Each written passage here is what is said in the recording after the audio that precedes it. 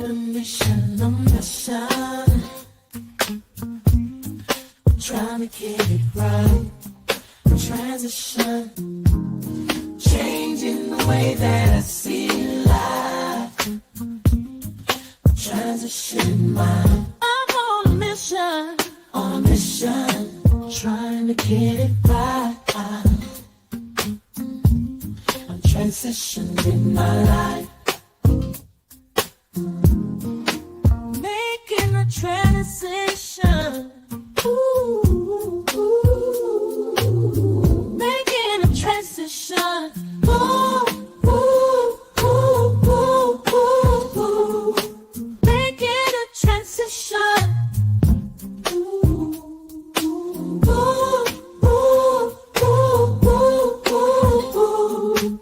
Making a transition. Mission, on mission. I'm on a mission. On a mission, I'm trying to get it right. Changing the way that I see life. Transition in my life. On a mission. On a mission. On a mission. Welcome. This is Dr. Magic Energy, and I'm here on the late night shift. I've been, considering, should I do regular time or should I do the late night? Which one is the best time to do? And in this live, I'm going to discuss the current situation. There's two different things I want to really go over. The redistricting in Texas, and also the crazy hate crime that happened in Louisiana, and probably some other really crazy things that are happening with the police. I have for some reason been kind of been focusing on the weird stuff going down with police, and police are wilding. They in DC wilding people, and then what happened, and then the people in the neighborhoods are really getting their cues from the police. But I really want to get into this redistricting thing because I think it's really crazy that they really shot themselves in the foot with the redistricting. They thought they were being so slick, right? But they ended up, man, watch what this guy say. How he breaks down that they're like, man, I wish I wouldn't have did that. I wish I wouldn't have did that. Now they are mad about what they did, y'all. Check this out. Paraphrase Oscar Wilde. There are two great tragedies in life. The first is not getting what you want, and the second is getting it. And that is exactly what is happening with Republicans in the Texas legislature right now. As we all know, this week, those Republicans were finally able to fulfill their fevered dreams of drawing mid-decade gerrymandered maps to basically erase Democrats from existence. And they did it. And based on these new maps, Republicans should be able to pick up 5 new seats in the U.S. House of Representatives. They got exactly what they wanted. And then, immediately after they pass these and everything's approved and we're good to go, these are officially the new districts, many Republicans in the state legislature had an oopsie-doo moment where they looked at the maps again and realized, oh God, we just screwed up so badly.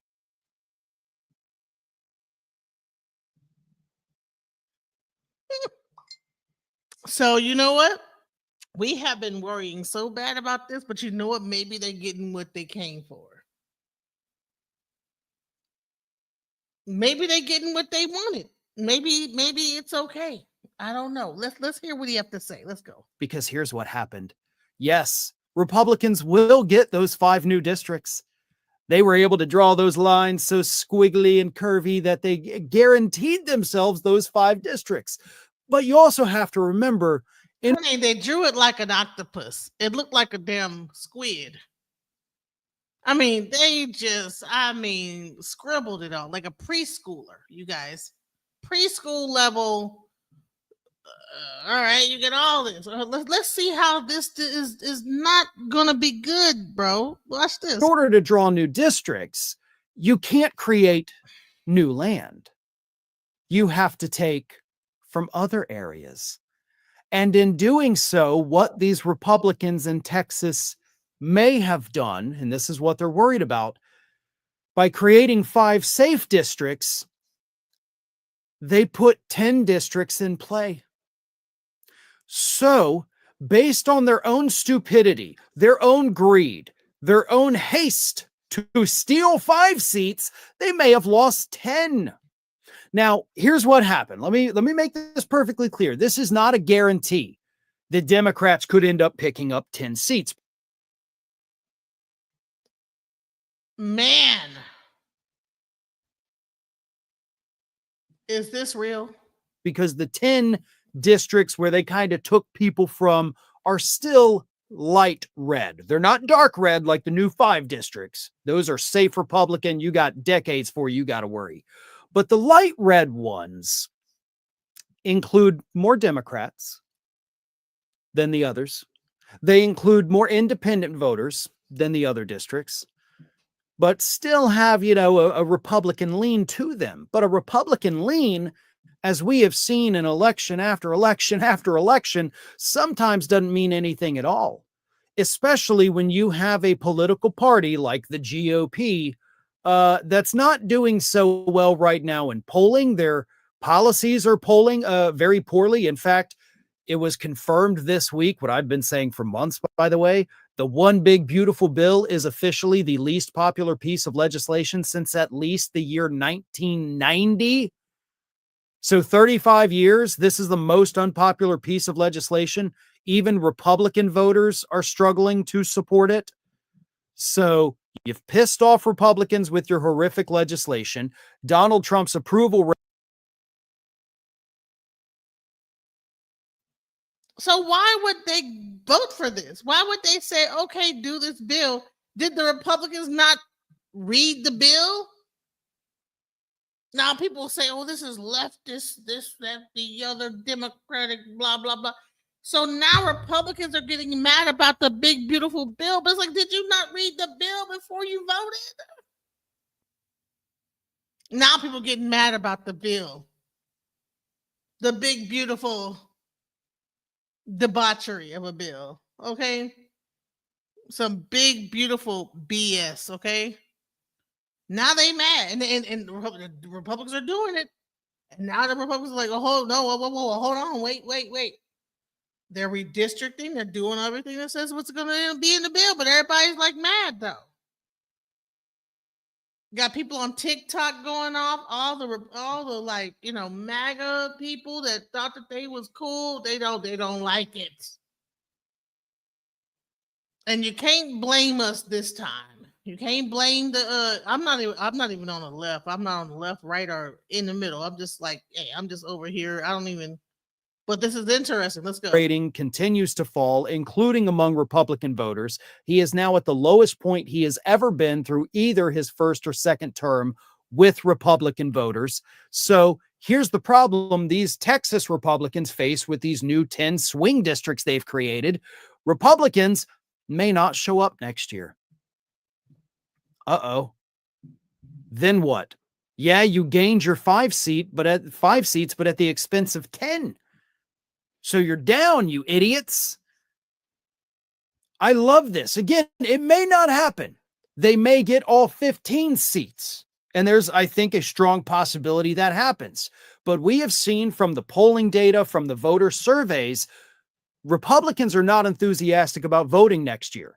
And even though the Democratic Party's approval rating is at an all-time low, let's not forget that, the flip side of that is that Democratic voters are actually more energized and enthusiastic than they have been in multiple election cycles to vote next year.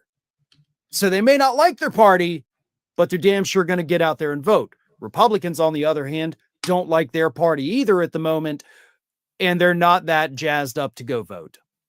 That could cost these Texas Republicans dearly next year. And honestly, that would be the most hilarious thing that I have ever seen in my 21 years of covering American politics. Thanks for watching. Man.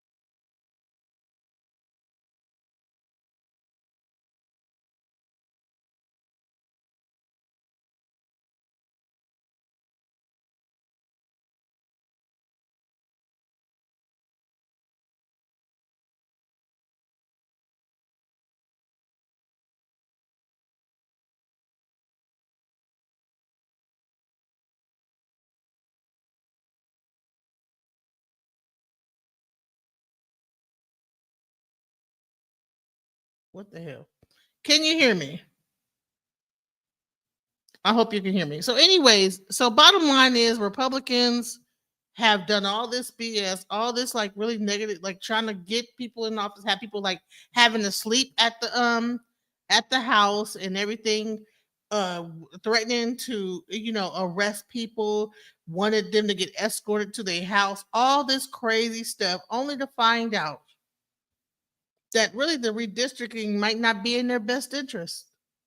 That's how, like, shouts out to the ancestors for that, because that is messed up how they, but I heard that Trump called in like, hey, redistricted, you know what I'm saying? And then they had to like leave town, all this other stuff. But you know what?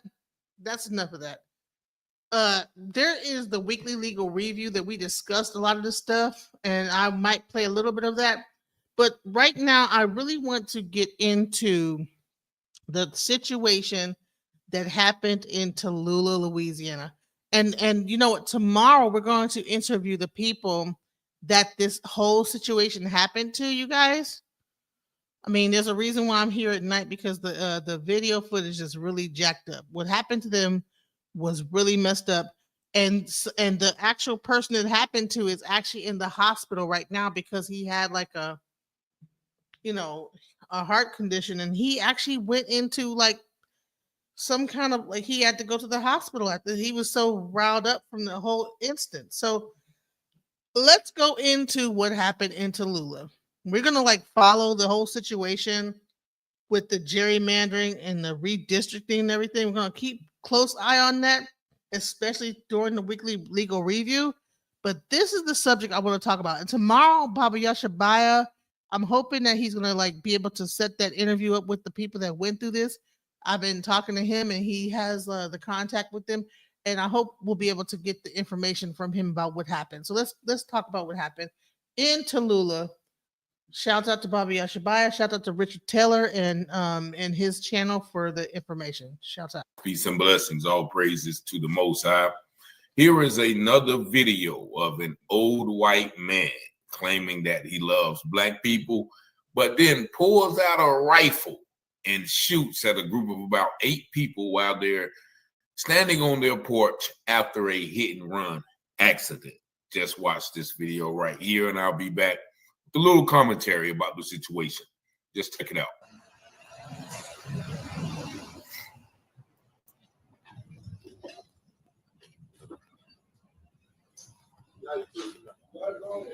This is private property. Don't enter the yard. Don't enter this yard. But the mother got to park in the middle of the road.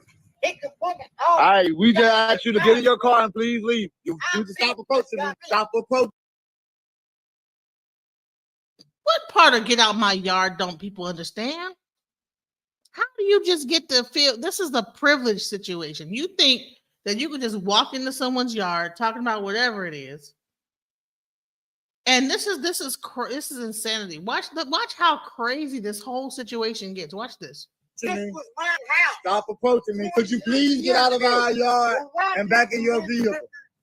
Could you please get out of the yard and get back in your vehicle, please, sir? Okay. I don't say nothing. Please. I mean, Could you please? I'm too old. Please get out of the yard and back in your vehicle. Now. How many times can you say please? Please get out of your yard, of our yard, and back into your vehicle. And he just like, bro, I don't care. Like, call the police. Why are you trying to come over here and talk about something? Whatever the situation is. Let's go. Could you please? It is what it is. But it's evidently I ain't scared of y'all. I mean, I love black people. I have hired. Hey, y'all, look, let me quiet. For years. Okay, I have hired. You know, I've been hurt. You've been asking us to get away. Hey, Y'all know we need them. They worked for me for 10, 15 years. I'm a nice guy. okay. But what I'm saying is, Okay. all you got to You gonna say nothing do to him. is get off the road. You Okay. ain't got to At this point, you trespassing. You've been asked to leave several times. So he been warned. He's trespassing on their property. And he don't give a crap. And then in his mind, whatever his reason is, I don't know if he say he loved black people. He got on like the old school long Janko pants on. Like he's back in the 90s. He got the like 90s, pants and stuff that like really good. Remember the shorts people used to wear in the night, the crisscross or make you jump shorts? He got them on. Probably got his pants sagging. Like you see his little booty crack right there. Like he is really upset about whatever it is. And watch what he does. Watch this crazy stuff. Watch this. Y'all.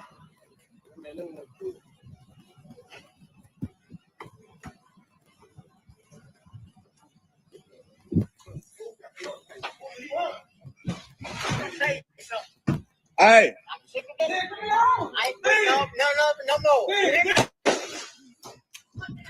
Get in the house. You hear me? I ain't putting up with it no more. Hey, you can keep filming me all you want to, but you're going to want your head.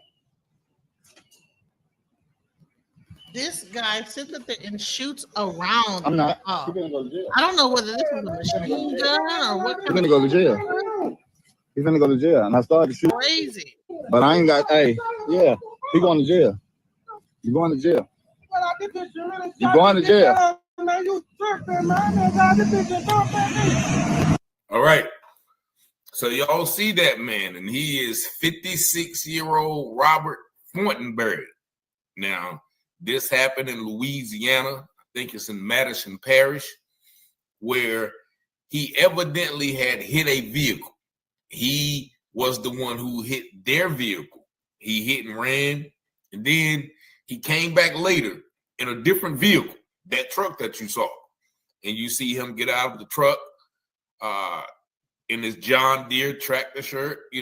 That's one of the most, I guess, racist white supremacist shirts you can wear. But he tells the people, y'all need to get out the effing road. And, he starts talking about, this used to be his house and, all of those things. Now that's on LaSalle Avenue. So the brother tell him, look, man, you trespassing. So he hit their car. So he hits their car and then come back and say, well, y'all don't need to be in the road. Then bring a gun out, a rifle, like a machine gun or an AK, or I don't even know exactly what this was. But it had like the little scoop banana clip thing. Like you brought out a whole assault rifle and then shot at their house. Like with kids and stuff into the house. We are going to be interviewing these guys tomorrow, guys. Stay tuned. Watch out. You trespassing, we ask you politely to leave, get off our property. Then this is how you know the racivity, that's not a word, but I just made it up. This is how you know the racivity of a person. As soon as they utter these words right here, I love black people. Anytime somebody say that, you just the racism just spilled over, unbeknownst to them. He started talking about, well, La and Jim. Yeah, I hired them for 30 years. Like, right, they was on my plantation. I love the Negroes. I hired them to work on my plantation. I paid them good. Y'all need to watch out. Stop parking on the street. And you won't get a hit and run. Just stupid stuff. Come, let's go. They hired slaves out too. They just didn't pay them. So I don't know why white people think that just mentioning you have black friends or you work with black people somehow excludes you from racism. Now, when the young man didn't bow down to him, look, get off our property. That's all they kept saying. Get off our property. I got something in the truck right now that'll do something like that. I said, look, okay, is that a threat? Is that a threat? And so then the man went back to he limped on. He said he had a broken foot, so he limped on over to his pickup truck and came out with, I guess that's a rifle, assault rifle, whatever it is. It's a one-shot musket or whatever it was. And he cocked that joint back. I am sick and tired of it. Now, when he said that, that means he's sick and tired of black people. That's what that meant. That didn't mean that. Why did he bring that? Why did he have it sitting in his car to where he could just get on the he had that thing sitting in the passenger side of the vehicle, waiting. I don't know whether he's told himself, listen, I'm going to go over here and try to talk to them. And if they say something, I'm about to go in here and do. Why did he have it just sitting there waiting, though? When you see the video, I'm going to show it again. And we're going to go from what we discussed last night. If y'all miss it on the Weekly Legal Review, I'm about to replay it.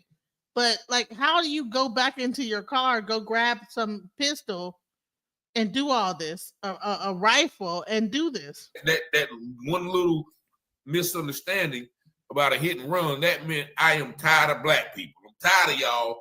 And he let one off in there. Now, if you look closely, you see my brother with the hammer too.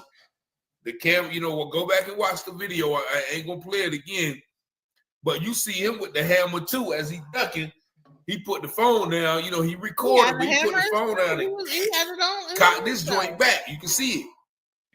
But he remained calm, and I'm glad that brother remained calm. He did, yep. Because we already know if he would have shot that man, he would have been jailed behind bars, throw away the key. He shouldn't have shot the dear old white man. He was only talking. He was just checking the eyesight of his gun. He was checking the target barrel that he had, making sure he could see through it, and you shot the man for coming on your property. That's what the narrative would have been now. And you heard the brother say, man, I should have shot his donkey. But he like, man, I ain't got time. You know what I'm saying? I ain't got time to go through this. So this brother on his own property, he ducking and weaving now. Apparently this man has been arrested, fortunately, and he has been charged with 8 counts. 8 counts of aggravated assault, 8 counts of illegal use of a firearm, and 8 counts of listen, this is as of today. Because yesterday when we did the show, he had not been charged, y'all. So they must have seen all this viral stuff, and then finally said, we can't just let this go. And that's what's sad about this. It have to go viral for the police to do anything. Hate crime and terrorism. His bond is set at $215,000. Now, that is a horrifically low bond for somebody charged with 8 counts of aggravated assault, 8 counts of illegal use of a firearm, 8 counts of a hate crime and terrorism. You remember, the brothers and sisters in Cincinnati got into a street fight, and their bond is $500,000. One of them is $850,000. So houseway, as Kanye would say, houseway. What is, the measure of this judicial system right here? Fortunately, once again, the brother didn't shoot back, because this brother probably would have been held on a crime against elderly, shooting at a person with a broken foot, shooting at a person who came on your, like they make up charges for us. You know what I mean? So, shout out to the brothers, man. If y'all watching this video, man, shout out to y'all, man, for remaining calm. But this is once again an evidence of the audacity of white people to come on his yard, shoot at him, after hitting their car. That it don't even seem like they was pressing the issue. This man done ran into their car, telling them to get out of the road, then come back to their property after saying how much he loves black people, goes to his truck and fires at 8 people. The audacity, the caucasity, as some people say, of white people, man. But, fortunately, this man is off the streets, but for however long, because he probably had the 20,000, or he put his house up. So he's going to be right out there, around those people again. So, we have to watch and see what's going to become of this issue. But, nevertheless, this is another incident, example of, the white supremacy and, what we have to deal with as black people while we are on our own property, minding our own business. But y'all let me know what y'all think about this in the comments. Y'all see the number, 919-587-7782. Thank y'all for watching, liking, sharing, and subscribing to the channel. And as always, shouts out to Richard Taylor for covering that. I want to also go into our coverage of the same event on the Weekly Legal Review. Let's check it out when we discuss the same event with a person from Tallulah. Shout out to Baba Yashabaya. He has been working with the family of this group, and let's go into what happened. Thanks in divine order, my brothers. And All right, Calvin, good, so man. glad to see you. Man, I love it. I man, love the y'all dashiki, man. It's beautiful. I love that. Thank you, my brother. Thank you, my brother. I appreciate it. I'm glad for you guys to be on here. We've got a situation here in Tallulah this week, and I want your legal analyzation of it. I want you to hear it. This just happened a few days ago, right down the street, to show how crazy things is. And Calvin, I am so honored to have you on as a legal man to look at this and break it down, and we're going to talk about it. Yeah, All let's right? talk about it. Let me take a look at it. Let's start this video. Let's start it. This is in Tallulah, Louisiana, where I am. All right, let's go.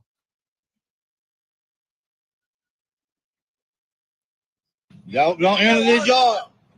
But the motherfucker ain't got to park in the middle of the road. He could put it All right, we just ask you to get in your car and please leave. You need to stop approaching me. Stop approaching This me. was my fucking house. Stop approaching me. Could you please get out of our yard and back in your vehicle? Could you please get out of the yard and get back in your vehicle, please, sir? I don't say nothing. Please. I mean, Could you please? I'm too old. Could you please get out of the yard and back in your vehicle? Could you please? It is what it is. But you see, evidently I ain't scared of y'all. I mean, I love black people. I have hired. Y'all, look, I've worked for 30 fucking years. I have hired. You know, I've been hurt. You've been asked to get away. Hey. Y'all know we need them. They worked for me for goddamn 10, 15 years. I'm a nice guy. Okay. But what I'm saying is, Okay. all you gotta do say is nothing to him. get off the fucking road. You ain't got a at this point you trespassing. You've been asked to leave several times.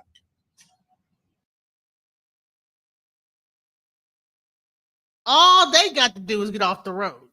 But you hitting people. And then you want to come with a gun, a rifle. Come on now. Watch him. Watch him. Y'all.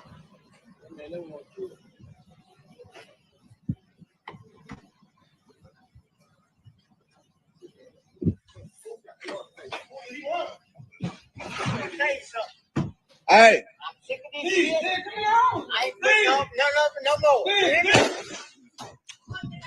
Get in the house. You hear me? I ain't putting up with it no more. You motherfuckers. Hey, you can keep filming all you want to, but you're going to one in your fucking head. Why does he feel privileged to do this? Why don't I'm you not. feel like he can do Go to this? jail. He's gonna go to jail. He's gonna go to jail. And I started to shoot his ass. But I ain't got, hey, yeah, he going to jail. You going to jail. You going to jail.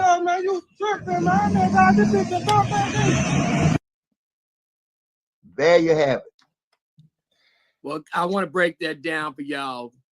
At the beginning of the video, there's a conversation that they're having.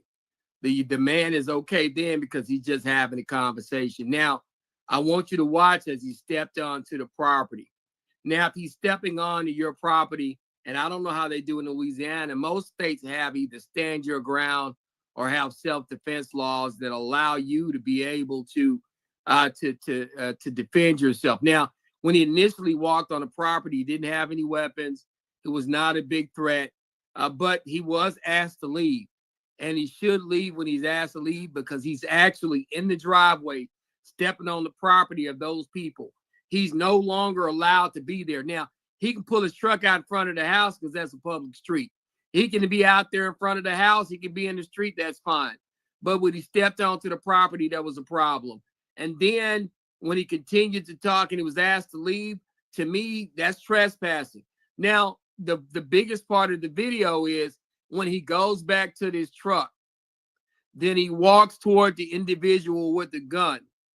At that point, the person who was in the house would be justified in leaving him where he was standing. When I say leaving him where he was standing, he could have got popped, he could have got shot, and he could have ended up getting shot dead right on the spot because number one, he has a gun.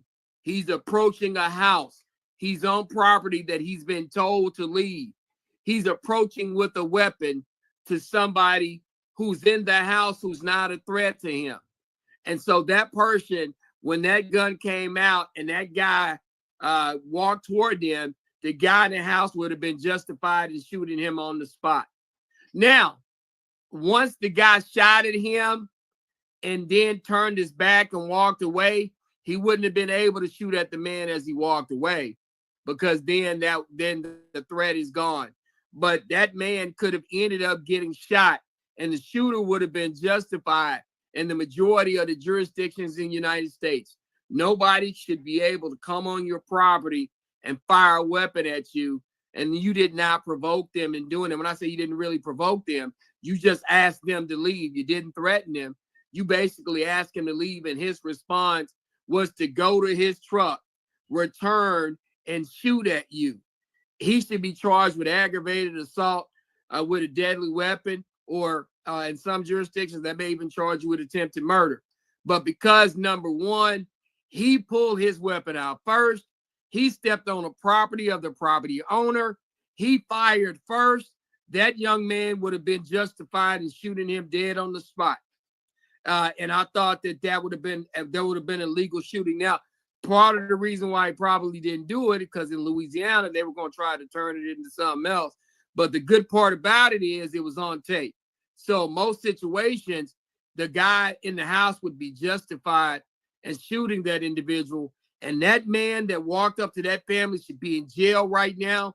He should have a really high bond because that is extremely dangerous. He's a threat to himself, his others, and those in the community with that kind of behavior, walking up on somebody just out of the blue, on a minor discrepancy or a minor disagreement, and he.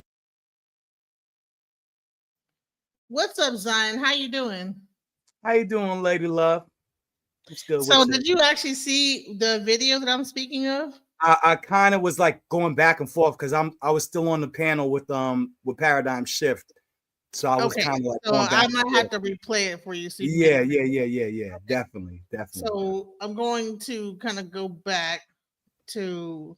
And shout out to all the ladies out there, you know what I'm saying? All of the ladies that hate me and love me. Who hates you? No, nobody hates you. Oh my God. Your homegirl, Aunt Esther, she don't like me no more.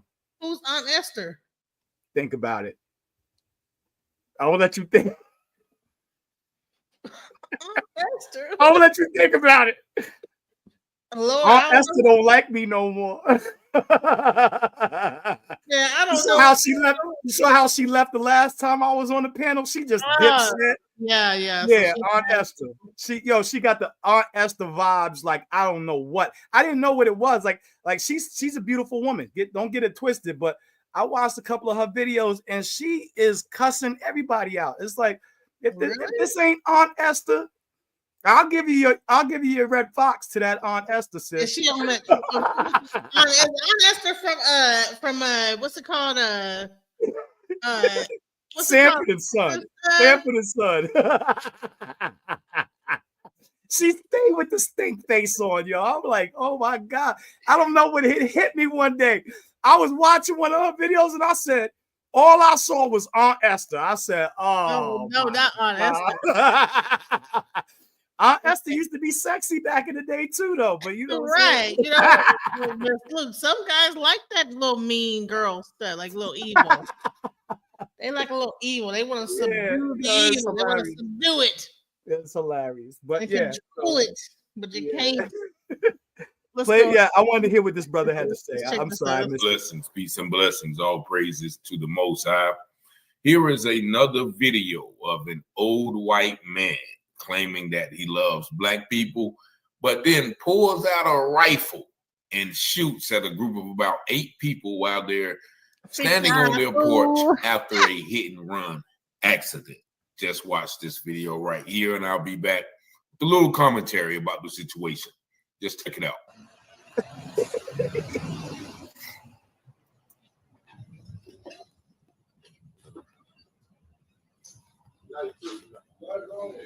This is private property. Don't enter the yard. Don't enter this yard. But the mother got to park in the middle of the road. It could put it all. All right, we just asked you to get in your car and please leave. You need to stop approaching me. Stop approaching me. Stop approaching me. Could you please get out of our yard? Okay, context. He this white guy hit and run somebody on their street. This white guy came back fussing. The white guy came back fussing after he hit somebody? After he hit and ran. He did a hit and run. Came back fussing. Well, I'm just trying to say y'all had y'all cars parked on the street. And back in your vehicle. Could you please get out of the yard and get back in your vehicle, please, sir? Okay. He like 10 Budweisers deep. Look at him. Could you please get out of the yard and back in your vehicle? Could you please? It is what it is. But it's evidently I ain't scared of y'all. I mean, I love black people. Why do you have to go there? Why do you have to go there? You've been actually get away. Hey. Y'all know we need them. I love black people. See, and this is one of the things I hate. I hired her. I hired Tyra. One of the things that I hate the most, you know what I'm saying? This is one white guy over here in my neighborhood, and every time I'm riding around to the store or whatever, he always wants to stop and freaking daggone, you know what I'm saying, chop my ear off. You know what I'm saying? He'll sit there and flap gums. It always goes to, oh, you know about those rap artists, and you know about this. And he'll always bring it back to some kind of racial thing. Like, yo, hold on, bro. Why every time I have to have a conversation with you, you know what I'm saying, with your rotten teeth, looking like you smoke Molly every day and meth, You know what I'm saying? That every conversation has to turn into a racial conversation. That annoys me. Right after he didn't hit somebody. If you don't, Yeah, why are you bringing up race? This has nothing to do. It's cars parked on like the side of the street. I'm not afraid of you guys. You must be. Well, watch to even bring that up. Watch, so here we go. Let's go. I mean, I love black people. I have hired. Y'all, look, I've let me quiet. for years. Okay, I have hired. You know, me hurt. You've been actually get away. Hey, La, y'all know we need them. They worked for me for 10, 15 years. I'm a nice guy. Okay. But what I'm saying is, Okay. all you gotta do is get off the road. You ain't gotta at this point, you all you gotta do is keep your car straight. And not drink while you driving. This dude is like 10 beers deep already.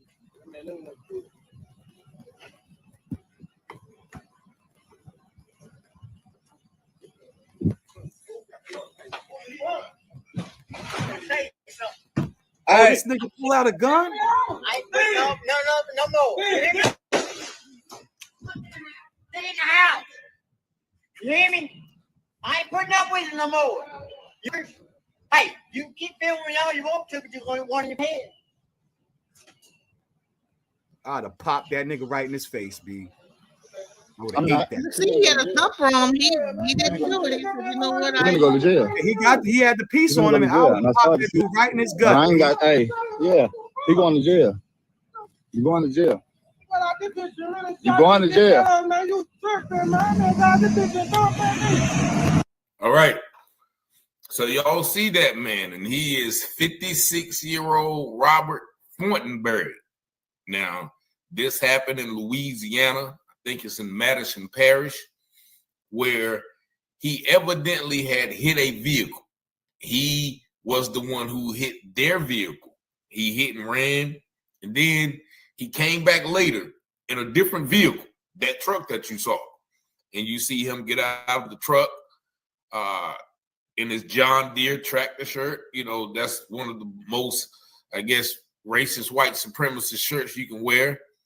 But he tells the people, yeah, y'all need to get out the effing road. And, you know, he starts talking about, you know, this used to be his house and, you know, all of those things. Now, that's on LaSalle Avenue. So the brother tell him, look, man, you trespassing. Man, you trespassing. We ask you politely to leave, you know, get off our property. Then this is how you know the racivity, that's not a word, but I just made it up. This is how you know the racivity of a person. As soon as they utter these words right here, I love black people. Anytime somebody say that, you just the racism just spilled over. That's when it's time to put somebody in the eyeball. He started talking about, well, you know, La and you know Jim. Yeah, I hired them for 30 years. Like, they hired slaves out too. You know, they just didn't pay them. So it's paternalism. They all used to work on my plantation. I used to hire Jim Jones and blee blee. I love it's paternalism. It's paternalism. It's the attitude that first comes out is oh, I get to talk about race, but I get to talk about it from a position of authority. White folks have a serious complex. Mm-hmm. They really need some mental health treatment. You know what I'm saying? The open your mouth up and come out your mouth after you slap the car up and start telling folks what they need to do. And you could tell he was drunk. That man was litty. And he would have got popped if he pulled that. If he went to that car and came back out. The police. They should have called the police on his ass. I would have popped him quick, yo. I would have been underneath. I would have been behind that car, and I would have put one in his pork belly. Let him sit there and scream until the cops came on my property. I don't know why white people think that just mentioning you have black friends or you work with black people somehow excludes you from racism. Now, when the young man didn't bow down to him, you know, look, get off our property. That's all they kept saying. Get off our property. I got something in the truck right now that'll do something for you. I said, look, okay, is that a threat? Is that a threat? And so then the man went back to he limped on. He said he had a broken foot, so he limped on over to his pickup truck and came out with, I guess that's a rifle, assault rifle, whatever it is. It's a one-shot musket, whatever it was. And he cocked that joint back. I am sick and tired of it. Now, when he said that, that means he's sick and tired of black people. That's what that meant. That didn't mean that one little misunderstanding about a hit and run. That meant I am tired of black people. I'm tired of y'all. And he let one off in there. Now, if you look closely, you see my brother with the hammer too. The camera, go back and watch the video. I ain't gonna play it again. But you see him with the hammer too as he ducking. He put the phone down. He recorded, but he put the phone down and cocked this joint back. You can see it. But he remained calm. And I'm glad that brother remained calm because we already know if he would have shot that man, he would have been jailed behind bars, throw away the key. No, he wouldn't have. He shouldn't have shot the dear that man old came out there white on man. his property. No, he would not. I would have fought that charge. The eyesight of his gun. That's a free body right the there. Target barrel that he had, making sure he can see through That's it. a free body. The man for coming on your property.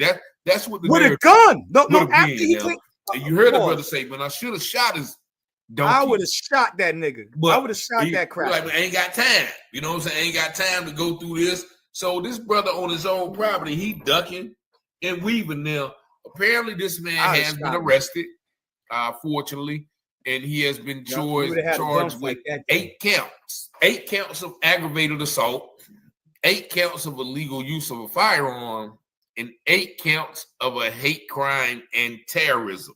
Good. His bond is set at $215,000. What? That nigga should be in jail. $215,000. But he got out. So let's get into it. So now this is today the actual review about what happened. I'm gonna let it end. But yesterday he had gotten himself out. So I'm not sure if this is they probably let him post bail, but they shouldn't have. If this is like new today where they like what state was this? No. What state? Louisiana. Okay. Now, actually, in the same town Baba lives in. That's where tomorrow we're going to interview the family. All right. Because we need to do that show over. On the whole town, the family it happened to is talking to Baba. So the guy that was that it happened to actually had to go to the hospital because he went through mental distress. Oh, wait, the black guy? Yeah. No. But that's smart. Listen, when people pull up on you and stuff like that, people get upset about calling cops. Listen, you ain't snitching if it ain't your freaking co-defendant or your family member or you somebody that you are in cahoots with. That's when you snitch. That's the problem with black folk. Black folk think that anytime you tell the cops on anybody, you know what I'm saying, even your worst adversary, he'll pull a gun up to your child's head that somehow you're snitching. If you call the cops. I'm sorry, you pull a gun out on me, and I had a dude 2 years ago pull a gun out on me and my son. You think I'm not calling cops? I'm calling cops so that the next time this dude pull up and I put a bullet in his face, I have a legal argument. Right. You understand what I'm saying? Because this ain't no time to sit here and argue over things that I have to try to prove something. No, I'm going to make sure that it's on the record that this person threatened me and my child. So the next time, you know what I'm saying, that happens again, I'm putting this Deanie in the dirt. Legally speaking. Yeah. You understand what I'm saying? So in that situation where the dude went back, he sit there and threatened. At least the brother got it all on video. But apparently they still gave this man a bond, which is crazy. Man, it's people that get he came out there with an AR. Is that on somebody else's property after he smacked up? Was that an AR? Is that what an AR is? That was an AR. That came out there with a freaking daggone a rifle. I didn't know what it was, a machine gun or whatever the hell. It's an AR. It's an AR. It's, you know what I'm saying? I could tell. You could tell by the what they call the freaking daggone the under. Thing? Yeah, you know what I'm saying? So yeah, he came out there with an AR. He came out there with a big gun.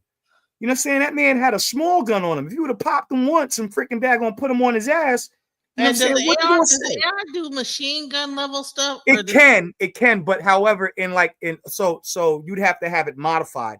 So in the States right now, you can't literally legally have an automatic weapon. I'm not sure about every state, but you're not supposed to have an automatic weapon as a civilian. You know what I'm saying? As a military person, you can have an automatic AR. So usually what they do is they make some of these ARs, you know, that you buy in a store, you know what I'm saying, legally, they make them semi-automatic as opposed to automatic. You know what I'm saying? So you're not pulling the trigger and 20 rounds are popping out. No, you gotta pull that trigger 20 times for 20 rounds to come out. And that's one of the ways that a lot of people get caught up. Like, so they claim, oh, you claim that you defended yourself, but why did you have to shoot him 7 times in the face? And he ain't having no weapon. Right. So do you understand what I'm saying? So so when you go overboard, so in that instance, the brother had the lesser weapon. Right. So even if he would have shot him, technically he wouldn't have got the charge because this guy had a bigger weapon. Yeah, because he had a bigger weapon. You know what I'm saying? So in law, you know what I'm saying, you have to have the equal measure of force. Yeah. So with, and that dude pulled out a gun without nobody showing no guns. Pulled out a freaking AR.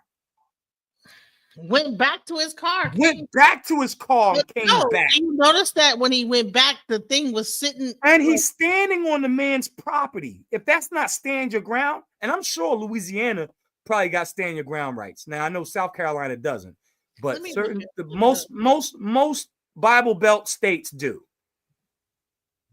You understand what I'm saying? So yeah, that boy, he would that potbelly pig would have got one in the belly, B. I'll let him cry there. I would have slid his gun over from him. Does have a stand your ground law, which and I would have waited for law enforcement to come, and they can arrest me all day for using deadly force in a place where they have a right to be. Right. Laws allow for use of force, including deadly force, to defend oneself. So right, he's the instigator in that sense because he came back. See, another thing is what most people don't realize is that you can't go charging after somebody who's just threatened your life. All right, so somebody pulls a gun out on you, you know what I'm saying, threatens your life, threatens your children's life. The moment they leave and they start walking away, you running back towards them to shoot them or cause them harm, it's not self-protection anymore. Right, but because they're fleeing, they're retreating. Could and you so imagine if you go back out there with your angry mind, like this dude just pull a gun out on me and my child, and I'll pop him in the head, and you pop him in the head, you're going to jail for mens rea, for intentional. That's murder 1. Right. You understand what I'm saying? You can say, oh, you know what I'm saying, temporary insanity, but that, you know, 90% of all temporary insanity pleas, you know what I'm saying, get shot out. But you can probably tell this is a pretty not like a bad family or nothing like that. This no, you could tell the way that they like said, yeah, he going to jail. You know? It's because he had his car parked on the side of the road, and the dude freaking couldn't keep his freaking wheel straight and smacked it. Now he gonna come back and antagonize with an assault rifle in the passenger. With an assault rifle. I would have. The moment he came out that car, perfectly low bond for somebody charged with 8 counts of aggravated assault, 8 counts of illegal use of a firearm, 8 counts of a hate crime and terrorism. You remember the brothers and sisters in Cincinnati got into a street fight, and their bond is $500,000. One of them is $850,000. Right. So houseway, as Kanye would say, houseway. How? What is the measure of this judicial system right here? Now watch this. Fortunately, once again, the brother didn't shoot back because this brother probably would have been held on a crime. Pause for a second. Recently, they just apprehended a white guy who is being charged with killing 4 people and leaving the baby in safe hands. This person was charged with multiple murders before, and even in prison, the dude freaking had charges from being in jail. The dude was violent, white guy, violent as hell. Somehow they gave him a bond that he was able to pay for, and now there's 4 people dead. What? Soon as he got out on his bond, he went allegedly, right, and killed 4 family members. What? Sometimes these white folks will let white folks off on a bond, and they go back out and freaking do crazy shit. But when black folk get put on bond, we get the highest bond there is. But you all let this dude out who has a history of violence. Mm. And he went out, and within a matter of days, 4 bodies turned up behind him. Mm. There's a problem in this country. And they don't recognize where the sociopathic, pathological, homicidal tendencies are more prevalent. You think black folks, we don't do shit like black folks kill each other over mundane things. White folks kill each other for fun. Mm. Just because they can. And they feel that they're going to get away with it. That's why a black person will take a plea bargain quicker than a white person. A white person will go straight to trial, you know what I'm saying, on a 25 to life, if not a daggone death penalty charge. Like, wait, hold on, bro. I think you need to take that plea bargain. Nah, I'm white, so I'm going to beat this. They have that arrogance. Go ahead, continue. Crazy, It's madness. Right? It's madness. Against elderly, shooting at a person with a broken foot, shooting at a person who came on your, like they make up charges for us. You know what I mean? So, you know, shout out to the brothers, man. If y'all watching this video, man, shout out to y'all, man, for remaining calm. But this is once again an evidence of the audacity of white people to come on his yard, shoot at him, you know, after hitting their car. The caucasity. It don't even seem like they was pressing the issue. You know, this man done ran into their car, telling them to get out of the road, then come back to their property after saying how much he loves black people, goes to his truck and fires at 8 people. The audacity, the caucasity, as some people say, of white people, man. But, you know, fortunately, this man is off the streets, but for however long, because he probably had the 20,000 or he put his house up. So He's going to be right out there, you know, around those people again. So, drinking again. We have to watch and see what's going to become of this issue. But, you know, nevertheless, this is another incident. Shouts out to Richard Taylor. Shout out. You know, he covers a lot of news about like the police brutality and things going on in our community. Right, so please check his channel out. And so let's go into you know how big, you know how you know important those discussions are to me. You know what I'm saying? I'm really huge on that. And I would have still, you know what I'm saying, engaged with Queen 6'2" or 6'9" on it. You know what I'm saying? Until she got upset with me. But and to just quickly address that, I think she got upset with me because I made a connotation about her attractiveness, you know what I'm saying? And I was being flirtatious, but you know, she has a couple of shows on her YouTube channel. Go check out Queen Didi 6'2" Queen Didi and add and subscribe, like, share, and subscribe. I love the sister. I don't agree with her politics, but she got mad at me about making a connotation. And I made the connotation because she has this thing called the man's cave. When she does those man cave shows, all of the dudes are in the chat, white, black, all kinds of guys, and they're making sexual connotations, and she's loving it. So when I Right. made the flirtatious connotation, now she wants to act like I was being rude to her. Hold on, you're over here twerking. She was twerking? She's clapping cheeks What? in her video. Oh, wow. I didn't know about that. Dancing with a mask on and showing her lingerie and, oh, how would this look on me and all of that stuff. And all the guys in the chat were talking sexual. So Really? I made a positive connotation towards her because I thought she's an adult. She's going to be an adult. But because I said that I don't like her politics, but you know what I'm saying? But you know what I'm saying? I do the do with her. You know what I'm saying? Now she's offended. Nigga, please. Because I saw what them dudes were saying on your man's cave video, and you was loving it.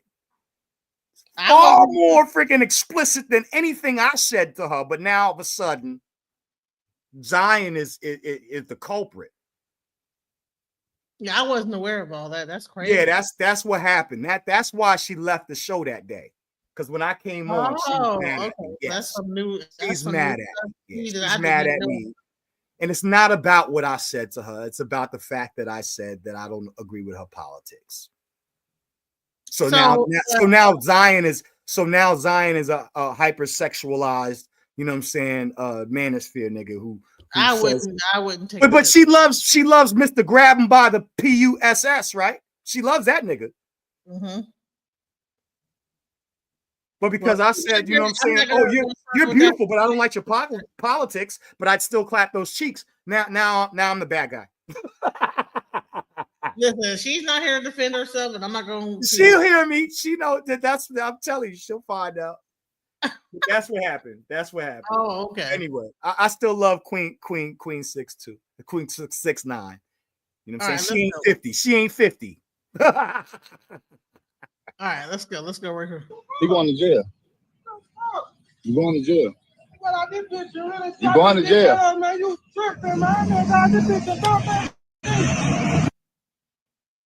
There you have it. Well, I want to break that down for y'all. At the beginning of the video, there's a conversation that they're having. The man is okay then because he's just having a conversation. Now, I want you to watch as he stepped onto the property. Now, if he's stepping onto your property, and I don't know how they do in Louisiana, and most states have either stand your ground or have self-defense laws that allow you to be able to defend yourself. Now, when he initially walked on the property, he didn't have any weapons. It was not a big threat, but he was asked to leave, and he should leave when he's asked to leave because he's actually in the driveway, stepping on the property of those people. He's no longer allowed to be there. Now, he can pull his truck out in front of the house because that's a public street. He can be out there in front of the house. He can be in the street. That's fine. But when he stepped onto the property, that was a problem.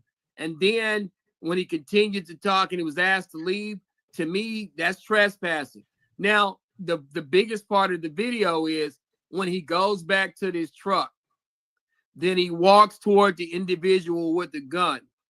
At that point, the person who was in the house would be justified in leaving him where he was standing. When I say leaving him where he was standing, he could have got popped, he could have got shot, and he could end up getting shot dead right on the spot because number one, he has a gun. He's approaching a house. He's on property that he's been told to leave. He's approaching with a weapon to somebody who's in the house who's not a threat to him. And so that person, when that gun came out and that guy walked toward them, the guy in the house would have been justified in shooting him on the spot.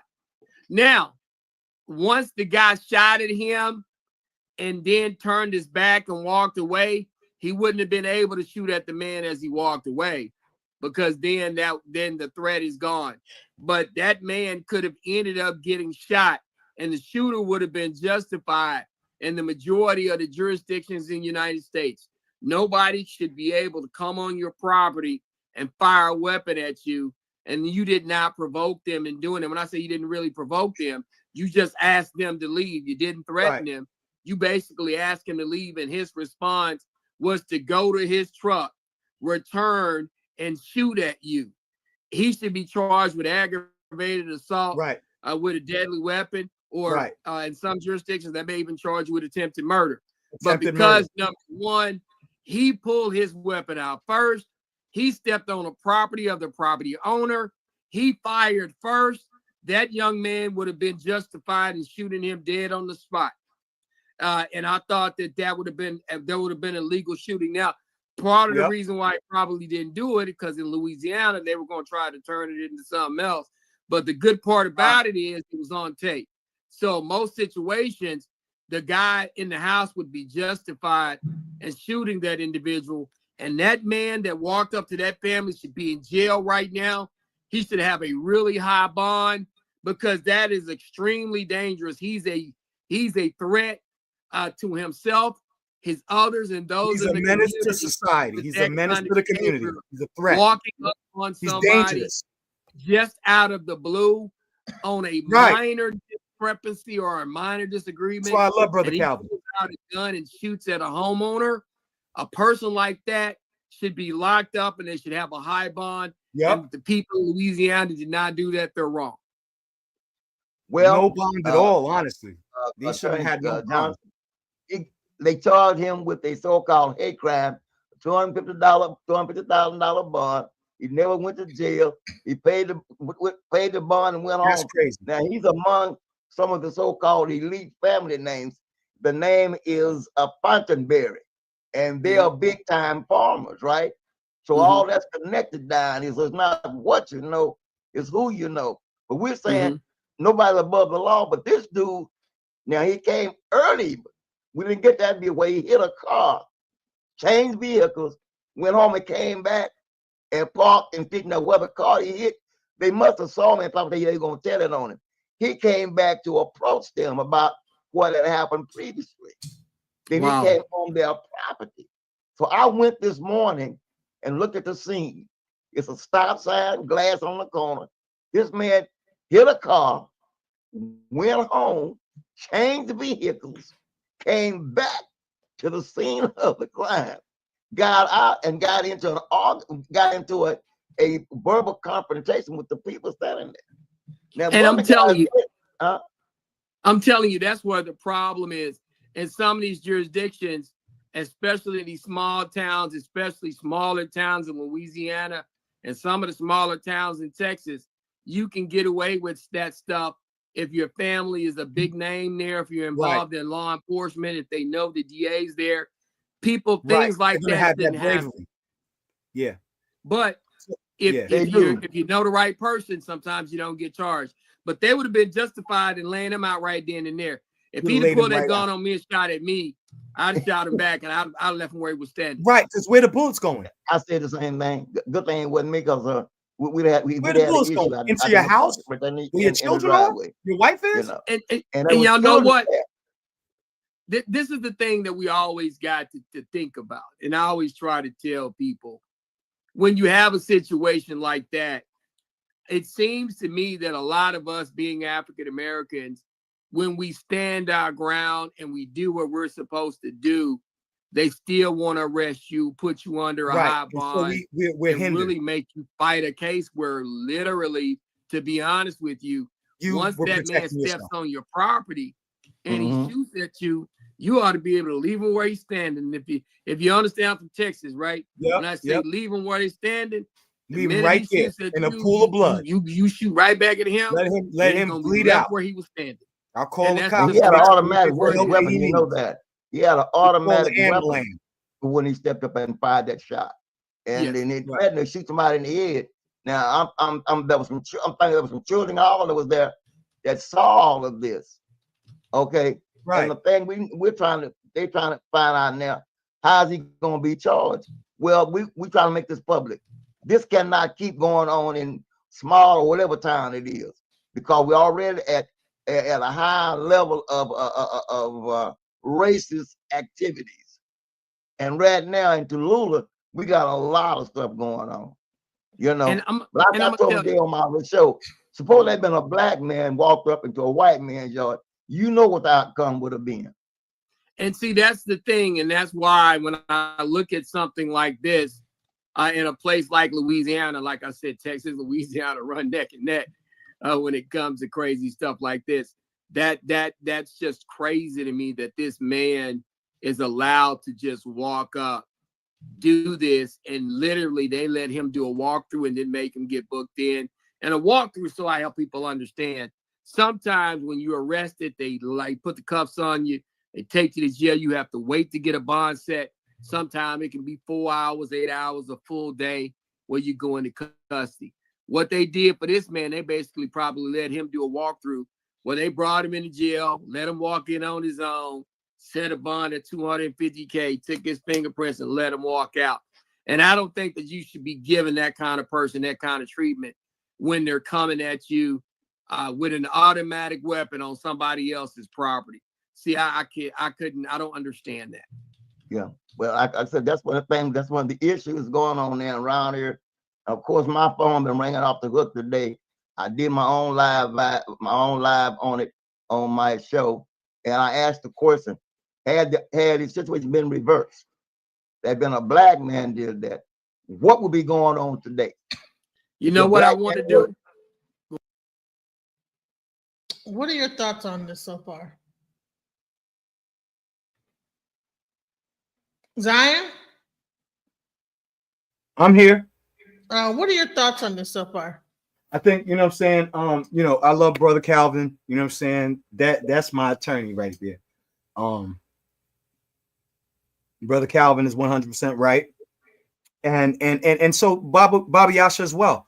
I think one of the issues that oftentimes causes a lot of conflict with black folks is that, we're afraid to shoot back in defense, because just like Brother Calvin said, oftentimes it leads to other legal problems, even though we were in the right.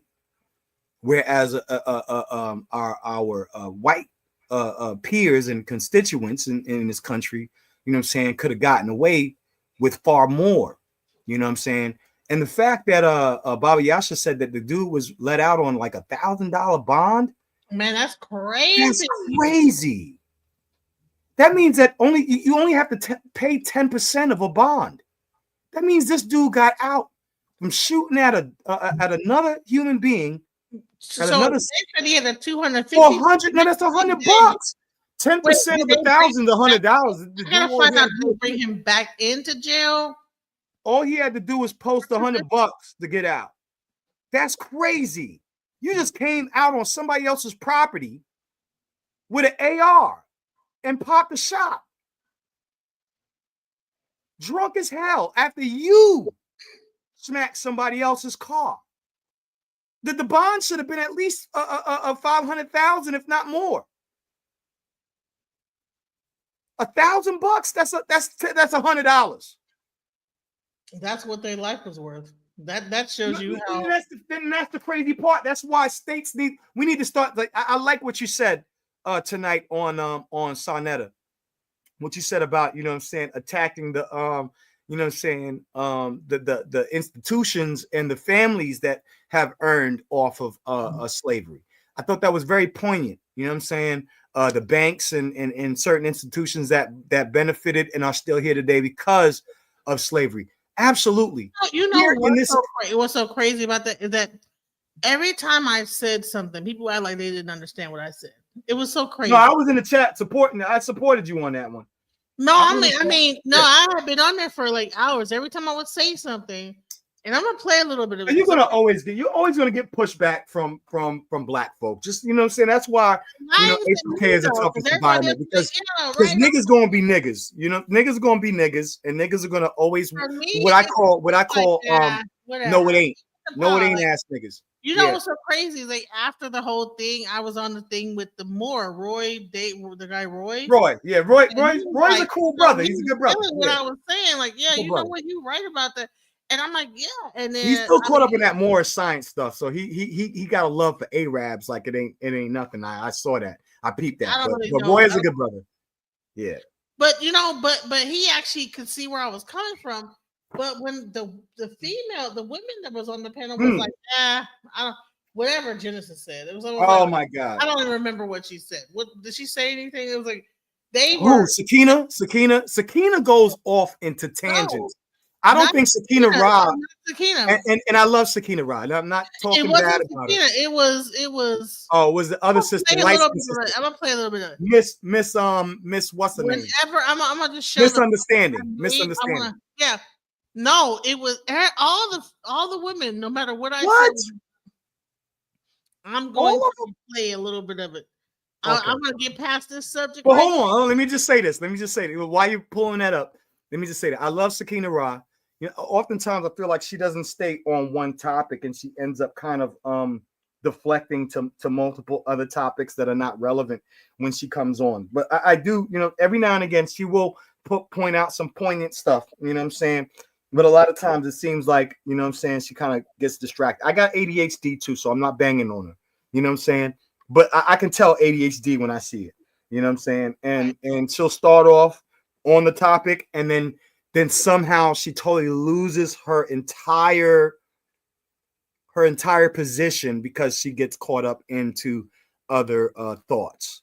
You know what I'm So saying? maybe And that's what I was doing too. But yeah, I'm gonna play it. So maybe give me some give me some criticism about what I said. Maybe I was doing something to say. No, go ahead, shoot it out. I'm gonna like finish this up and I'm gonna play that one because Okay, cool. I felt like damn nobody's listening to me. I'm like damn, do y'all hear what I'm saying? Yeah, I was listening to what you were saying. I was in the chat too. I was like, you know, those But you great were there points toward that the you made. end. Yeah, no, you made good points. You did You not made get to good points. hear from the beginning when I was like, okay.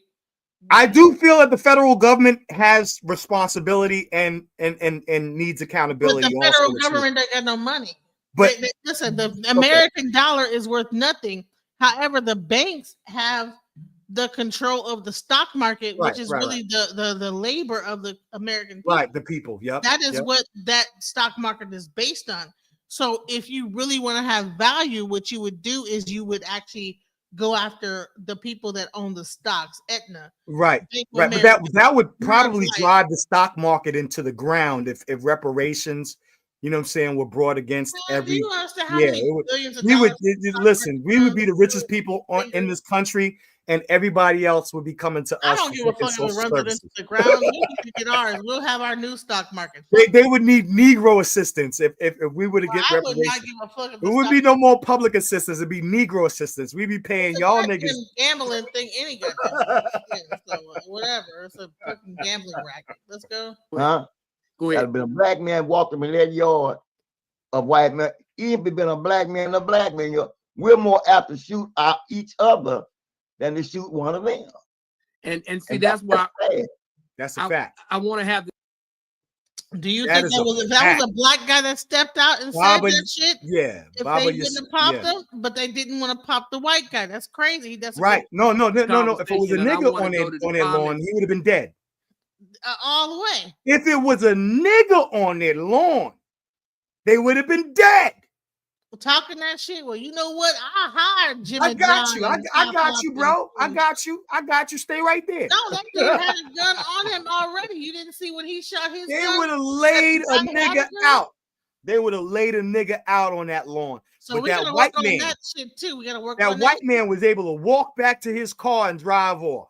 No, not only walk back to his car and drive off, walk back to his car, grab a pistol, come back with it. Come on. A nigga would have been dead. A nigga would have been dead talking all of that smack, yo. A nigga would have been dead.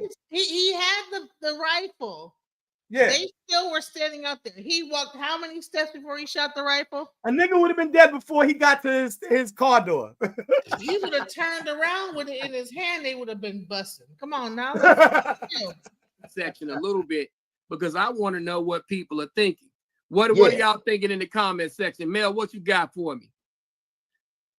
I see all one right. comment up MD says Trump is bringing out the worst in people. Their true colors are coming out. They know they're causing hate and division, and it's the oldest tactic. And see, that's the thing, the little bitty thing that we're talking about. And I know what Baba's probably thinking about is, hey, man, a lot of these people are feeling empowered because Mr. Trump is in office, and they feel like that down the line that misbehavior is going to be treated properly improperly in their favor. So, and Right. Gold Digger, I see another comment. What does that say? In his mind, he thinks he's above the law. He came back to the scene of his own crime with a gun and says he wants all the negative smoke. And see, that's the kind of thing that I get concerned about, because if you, depending on who you do that to, man, that situation can go very, very bad. He could have ended up firing automatic weapon and shooting a lot of people. He could have got shot dead right then and there. An innocent kid inside of the house could have been hurt. I think a lot of people should really look at this case and look at this situation and give it some attention, because that could be a very, very bad situation. And situations like this lead to other situations in locales such as Tallulah, to where race relations are already tough. A situation like this can really divide the city. And we got to be honest, and we got to be careful. This kind of behavior does not bring us together. It separates us apart. And so we have to have the law punish this situation and punish this behavior properly, so that people don't end up getting hurt. What else? What else is being said in the comment section? Joe Fleur says this should be made known to the national TV stations. It should be known. One of the things I know that we will do is why hasn't it been on national news? Now, I will say this. I give Court TV the credit, because they pull out shit, excuse my language, they pull out cases that most national news stations will not. Listen, the only real reason why I knew about this is because Baba, they got enough black folk on Court TV that it happened, and he told me about it. But I haven't seen nothing. I haven't seen nothing. I haven't seen anything on it either. I think that even Richard Taylor probably, maybe he might have saw it from my channel. Yo, listen, I won't be surprised if I see this in the next oncoming months on Court TV, because Court TV doesn't, you know what I'm saying? They got enough black folk on Court TV where a lot of these things get addressed. I want to let people know on YouTube, we were the one that brought it to YouTube, and then people. You brought that out first. That's right. Yeah, that's last right. night. Yeah, you know what I'm saying. And I miss my brother Mel and attorney Calvin and Bobby Yasta. Richard Taylor, and when he I wish I was on that show earlier today. I would have loved to be on that show. Talking about it. When Baba sent me the video, I was just like, wow, this is very interesting. So I wanted to see that. And the reason why stuff like this alarms me is because when somebody participates in behavior like this and actually come on somebody else's property and shoots at them and walks away like they own the place, that really concerns me. It wasn't just the fact that he walked up and did that. It's the callousness upon which he did it with. You can tell that the attitude, hey, I know I can walk up and shoot at you, and I'm gonna walk away. That's intent. That's intent about that. That's intent. If he would have shot at the house and the bullet went through the house and killed one of those babies in there, he intentionally walked back to the car to get the gun, he would have been charged with intent. He would have been charged with a murder 1 or a murder 2. Okay, so Brother Calvin is absolutely 100% correct. The attitudes, though, that they feel comfortable right now. They're cockstrong right now, feeling like this is, make America great again means, what does that really mean? Making America a place where white folks feel comfortable harming people of color and not having and not being held accountable for it? The guy had a gun, had the most restraint. The guy that was and not being held accountable for it said, listen, just get up off my property, leave me alone. You already hit my car. Nigga posted $100 bond on a freaking attempted murder. And said, listen, you hit my car, I'm calling the police. You hit my car, sir. Yo, bro, you hit my car. I didn't hit your car. You hit my car. And then came back with a freaking AR. And then had the nerve to say, like, it's your fault because I would have put a bullet in that boy's face, man. Bro. I want to go to some more comments. Ro Thomas says they're the ones creating a vengeance against us all over this country. And that's an issue. And people have to understand, when you actually go out and shoot at somebody behind something like this is something that you probably should not be doing. Because when you do that, if you shoot at the wrong person, it's going to be a problem. Like if it's me, I have vengeance issues. And I'm going to be in the right because you shoot at me on my property. I'm not going to allow you to just walk away from that, because if I allow you to do that, you may come back and try to do something like that again. And so that could turn into a very bad back and forth. It could turn into a very, very bad situation. And we got to be extremely careful in this country when we're allowing behavior like this to occur. All right. One Love says Trump wasn't the president in the 60s. Let's stop the crap.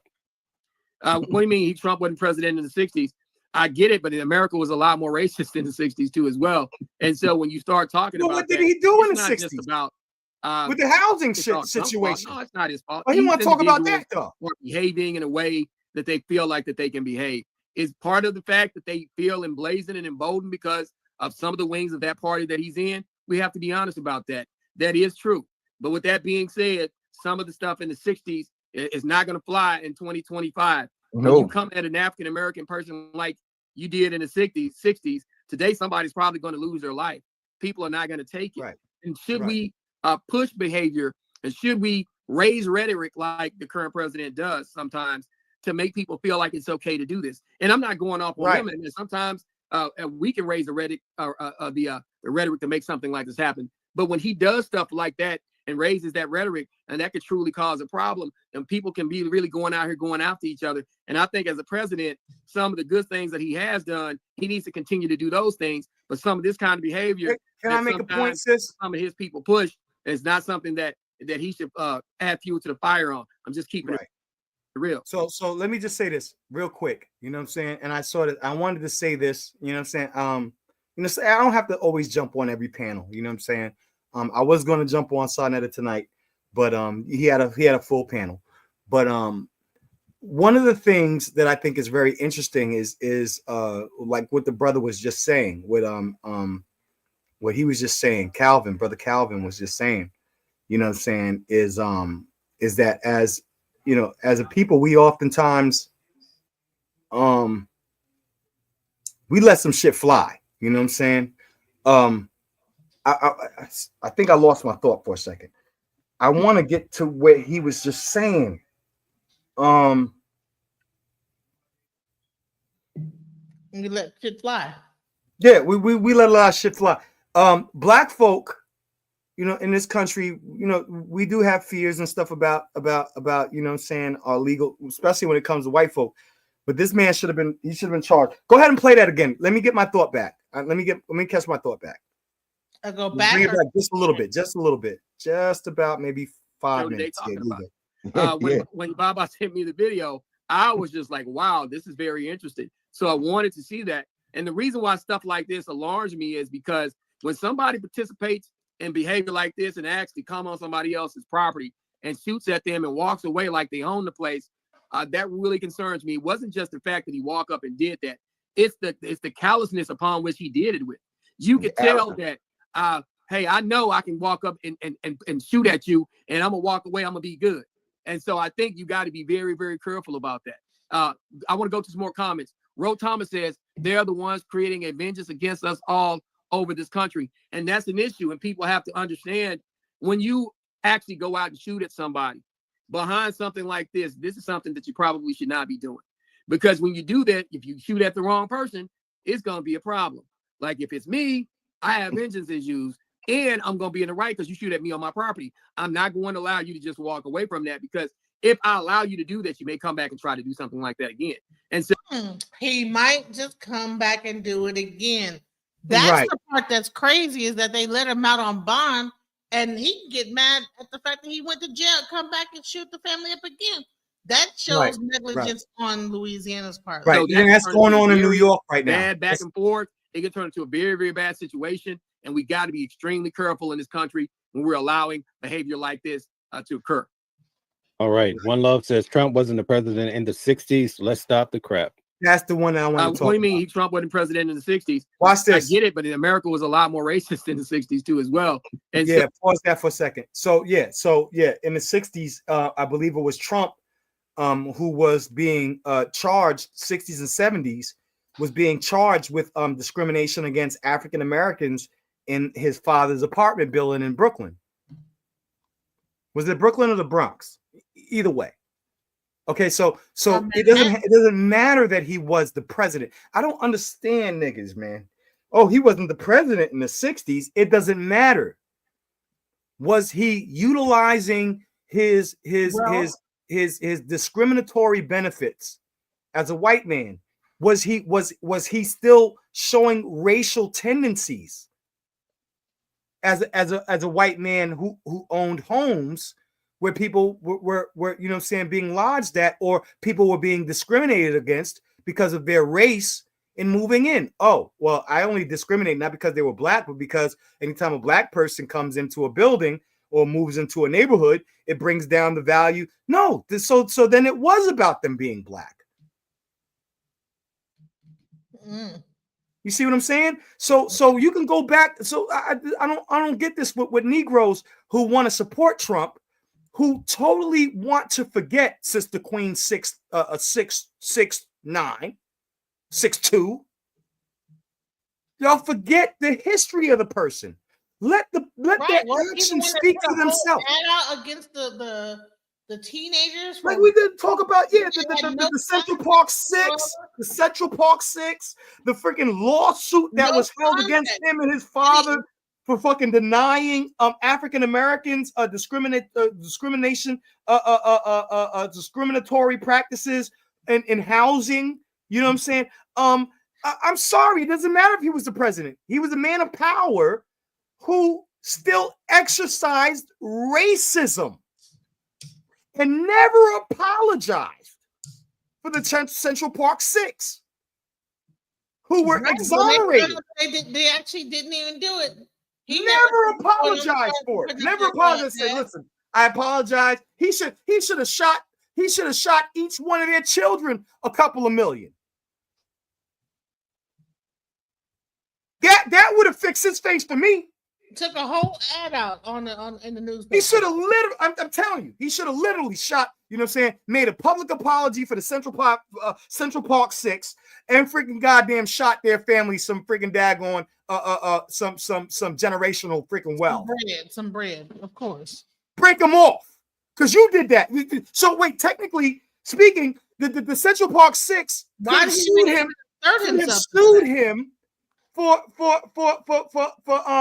for defamation after they won and proved that they weren't the ones who were culpable.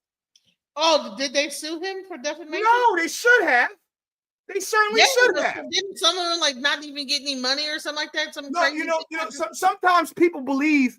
Okay, so you know, when it comes to the what do you call it, the mandatory or the statutory statute of limitations. People think that because it says, 6 years for this and 2 years for that, that all of a sudden after 6 years or 2 years, depending on the certain case, that you can no longer bring it up. But that's not true. If you're still suffering from the effects, go ahead and do that. 20 years later, if you're still suffering from the effects, there is no statute of limitations. No lawsuit against that. So watch this. So I got this white guy down the block from me who slapped his knee up on a freaking daggone what is it? One of those water bikes. You know what I'm saying? Slapped his knee and went to medical treatment and stuff. And the doctors were failing him. The doctors let his leg break again with the screws and stuff in it. And then they misdiagnosed him. They mistreated him. And because, you know, doctors are very powerful in any state, most lawyers will not go and do a lawsuit against a hospital. You have to literally find a doctor out of state to do a lawsuit against medical malpractice. Because, you know, they have so much money in the state and so much, reverence in the state that you literally have to, use that doctor at some point. Right. You have to go out of state to get a lawyer to argue a medical malpractice. The same thing for doctors and people in the medical field. Right. Exactly. So they won't challenge. They won't challenge the powers in their own state. You have to get an attorney from out of state. So in that instance, you know what I'm saying? Certain institutions have a lot of power and authority to block your ability to sue them. But when it comes to the statute of limitations, just understand this, y'all, black folks, understand this.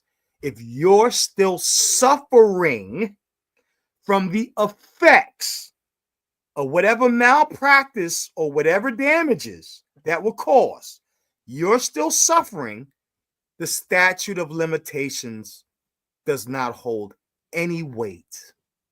You can still open the case.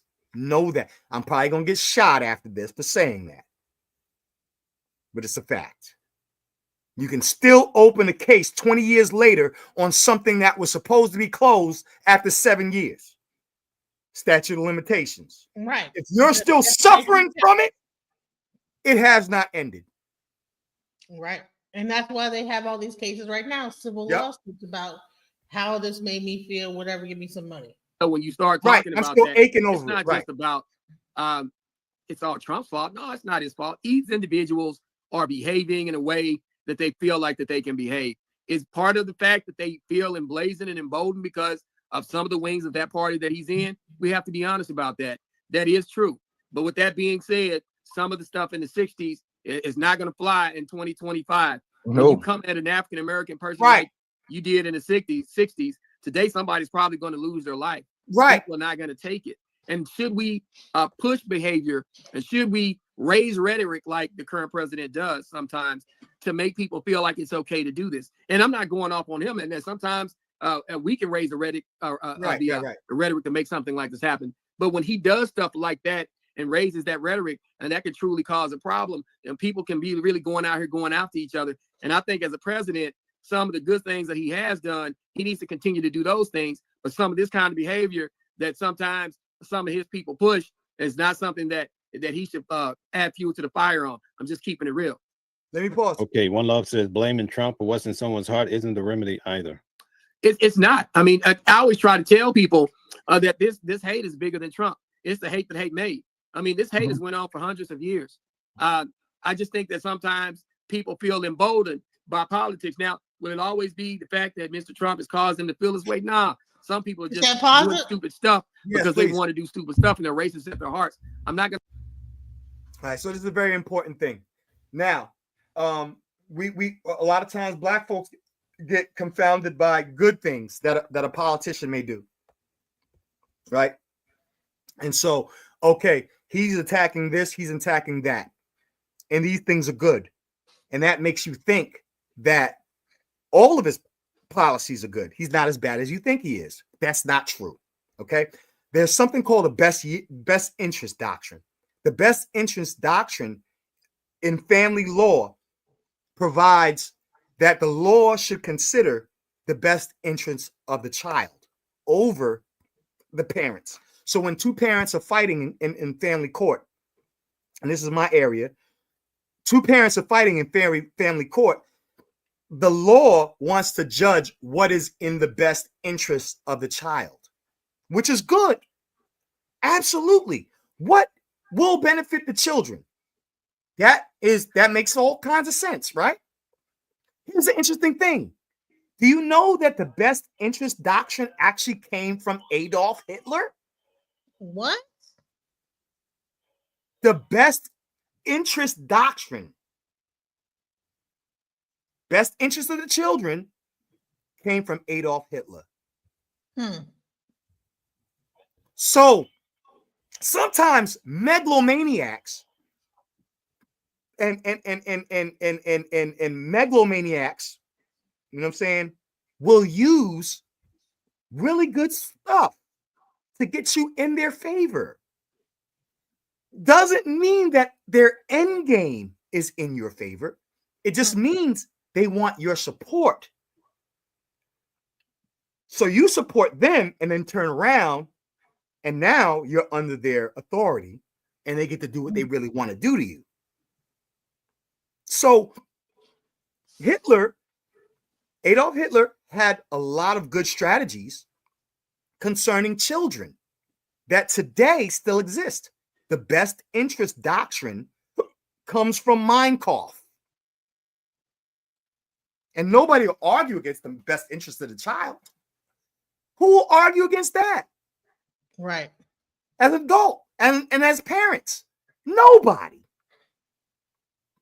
But once you learn where it comes from, then you realize, okay, sometimes the shit is sugar-coated. And it's still gonna taste like shit with all of that sugar on top. Mm. You feel what I'm saying? Yeah. Go ahead. To blame that man for everything that happens. I'm not going to blame him for every bit of racism, but I think it's also realistic to understand that some people that feel that way feel emboldened by the fact that sometimes he pushes some of that rhetoric as normal. And I'm not saying that it's his fault, because that man's shooting at that man in his house. That's not Trump's fault. But at the same time, there's certain people feel like, hey, I can do that because he's president. And other people feel like me, hey, he's doing that because he feels like he got the backing of leadership. And I'm not blaming Trump for this knucklehead walking up to this man and shooting at him. That's his dumb mistake. I'm not blaming him at all. But at the same time, let's be honest, the environment that's in this country right now is not a kumbaya moment. People in this country are not fighting because we're one country. Half of the country wants us here, other half don't want us here. And they dang sure don't want the Mexicans here. That's why they're trying to get them up out of here. So let's be honest. I mean, that is going on. I think we have to be careful about that as a nation and as a country to try to calm some of this down, because if we continue to infight in this country, it's going to be the end of America if we're not careful. Well said. Well said.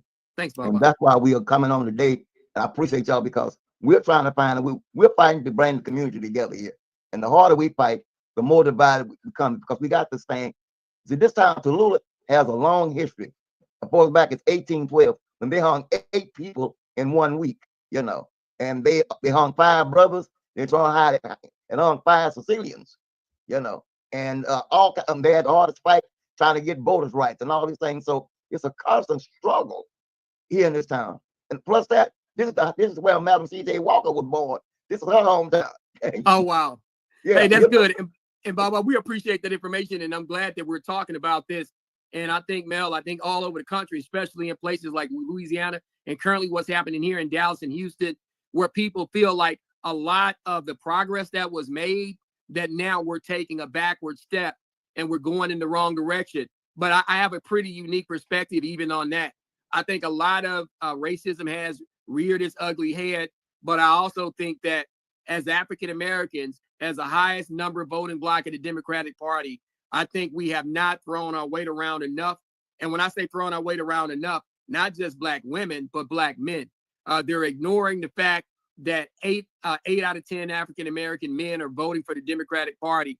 But when it comes to the African American male, he's being put at the end of the line. And then when it comes to African American people as a whole, when you vote 80 and 90% for a party that loses, you're going to lose your congressional seats.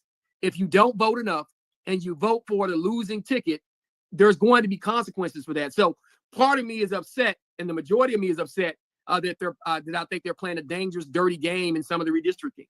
But at the same time, if you lose an election and you're on the side where 85% of your people voted for the losing side, yeah, it's going to be consequences. And so as a community, we have to start understanding that there are going to be consequences. In addition to that, I always tell people, even when dealing with Mr. Trump and the Republican Party, I'm not in my feelings when it comes to dealing with them. Are you going to make things for us better? Or are you going to treat us fairly? Or are some of your policies going to help us?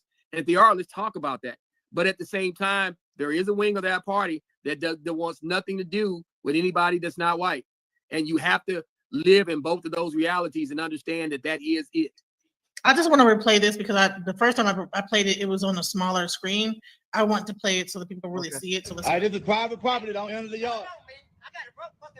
Y'all don't enter this yard. But the motherfucker ain't. No, he already in his yard. All right, we just ask you to get in your car and please leave. Yeah, fall back. I would have beat his ass right there, but he would have never made it back to the car. Stop approaching me. Could you please get out of our You're yard? on my fucking god. The fuck out of here. Out of the yard and get back in your vehicle, please. I would have beat his ass before he got back to that car. Could you please get out of the yard and back in your vehicle? Could you please? It is what it is. But it's evidently I ain't. It is what it is. Yeah, it is what it is. When I pop you over the head. I've worked for 30 fucking years. I ain't hired, I've been hurt. You've been asking us to get away. Hey. Y'all know we need them. They worked for me for goddamn 10, 15 years. I'm a nice guy. Okay. But what I'm saying is, But all you gotta you gonna say do nothing to him. is get off the fucking road. No, all you gotta do is drive At straight. this point, you trespassing. You Do gonna not have to drink leave several when you're times. driving. Now he gonna go back to the car. That's where I would have popped him. As soon as he would have reached for that door. I'm gonna tell you right where I'm gonna pop him. Watch this. Now he turns around. Right here. That's where I would have popped. I would have popped him. No. He would even got that shit all the way up in his hands. You hear me? I left him there leaking.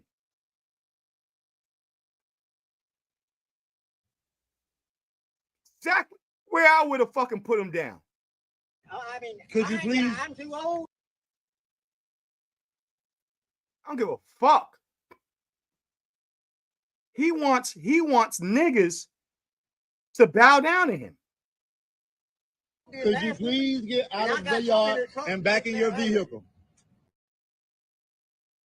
Yeah, this is crazy. He asking politely. No, Get off my property it is what it is. and go to your car. Evidently, I ain't scared of y'all. I mean, Bro, I would have popped him, dude. I have hired. He would have got popped. He would have got popped. He would have got popped. I'm not hesitating. Y'all, look, As soon as he got to that car door and opened that car door and started turning with that, yeah, he'd have been done. Don't know we need them. They worked for me for He'd have goddamn been 10, done. 15 years. I'm a nice guy. Okay. But what I'm saying, You're not a nice guy. You came out with an AR-15. Get off the fucking road. You But- ain't got a No, you drive like you're not drunk, nigga. You've been asked to leave several times. Yo, here in Syracuse, the streets are tight, and every other day, the people who live in the homes here in Syracuse have to park their cars on different sides of the street. So one day, Monday, you might have to park your car on one side. On Tuesday, you have to park your car on the other side. But That look like way he's dressed like a hip hop. Oh yeah, I would have shot him, B. He would have got shot. Look at this. He He said would've he's got shot. not scared of them, right? So Yeah, no, he's not. He wants to thug. He's thugging out. He trying to bang out right now. This dude's crashing out. he was able to go into Right there. Right there is where he got shot in his ass. Well, no, You see right there where his butt is hanging out? That's where he got shot. you don't know what he about to do. No, I know what he's about to do. Get into the car. What and he like, about to drive do? off. He would have got shot right there in his ass. So no, you see that Right here too. Yep. Hold on, listen. He got shot again. The dude is about to turn around, but something made him go back because he got out. Because he didn't. Ain't nothing that brother said warranted him to go and get the gun. Now watch this. Hey, Yep, and dead. Dead. Right there. How Dead. many steps? Dead. This guy has a whole rifle. In I his- want Hatcher He dead. Walk to the end of this white car. Like You see how he's trying right now? He's focusing on his gun. He would have got shot already. He would have got shot already. Boy, he lifted that gun up. Putting up with it no more. You motherfuckers. Hey, you keep filming y'all. One in your fucking head. He said that he will put one in their head. You keep filming, I'm gonna put one in your head. He feel like because they're filming that he what? No. How do you have the right?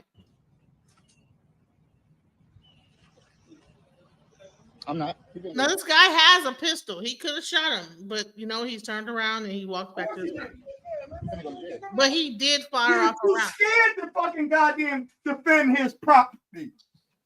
He was too scared to defend his property because he knew what it was hitting for after he shot that white man. He knew he wasn't going to work tomorrow. Yeah. Even though he's in the right, he knew that he was going to be held up. And the prosecution, the DA's office is going to try to file charges on him.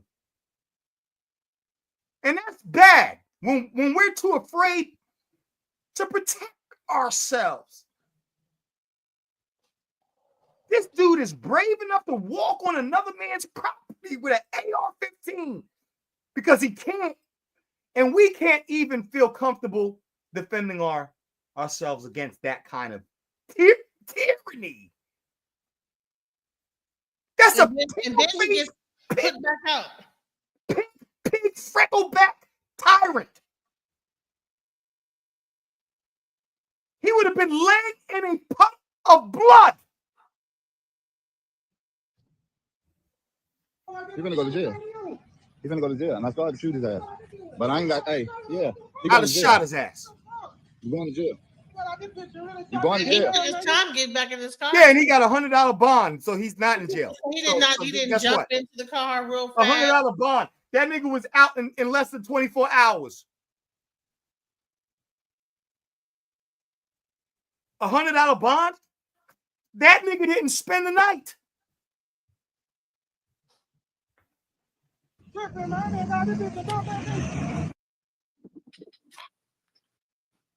Didn't even spend the night, yo. And you know what? When you look at what happened there, that's extremely unfortunate. I was actually, as I was watching this, I was surprised that this man literally got a gun and walked up on those folks and immediately fired. That really, really surprised. When I say it surprised me, I was just like, man, what is he doing? I'm gonna tell you now. He's in Louisiana, but certain places in Texas, oh, he done got all the smoke, because you cannot behave like that. That's one of the people said, I'm disappointed with the reaction because I know. But man, listen, Calvin is trying to be so professional, but I think that I think he like What? I think I was like, man, I would have bust. Listen, Calvin is trying not to seem like he. Listen, he ready to laugh. He said, yeah, I would have tapped. I would have tapped. Right. No, Calvin always try to keep it clean though. Calvin in his mind is like, but we know Calvin would have put 2 or 3 in them. Yeah, we would have laid him out. Trust me, because Calvin would have laid his ass out, B. Calvin in his mind is like, bitch ass nigga. Nigga, I'll beat you up and beat the case. He trying to be so professional, but he is, on the inside. He like, yeah, no, he's a bleeding heart. I love Calvin. That's why I love him. And you know what? When you look at what happened there, that's extremely unfortunate. I was actually, as I was watching this, I was surprised that this man literally got a gun and walked up on those folks and immediately fired. That really, really surprised. When I say it surprised me, he want to be like the fucking folks.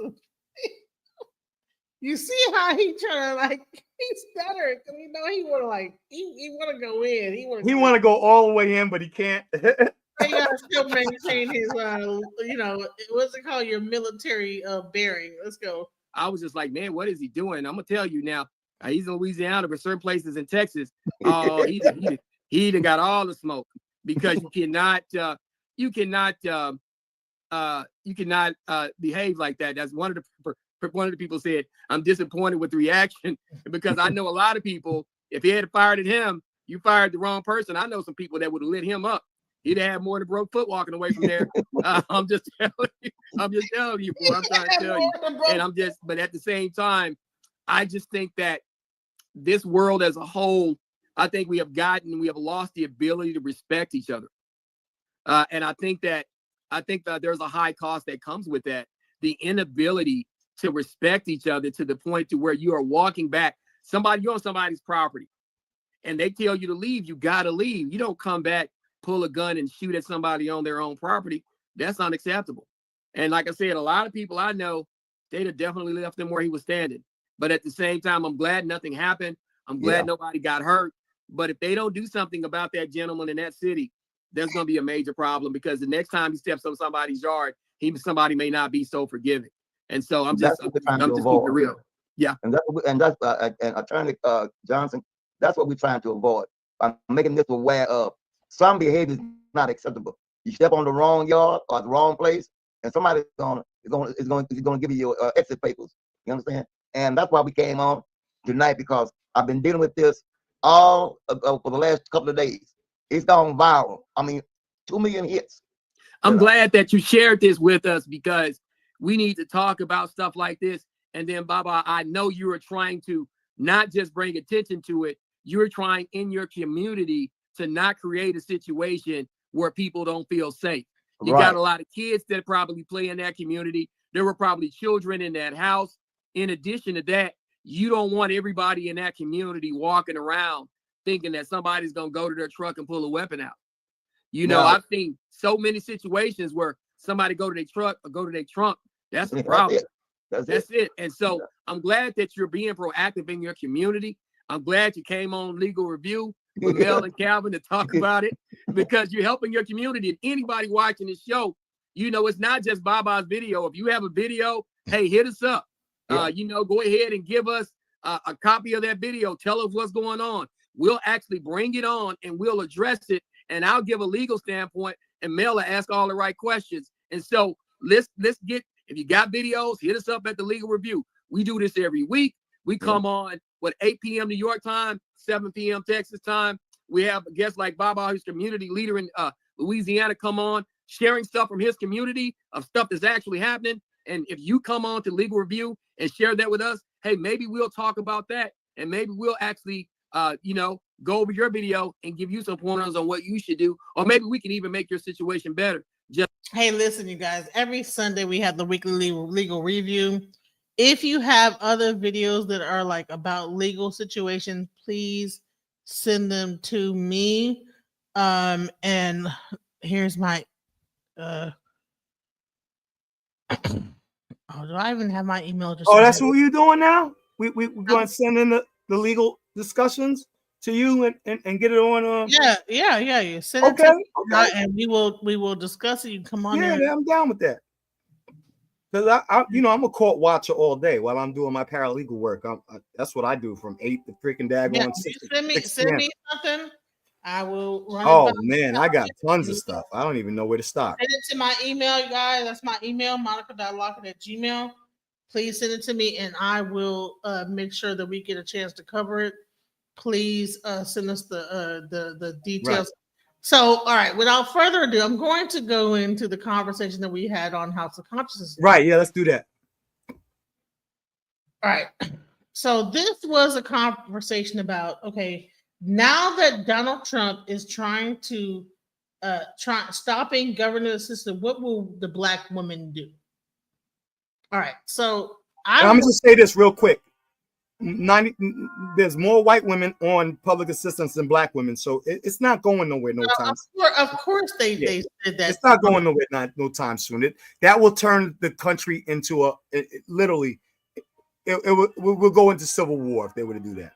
Right. And there'll be most white folks fighting against it. Yeah. But like I said, there's nothing I can't do in public that I can't do in the shadows as well. You feel me?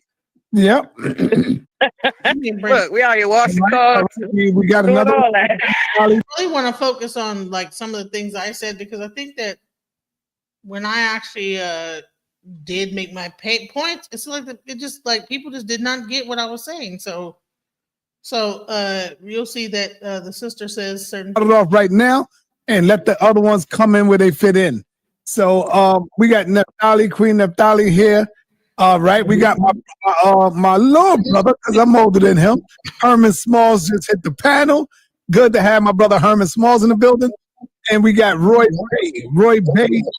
And so now cut it off right now and let the other ones come in where they fit in. So we got Neftali, Queen Neftali here. All right, we got my little brother, because I'm older than him. Herman Smalls just hit the panel. Good to have my brother Herman Smalls in the building. And we got Roy Bay, and Genesis. Start us off, sister. I see you got your little studio looking good up in there with your studio. Okay. You know, this is where I've always been. I never cammed up because I could never get my camera to work. Right. All right. So here's the question. Now that Donald Trump is trying to stop government assistance, what will the Black woman do? Let's start with you, Genesis. What will the Black woman do now that Donald Trump is stopping government assistance? Well, trying to stop. He's trying to stop. You know, I don't know. You know, 300,000 women have been laid off, and then now he's stopping the very thing, assistance. And now I think it was 350,000 now. A lot of women worked in the government, you know, and so when those cuts happened, it affected a lot of Black women. So now you take away their jobs, you take away their and then you have people that might be just trained workers, doctors, things like that went to college, work for the government, work for these different places. Doctors are getting laid off now, So you imagine like all these people are getting laid off, and now you take away their assistance. What happens next? But then they Who's want the to focus Muppet? on crime and wonder why people end up doing crime. Well, these are the things that lay that foundation. I think that people are going to start starting their own businesses.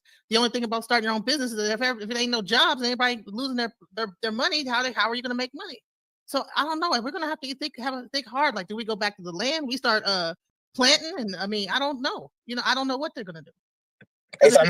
The general consensus is that we're all kind of like going into this kind of depression, and there's no assistance left. I'm not sure. I think that this is a setup for is that a dude? Dictatorship. I think he's trying to force a permanent underclass. And I think that he is trying to do it underneath the guise of making America great, but he's trying to do an exchange of wealth, because I think for the longest, the Black people we had a lot. We held a good amount of wealth in the community, and so when you remove that wealth and put it in other people's hands, then we become permanent underclass. That's what they're trying to do. They're trying to put us into a permanent Do you see underclass. my face? And what happens to that? Slavery. Sister Genesis? Hey, so I can jump in?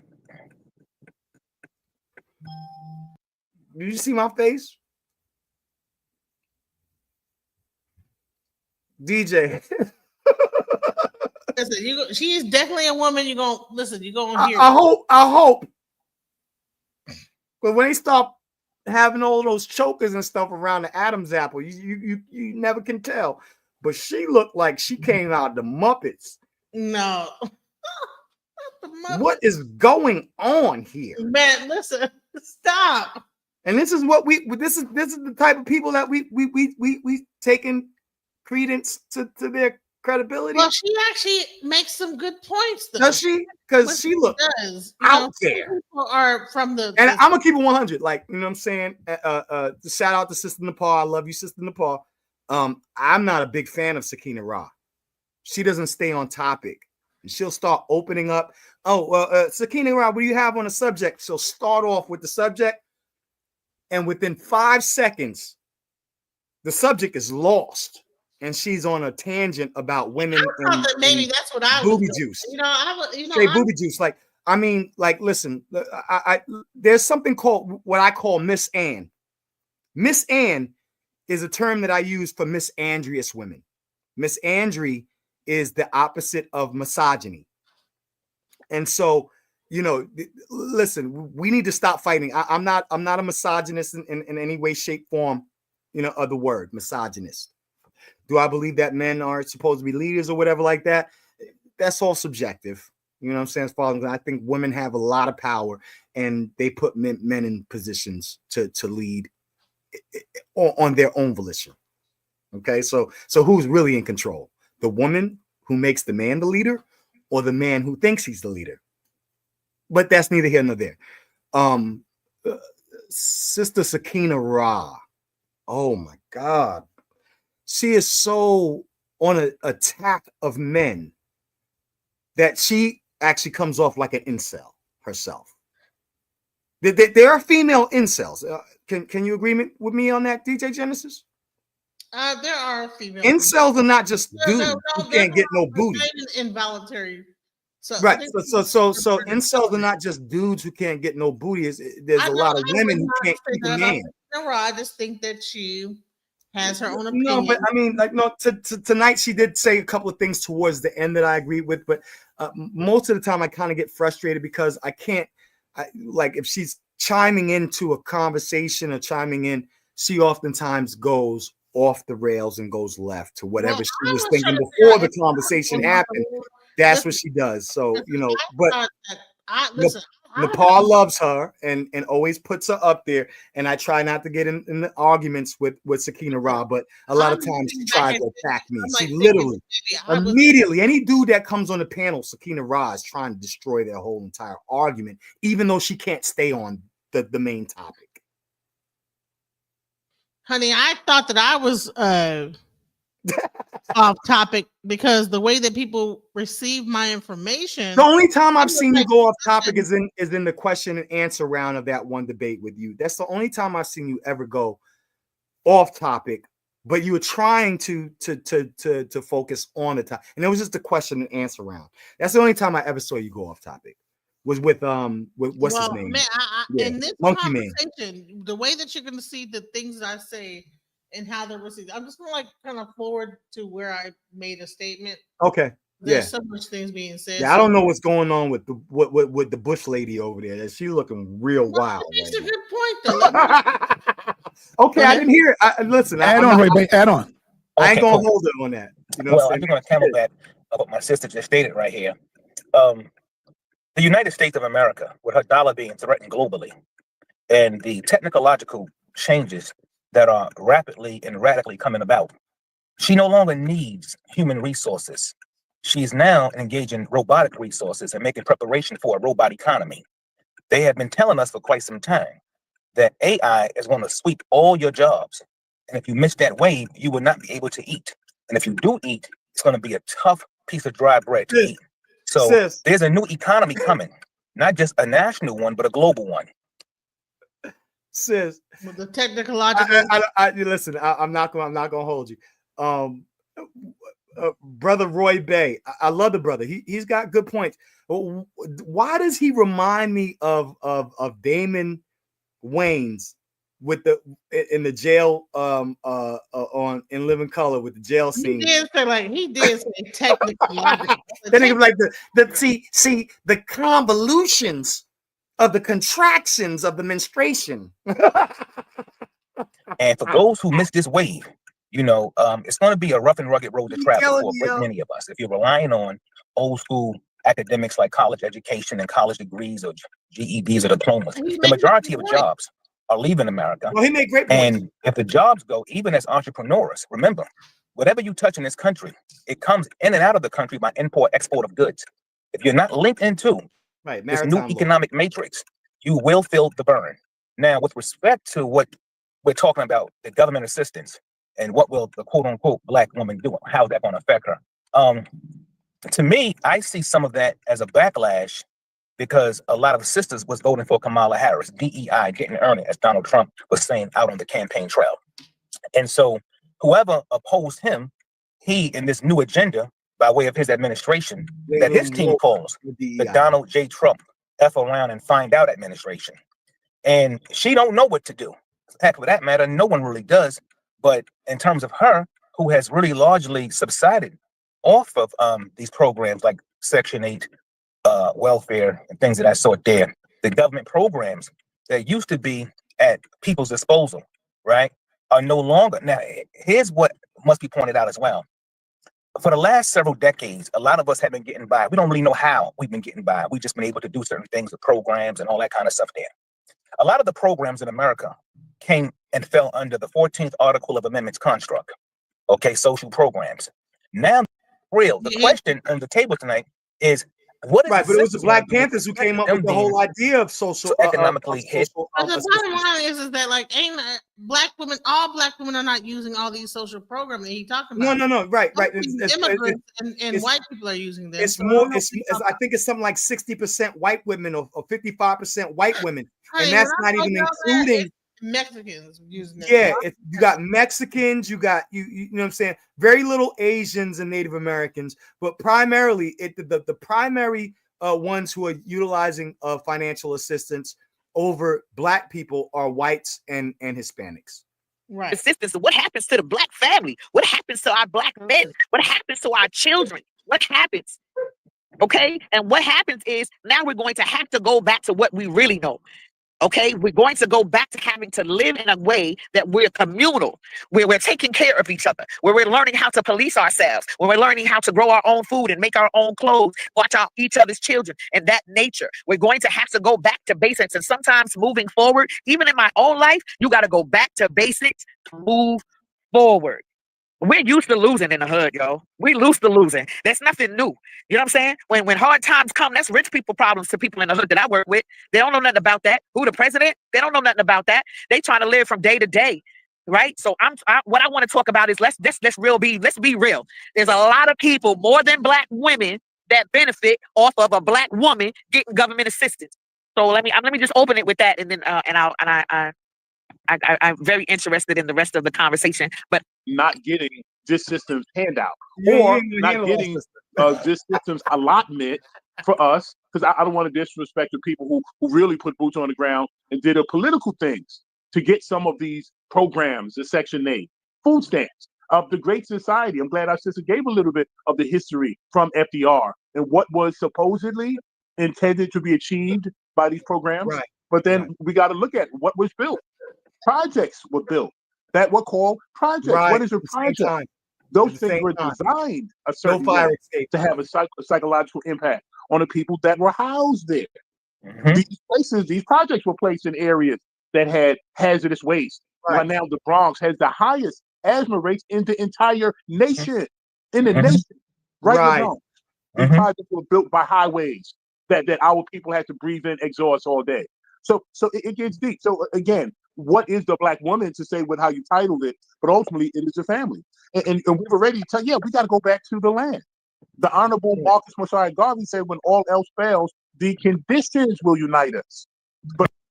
But as far as we are concerned, we better realize what time we is. So if there's a caveat or a plus I can give his administration, that would be the only one I can offer at this time. In a sense, you know what I'm saying? Like, if they get taken away, they get taken away, and then we have to build ourselves up. So that's it. Quickly, I just want to quickly interject and comment and talk with Sister Napai really quick, 2 minutes. What I'm saying is this. Also, the using of government assistance has been systematically used to break up families. They lift our women up so they can now put our men down. Right, so they systematically try to make our men like lesser, and they'll hire our Black women, pay them more than a Black man. They do these kind of wicked actions to break up the Black family. I'm not saying it's going to be a good thing overall, but I also saying now it's people that are going to have to work together. There's going to be families that's going to have to work together. There's going to be a lot of the animosity that was put into Black women's minds. This feminism of thinking like a man and I'm independent while I'm getting my government check. I don't need a man. Maybe this is the type of action that's going to get people, with Black women and Black men, back to respecting the thing. Hey, Sanetta. Big to work, I can't show my real hair. You know what I'm saying? Black women make 64 cents of the dollar, but we work twice as hard. You know, so everybody always makes it like we're the ones that are getting all this welfare when we're actually the ones that are actually working the most, to the point where it's affecting the economy. They're saying that they need us to come back. Yeah, we got laid off, but a lot of these jobs as being teachers, we're the ones that are the teachers. We are the ones that they're saying that we are, let me look here, the Department of Health. We're the nurses, we're the teachers. We're the ones that are doing the least desirable jobs, and we're also the ones that are getting paid least. So they need us to come back because we are a good return. You can get a person to come in who is very educated, works very hard, but guess what? She gets paid less than the white man. She does the work of two people, but get paid half. The most paid. She's the most educated. So by her being the most educated, as Sister Naphtali said, she isn't the most. She isn't the person that's mostly on welfare or getting assistance by the government. But this is a narrative that's been painted by the media, right? Even though liberals will tell you every day, all day, that the Black woman is the most educated person in the United States of America, because that helps Black women stay with Democrats. But let's talk about Donald Trump and his agenda for you, Black people. He has an agenda for you. This agenda was talked about before he was elected. I echoed the warnings before his election. I reiterated these warnings after his election on this platform, as a matter of fact. And I want to speak to all the Black people who voted for this man. I'm looking at you. All the Black people who debated on this panel and others that he was the better choice for us. Where are you now when he is occupying black cities with military occupation? When he is defaming the impact and the importance of slavery in this country? When he is defaming your intelligence and work ethic with what he calls in DEI? When the brother Bay spoke about the automation that's coming faster than people think of AI and the workforce that's going on in America. Because if you work at a fast food restaurant, you won't have a job anymore. If you're a delivery person, you're not going to have a job anymore. They have self-driving vehicles right now. Workers is going to start losing roaming on the streets right now. Yep. right? So, and that's just other jobs that I failed to mention. If you really want to get ahead of this, start looking into running and monitoring AI. Right. Manufactured jobs. That's what's going to happen. The monitors are the people who are going to be working. They're going to be monitoring these like AIs, and everybody else is going to be assed out. We don't understand that we've been in this country struggling to catch up since we've been here. 200 years of chattel slavery, 5 years of Reconstruction, all right, 4 years of Jim Crow. And I'll land my plane there, brother. Is trying to do things such as take the Social Security, bothering the food stamps, and I do know not a nice amount of Black Americans do have children and need the food stamps because, if I'm not mistaken, 70% of the homes are pretty much without a father, you know, in it. So we do need the help. Some of us, I'm okay, I'm older now, but I have nieces that's 35, 40, and they have children and they need the help. So what I'm saying, this is my perspective, that with Trump targeting the things that people that's not rich, because SSI, the food stamps and the different Medicaid, that's for people it's for everybody, but people that's not well-to-do, they need those benefits, right? And I think with him shifting and bothering things that we need in our community is going to cause us. There's one thing I wanted to say when she was talking about SSI. Do you know who gets the most SSI? The elderly. People that are retired. Once you get past 65, people pay into SSI. I don't know why people only think that SSI is only for disabled people. When you get a certain age and you're unable to work, the government gives you an SSI check. And it's really supposed to be the cumulative amount of money that you put into there's an actual thing. You go on SSI.com and you should see, a breakdown of how much money when you retire that the government is going to pay you because they take money out of your check every freaking check for SSI. So I don't think that people really understand that the SSI is not only for like broke people, but also for like elderly who have worked their whole life. To do what we should have done a long time ago, to unite more and start depending on each other in terms of the village concept. When we don't have the government to sort of lean on, we'll lean on, I think I heard somebody say, I'm not actually saying a husband, just a husband, but we will lean on each other, the village more. So even though I'm not down with Trump at all, I would say that maybe the Most High could be sort of using his tactics to help us to detach from the government. Are we being ridiculous? Maybe the Most High is using Trump to help us. Are we kidding me?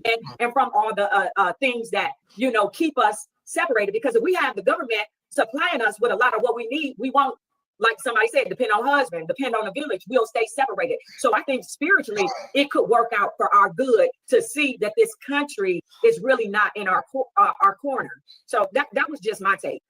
All right, thank you. All right, Misunderstood, you are up next.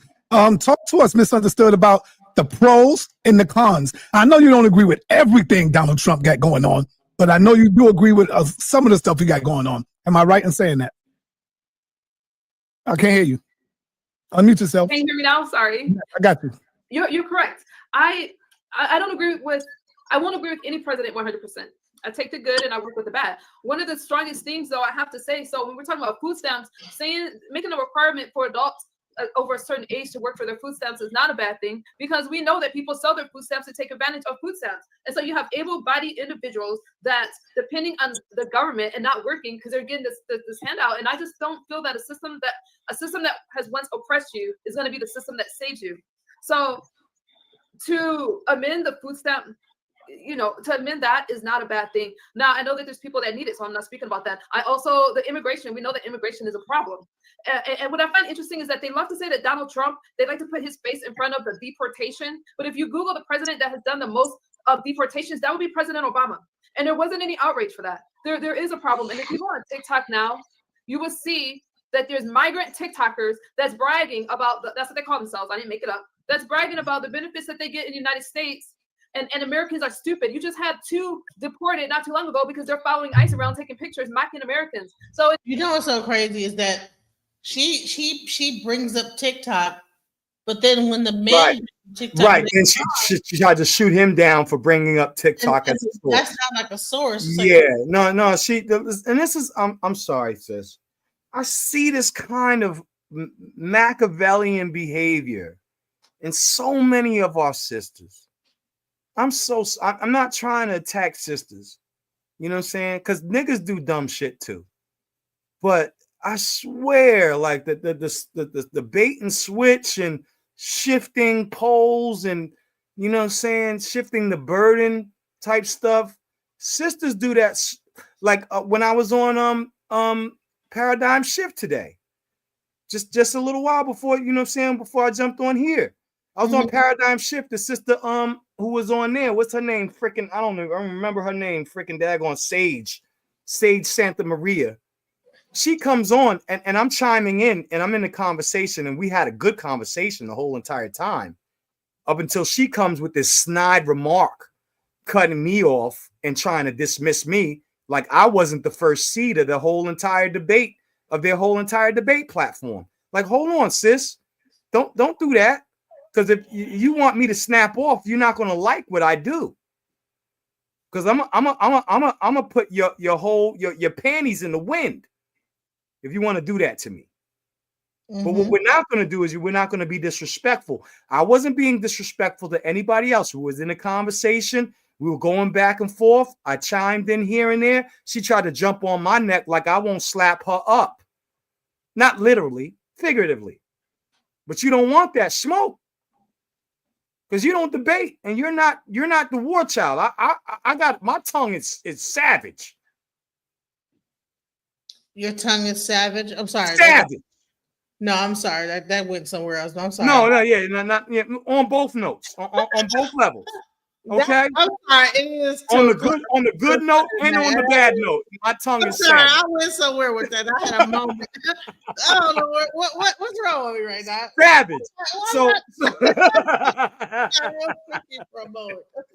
I'm like, yo, like why do sisters feel so? And this is one of the reasons why we have so many problems with our children in the community, because our sisters, a lot of our sisters feel like they can say whatever they want and get away with it with no accountability. And I don't like that. Sisters, like, let's love each other. Let's respect each other. But the moment you get ratchet and go freaking daggone chicken neck on me and start freaking popping off at the tongue, you got a problem. Right. Because I ain't the one. I will hurt your feelings really bad.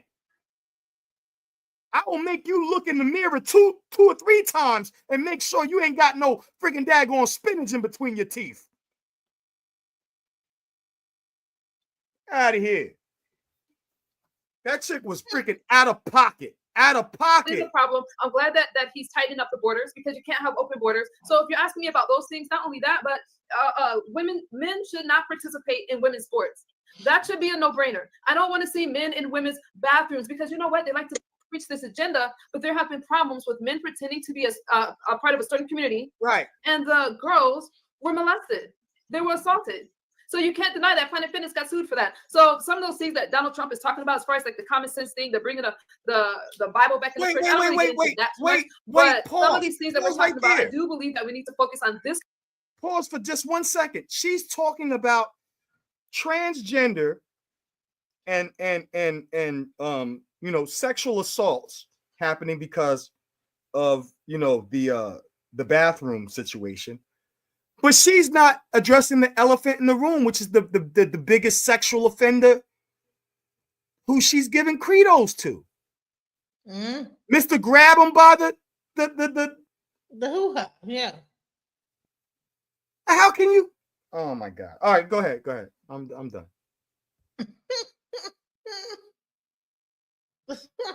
Country, we can't go to their countries and be taken care of.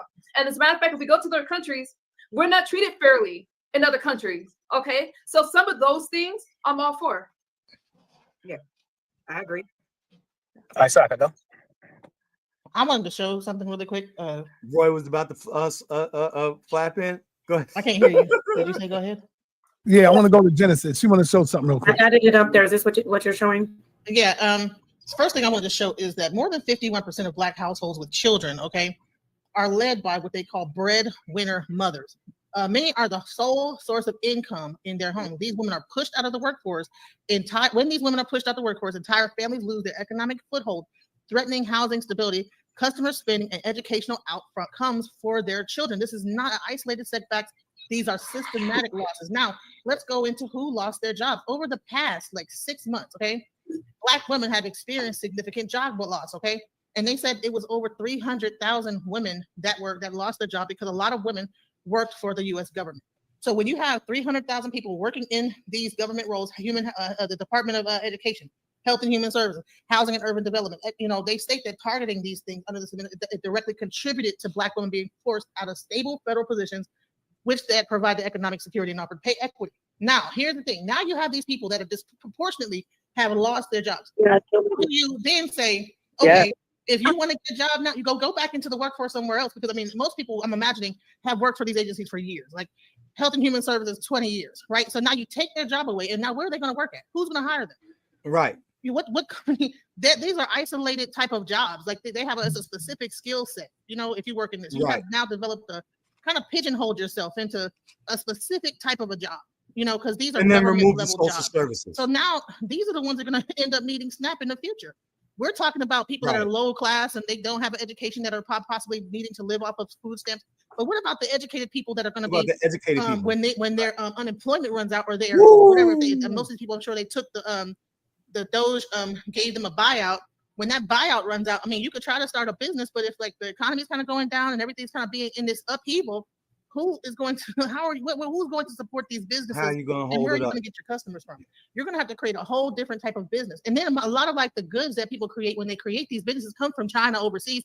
You create tariffs to make it difficult to wholesale or create any kind of an e-commerce business or anything like that. You kind of cut the people off from being able to even say, I want to make some candles, I want to mass produce. Most of that production gets done overseas in places like China for pennies on the dollar. They import those goods and sell those things, drop shipping or whatever. Now there's tariffs on those things. So it's almost like they take away the jobs, they take away the health, they take away the ability to be an entrepreneur and do stuff. And then they take away the service. This is what Dr. Claude Anderson was talking about, empowernomics.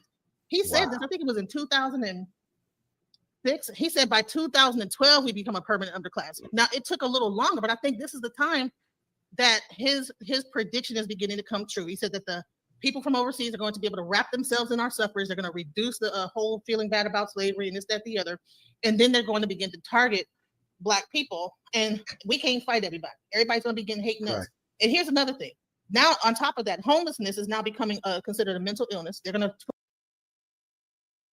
Very good points. Do you see this bullshit though? Yeah, I don't know why they pulled this up. Oh, so the Muppet lady is smiling at a white lady right now while you're talking. Yeah, that's crazy. I didn't even realize this is going on. Oh man, that's not even like they don't respect anything I'm saying. Like what? I respect what you're saying. I think it's making really good, become a permanent underclass. Good poignant point. I'm gonna slow it down because I'm like, dude, what just happened here? The last comments you made is slapping. Because that's very powerful. So now while they're uprooting, you know what I'm saying, the majority of Black women who are a foundational structure in the Black community. You know what I'm saying? As far as, like they brought up how Black women are the most educated and this, that, and the other. The Black women they were focusing on Black women being broke and poor and on. Now they want to try to make it try to seem like all Black women are on social services. Meanwhile, they're firing all of these Black women who are in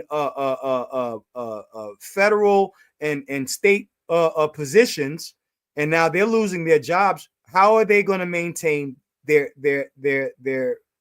households if you're going to remove social services as well? Thank you. That I mean that in itself. How I mean, if you do this, you do these cuts.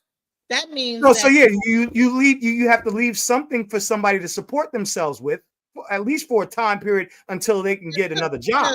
Thank you. Because I was unemployed for a year. At least until they get another job. I'm on food stamps right That's now. what social services were all about.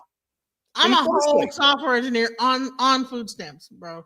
You know, honestly, to be honest with you, I mean, social services literally they kind of stole that from the Black Panthers who was helping their communities. You know what I'm saying, underprivileged communities. You know what I'm saying, the best they could with food, and I think it was more or less WIC. WIC came from the Black Panthers.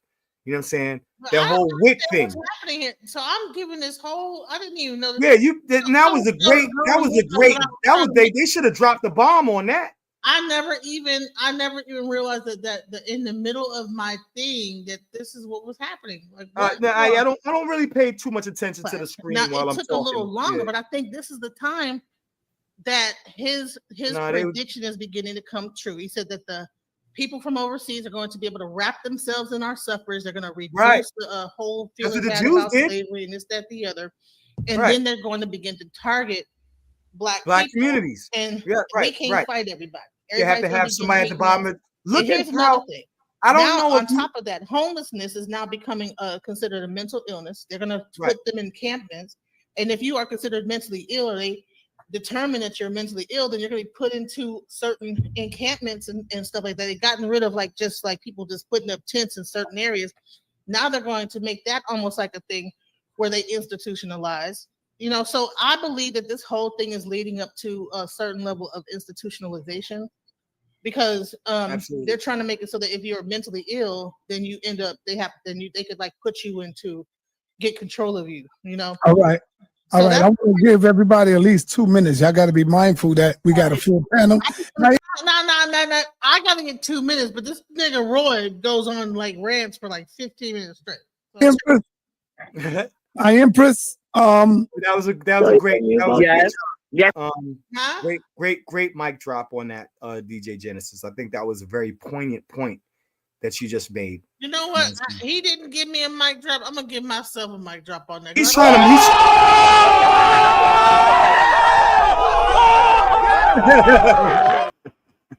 Because I think I ate. He's trying to moderate. He's not always paying attention to everything that's going on in the panel. I think that's why the power's up. That was a great interjection that you made. That should be considered, because it literally it's looking like it's a setup. You know. And then I'm trying to tell you is that if you're trying to. And then I break down the actual fact that Black women are the most homeowners. So all right. So let's go into it. Let's play a little bit more, because I was like, I heard that point when you talked about the mortgages. What we're gonna do when they can't pay their mortgages? Right. So now all of a sudden, it's a transition of the wealth. Yeah. Because it's on you, sister. Let's go. They're gonna gain. Right. So I want. So when I said that, it was okay, you're doing too much and be quiet and blah blah blah. Okay. Let's hold on, mother. Hold on. I'm sitting here. I saw somebody. I saw somebody in the chat said, "Who would bring her home?" I'm already home. I don't need nobody to bring me home. Yeah. Shut up. Nobody cares. Yes, mother. Un momento, mami.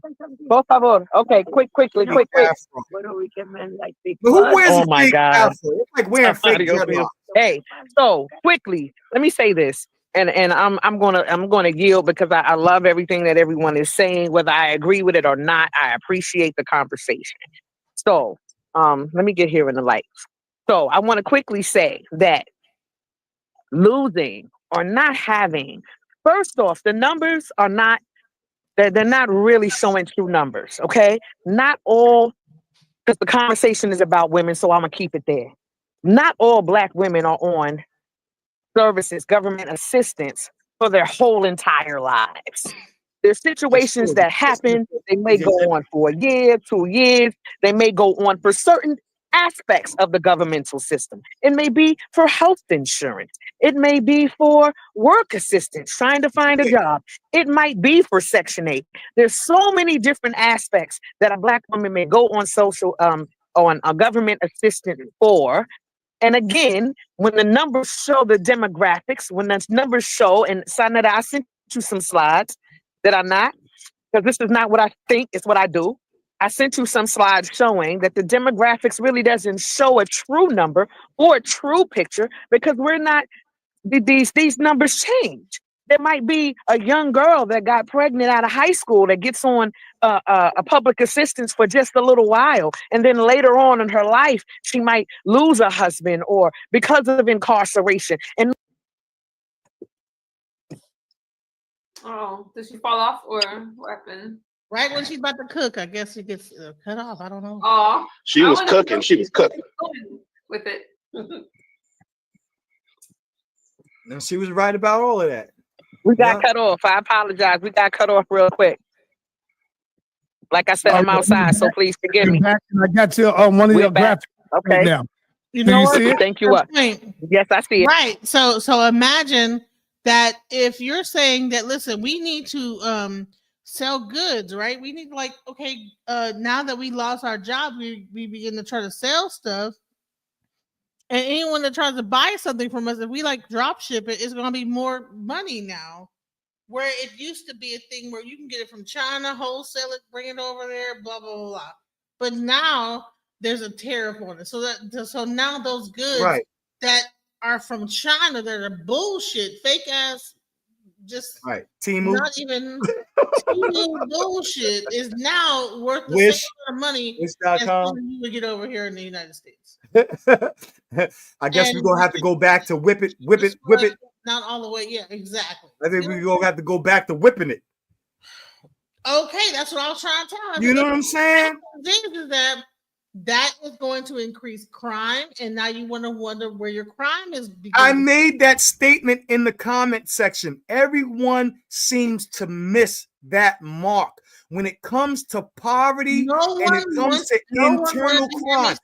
I said, In any community, the major factors between crime and internal conflicts within a community is often due to a lack of opportunity or poverty or both. Man, so look, when people try to blame black folks, oh, look at black on black crime. Well, that is systemic. Based on poverty, right? It's And so based every on time I poverty. made my point on that, it was like people like just didn't even get what I was saying. Even if Tali was on some like, well, I know Genesis said something, I don't even care what she said, but I'm gonna just go with they were only focused on certain people, and whatever I said it was like, or maybe what I said was such a bar that they couldn't even refute it. Maybe that's what it was. Maybe that's what exactly it was. Sometimes some things are not unrefutable. You know what I'm saying? And There's so nothing you you know can what I'm saying, say just about move it. on Like, to the next person. You know what I'm maybe saying? 'Cause that's there's what it nothing was. that you could Maybe really because they say. couldn't even Yeah, really just take it as, you know what I'm saying? Just take it as a W. With all those programs being done away with, and a whole new day is coming to the States, which our people are not used to. We've gotten complacent in this society, and as a result, we have turned on each other. So now it was Franklin Delano Roosevelt's reorganization of the United States, classified as the New Deal, mentioned earlier. When the Civil War ended, 1865, 100%, mind you, 1869 brought in the 15th Article of Amendment, which gave so-called black folk the right to vote. From 1869 up until 1933, black folk, so-called black folk in America, was all registered Republicans under Abraham Lincoln, who led the Civil War as the great emancipator. Roosevelt said, and we don't want to make no bones about it. Now, a lot of brothers are also saying, let me say the reason why I say who cares about these parties is right? It does not matter Democrat or Republican. That's No, what it they doesn't. want to make you believe. They shifted. There was a something shift. important about that shit. Does not matter. There was a shift, and this is what a lot of Republicans try to use for black folks. Donald Trump is not a fucking Republican. He's a Federalist. Federalist. Yeah, he's a Federalist. And I agree with you on that. And I saw you say that in the chat.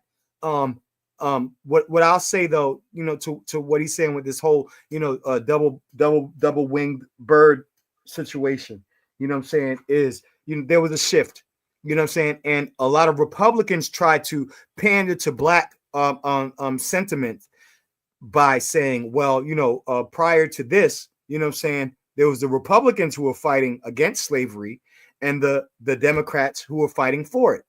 But when we get up to the 60s, where he's talking about right now, there was a shift in political power where the Republicans decided that they've done enough for Black people, and they didn't want Black people coming into their jobs, you know what I'm saying, at high levels.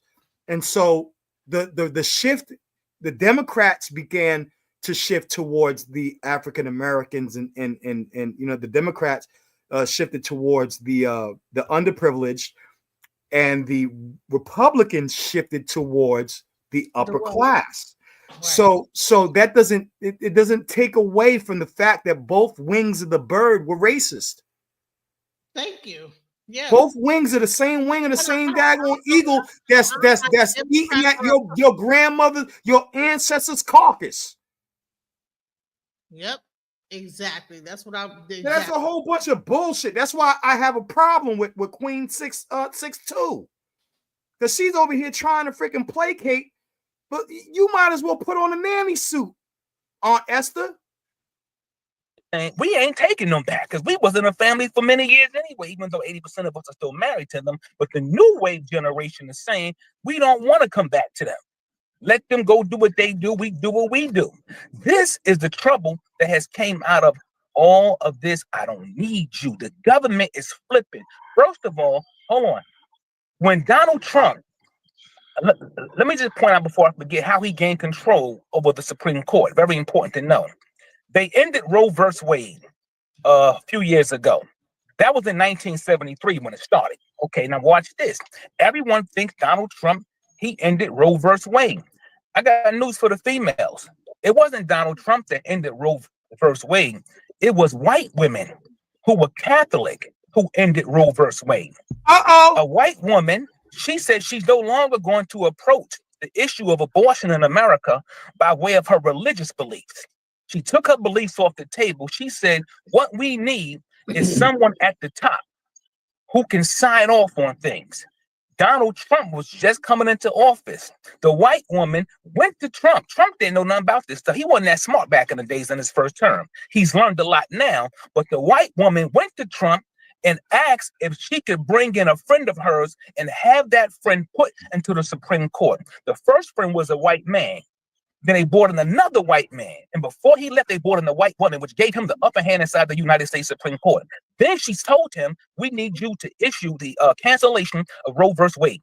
When he was out of office, they had made it happen that way. So Trump wasn't the guy. He signed off on papers, but it was white women who were Catholic. And if you go back, since this whole thing started in 1973, you're going to find that it was always the Catholics who was anti. Who gives a shit about Roe versus Wade? Because that's killing our kids. I don't care about Roe versus Wade. That's killing our children before they're born. Sad to hear that the sister said earlier, it increased 50,000 more. I do not see how long he's talking, but when I was saying something, it was like, oh, we don't have to like just cut it down to 2 minutes. Let it fly, he's talking like for like 15 minutes straight. Let it fly. Let it fly. Let it fly. It happens. It happens. Hell, I know exactly what you're saying, but so I just want to make one more point before, so I closed out. The brother said earlier. I don't mean to call him a nigga. I'm just like, he was talking long as hell. But then when I said something, it was like, oh no, I got to be cut down to 2 minutes. I'm like, well, hold on, side nigga. Why you let this guy just talk real long? This is supposed to be the female show. And I love you, Roy. I'm just saying, no, please don't take Roy's offense. a good brother. Yeah. I like Roy. I love Roy. I want to bring him on my channel, so please don't be mad. He cracks me up though. He cracks me up because he does the whole, he does the whole Nation of Islam tone when he talks. You was talking super. See, my brother. They took like 5 seconds, and then they're like, "Oh, all right, that's enough." Like, come on now. Brother said that so black women are the most educated group. Well, the most educated demographic in society. Let me say this to you. That is incorrect. When the white man, listen. When they say that the black woman is the most educated demographic in society, I want you to understand, he's making reference to our society, not his. Okay? No, that is true because black women are not the highest. Very true. Asians. But I don't even know if I made this point. I'm like, okay, well, why wasn't the Indians, when they had the ice raids, why didn't they get, I think I said that toward the end, I don't know, or maybe I said that in the back chat, I said, well, when they had the ice raids, they wasn't like picking up no Indians. They was only picking up Mexicans. Why? They didn't go into the hospitals and grab the doctors and stuff that wasn't like illegal aliens. They were only going after like the workers on the farm. Like, why is that? So, and he got that concept by saying that black women, they outnumber black men in bachelor's degrees in the colleges by 8%. This is what that's all about. But the most educated demographic in society is the Asian. Someone mentioned earlier is the Asian, their community, the white community. Hispanics and black are like neck and neck somewhere in there. yeah. But she's not the most Hispanics like 32%, and blacks are like 36. So yeah, educated demographic in society. This is a myth. No, wait, hold on, sister. I'm not taking no shots. I'm just stating the facts because, you know. And so before you came on, Sister Nicole did say something about resentment. That's why I spoke to it. And she wasn't trying to be funny, but I just chose to speak to it. We are the nurses. Yeah. So he's up here talking like, you know. I'm sorry. Yeah, no, I'm sorry. I'm going to finish this. I'm sorry. Your mic is chopping. Your mic is chopping up, Neftali.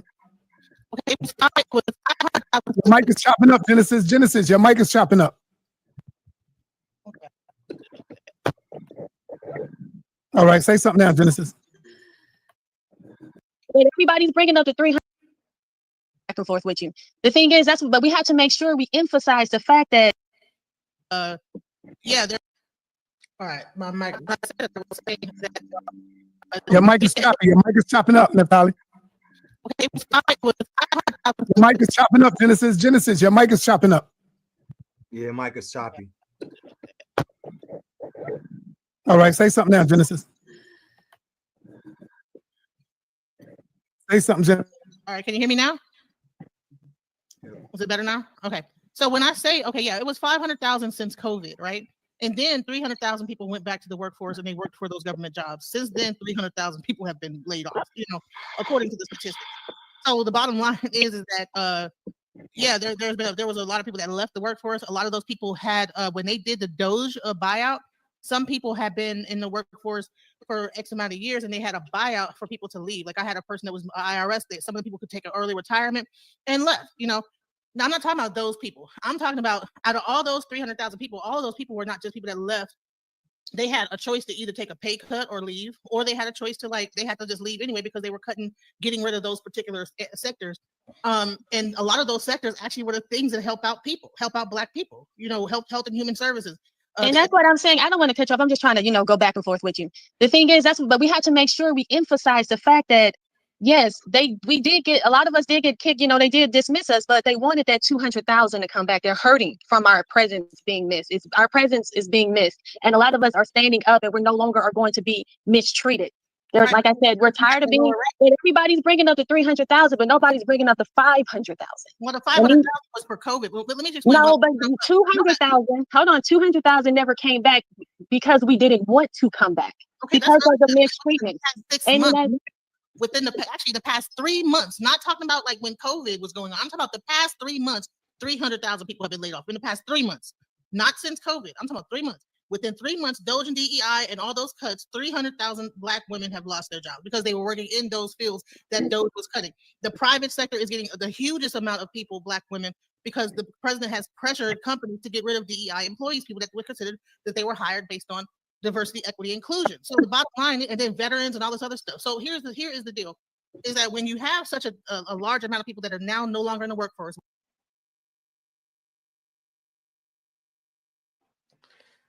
I'm sorry, I'm just noticing some stuff.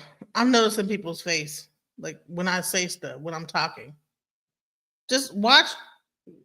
I don't know. Look at this. And everybody's bringing up the 300,000, but nobody's bringing up the 500,000.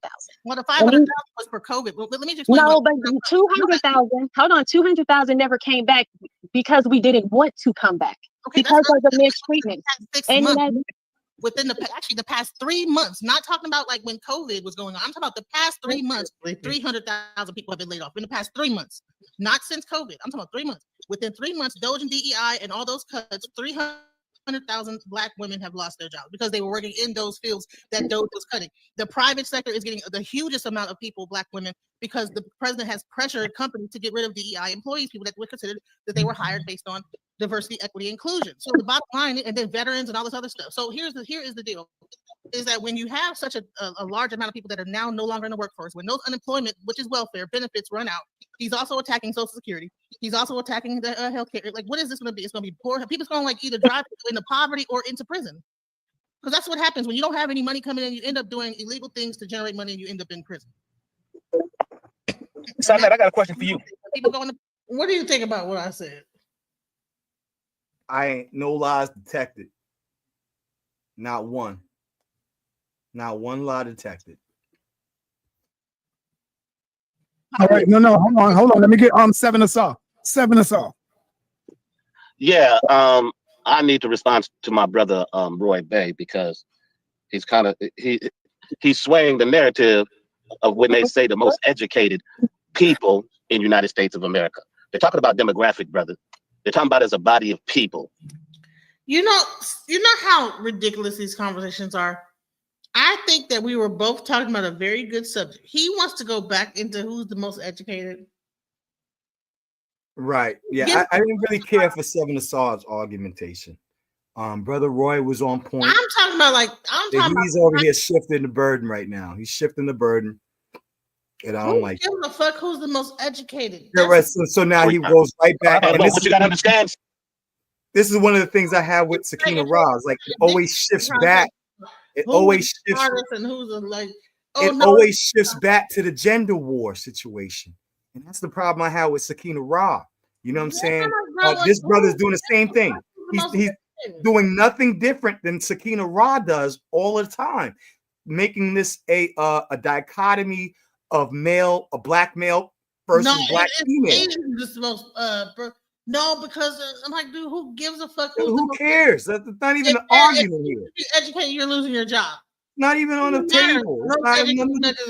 And you had to clarify that you wasn't even talking about freaking since COVID. You said it multiple times. Why do you have to reiterate yourself that you're not talking about the 300,000 women black women who were let off in the last 3 months? Everybody want to go back to COVID? No. But then it's happening now. Who's the most educated?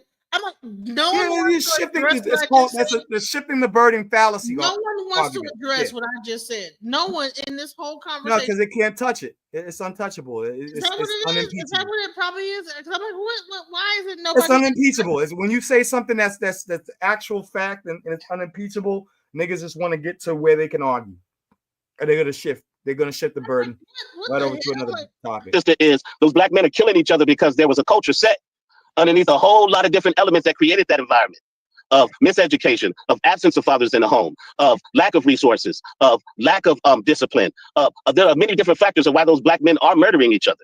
And when he's targeting those black cities, which are primarily also democratic, he's not targeting those majority of crime states in America. Let's not talk about cities. States are red states, but he's not targeting those states. So it's not about trying to solve crime as he would like to outline in the news. He's not trying to take crime out of America. He's targeting specific communities that's going to aid him politically. Okay, so here's one of the pertinent points. He just said, you know what I'm saying, that the largest criminal cities are largely red states. Well, maybe people are voting red because the criminology in their cities is a direct result of conservative laws. That doesn't make sense. These Negroes, man. These Negroes talk about fallacies of equivocation. They remain to be conservative. The red state laws are the reason why they're having crime. It's not the red states laws. It's the reason why people are voting red is because red seems to be focused more on their interest than the conservatives, and that's why black people went over to Democrat over Republican, because there was a shift. And these folks, I'll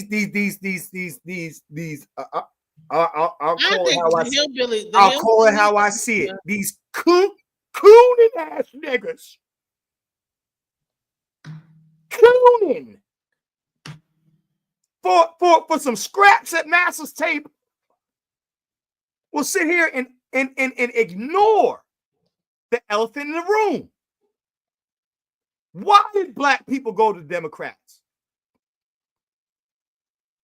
Because the Republicans stopped supporting their interests. Yeah. Okay? So we're not going to act like black people we're just dumb. See, this is what I don't like, even about atheists and certain political cats. We have gained such a hatred for ourselves that we will argue with ourselves, amongst ourselves, as if we're all stupid. Like black people didn't make shifts for political reasons. No, they were just stupid. They didn't believe in God for simple reasons. No, they're just stupid. And that's the problem I have with niggas. With your Lucifer, friggin' Josh Hughes. These people are like sitting up here like Josh Hughes and these niggas, they are always trying to minimize other black people as if they themselves have transcended their welfare. Yep. As if they themselves have transcended their Negroism. No, you're being more of a nigga than anybody because you're over here trying to hate on niggas. You look like daggone Samuel L. Jackson's character on Django. Who's this nigga on that there steed? Looking ass niggas. And I'm sick of it. Coons are coming into the conscious community and acting like they conscious. No, you just like Mr. Charlie. You just love Mr. Charlie. Coon ass niggas, man. I don't like how he get it. Listen, the brother probably ain't got no funds right now. It's all right. Oh, I see. I thought he was having. Yeah, it's all right. No problem. I was having technical difficulties. Okay, Well, go ahead. first of all, I want to say this was a really good discussion. I wanted to start with one of the sisters was bringing on the information. Watch about how the she doesn't imports stay and on any exports one of topic. the goods and creating jobs. I'm not sure which one of the sisters said that, but that's a great piece of American history with the imports and exports and creation of jobs. That's how we are going to sustain with the creation of jobs, because it is built off of supply and demand.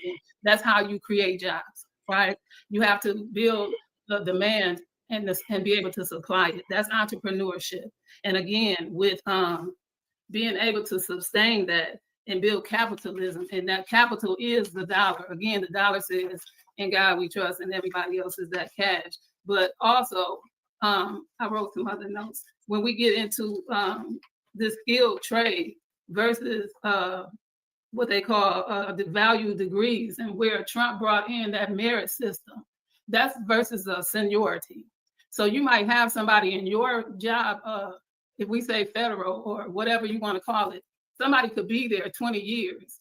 That's seniority. But you might have somebody that worked in that industry field for 30 years.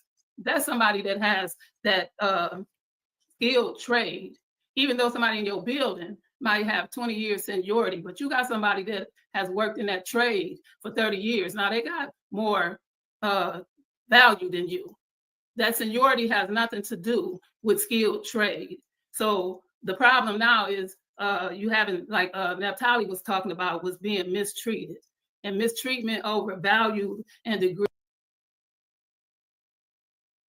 She jumped past that. Let me just clarify. Niggas go all over. Here's the problem: is that if you have a person that's been working in any place for like 30 years, 20 years, right, about to retire, and you just fire them, then all their knowledge of the system, It goes out the window. because they're probably the one that created the system. It goes out the window. It goes out the window. You just can't just fire people. Look at how many black women, like my mother used to work in she was an affirmative action administrator during the late 70s all the way through the mid 90s. When affirmative action dropped, my mom, who used to shake hands with politicians and mayors and governors, lost her job. And and ain't never been rectified since then. That's Okay, what I know. That's never been rectified since then what I because was saying. watch this. Watch this, because all of her work history was affirmative action. Now, anytime she goes to get a job someplace else, they automatically blacklist her. Exactly. You understand what I'm saying? If you work for the IRS for 20 years, where else you gonna work, bro? Right. So you're gonna go to a job where they do tax evasion and stuff like that. They ain't gonna hire you. Yeah, exactly. Your job was in an area of law that threatened them. Imagine that you have 300,000 people in Health and Human Services, the Department of Education. These are the administrators of this thing. Right. And you have fucking Elon goddamn Musk come in with his Doge bullshit and fires everybody. And then everything's falling apart. But then he says, because I think that this is what I really think that Elon Musk was trying to do. He was trying to fire all those people and then use his AI software to do the job. That's what I really believe. Yeah. But then him and Donald Trump fell out before he using AI too. Before he could implement his plan. That's I your believe that workload in what half. that was is for I think that if they would have not fell out, then he would have said, listen, now that we've gotten rid of the swamp or whatever, I can like plug my program into your thing and all this stuff could be done through AI. That's what I believe that was supposed to happen. But they fell out before the fucking plan could be executed. Now it might be a thing where they might be able to like make back up again. No. Exactly. That what I think that was fucking Elon Musk was trying to do. No, that was strategic. Once Elon saw that his stocks and stuff were going down by being tied with Trump, they had to part ways in a way that would save face. So both of them were trying. They might be still trying to implement this thing. What I said, I can guarantee you that is really what they were. It'll come under a different name and then put into a program that's going to run this shit. It'll come under a different name that has no attachment and to Elon Musk. That could be what's happening. That's what's going to happen. That's what's going to happen. Because it would not be right. It's going to be the same plan. It's just going to be under a different title. Because why would you give him so much access and then just throw it away? Because these are fucking megalomaniacs trying to fucking rule the world. It sounds like to me like the brain. They had they were not cool with each other to allow them to really implement the real plan. A total Pinky and the Brain scenario. Yep. And I will say that Elon was the brain and Trump was Pinky. But I think it's still going on. They just have to do it like. Oh, it's still going on. It's just under the table now. Because their marketing was, you know what I'm saying?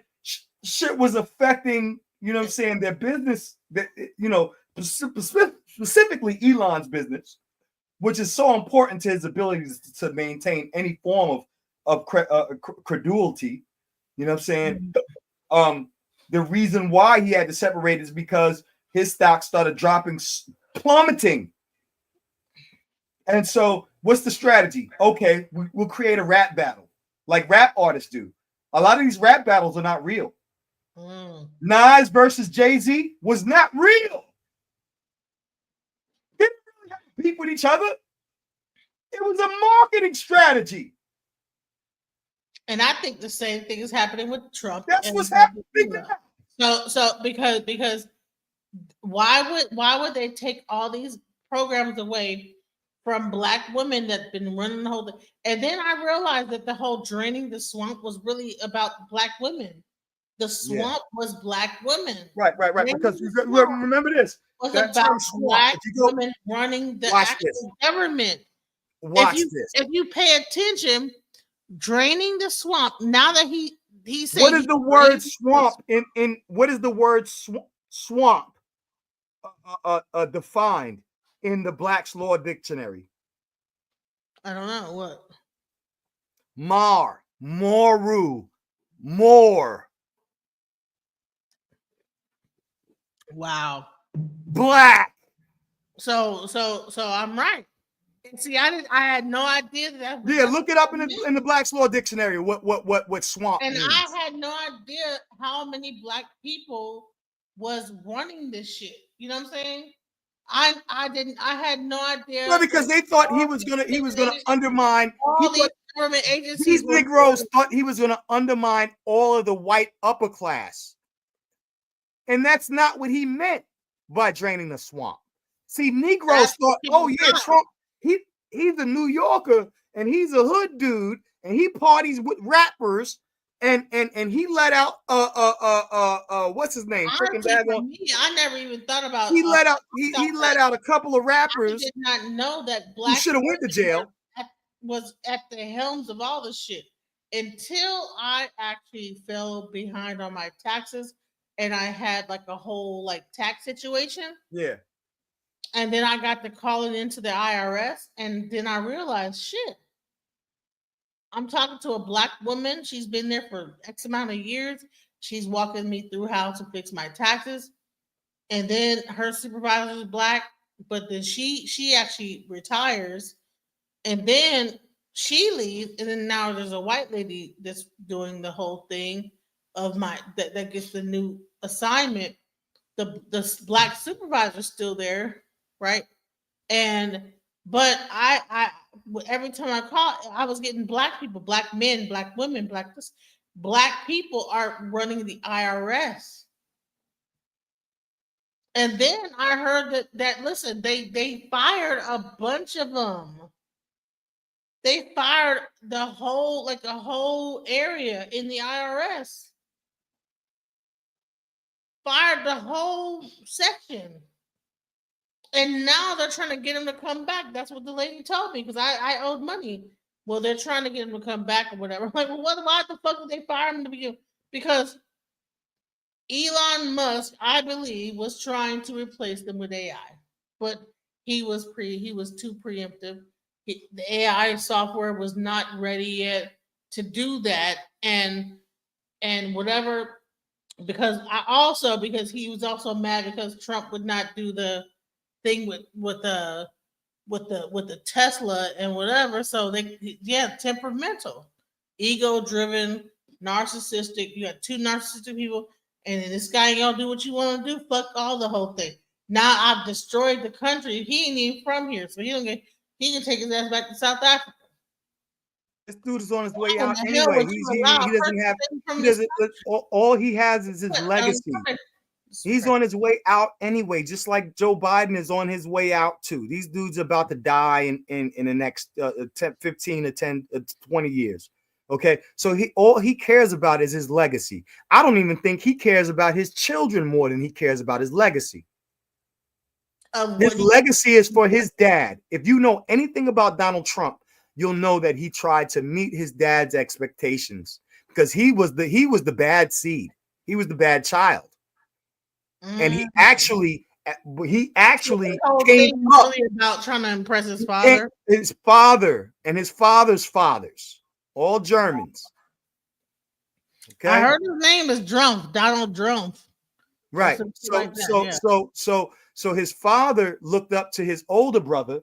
One of his brothers actually became an alcoholic and died. You know what I'm saying? And then the other brother was supposed to be the one who was to be the heir. And Donald Trump, when he was a teenager and prepubescent, teens, 13 and 14, his father put him in a freaking daggone military school because of how unbehaved he was.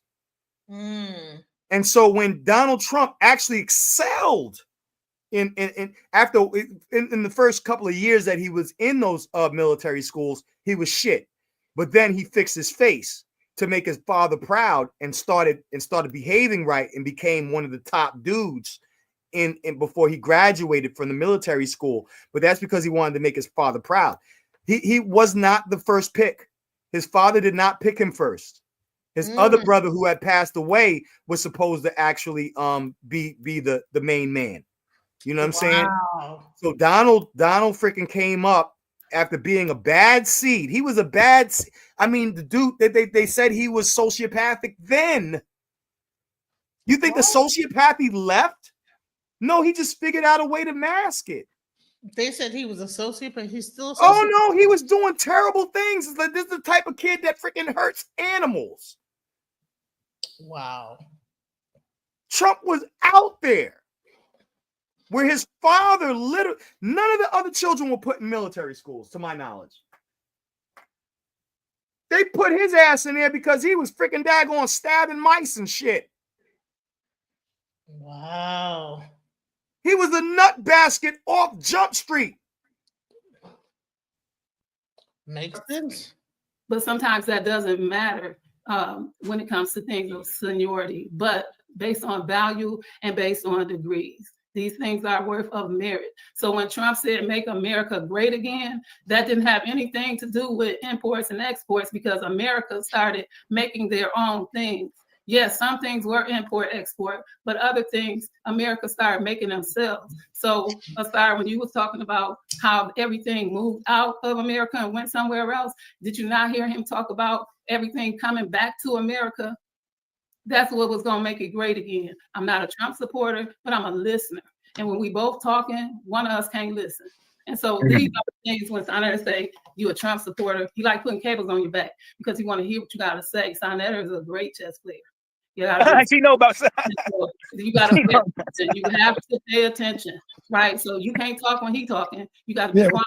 You have to listen very carefully. Sometimes y'all like to overtalk these sisters and you don't want to hear what they gotta say. That's why sometimes you don't want a woman. Well, I listened to yesterday's conversation and I asked what or how is revenge best served? It's served cold. It's a dish best served cold. Why is that?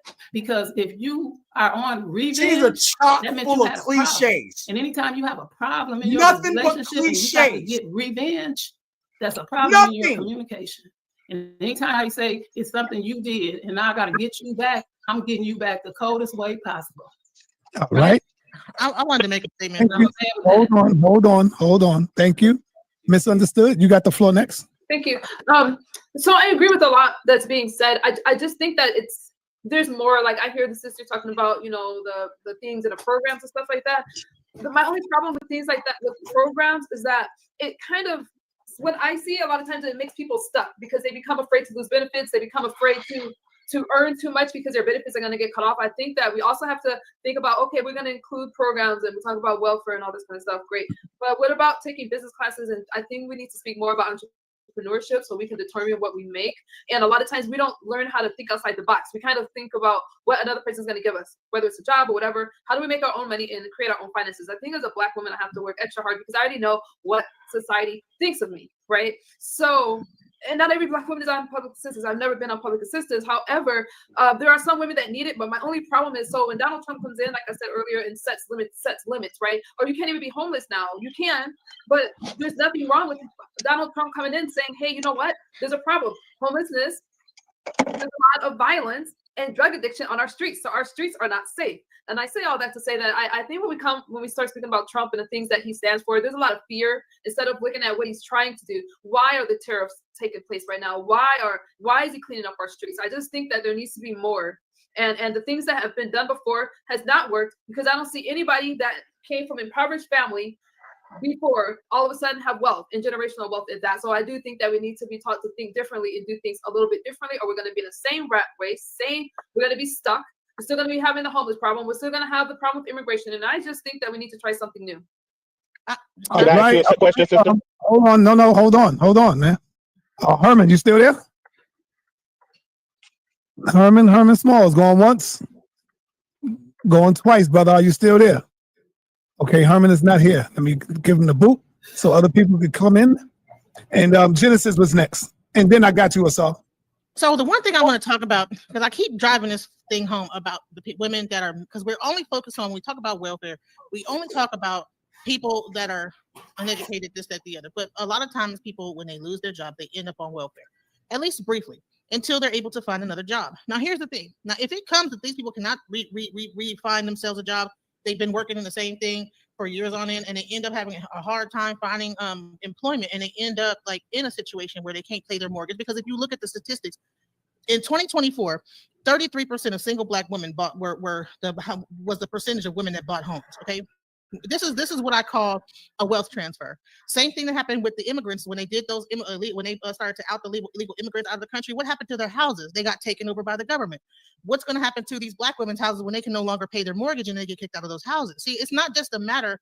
What's happening with this whole Trump administration is not just a matter of poor people being on welfare, not being able to, not being able to get their food stamps. I'm talking about also, okay, yeah, we're getting rid of like HUD and Section 8. But what about people that actually own homes that at one point were living at least in the middle class? This is going to widen the gap of more poor people versus rich people. It's going to be harder to get back up, at least to it. It's going to reduce the middle class. And why do you think that they're trying to do this? Is it because they want a workforce that's getting paid less to increase the link between rich and poor? Are they really trying to create a caste system? I'm trying to understand it, because all those people they kicked out, now he's trying to bring them back and say, well, we want to bring the farmers back, but they're going to work for the government and be farmers. So are they trying to get people off things and then you got to come back at a lesser rate?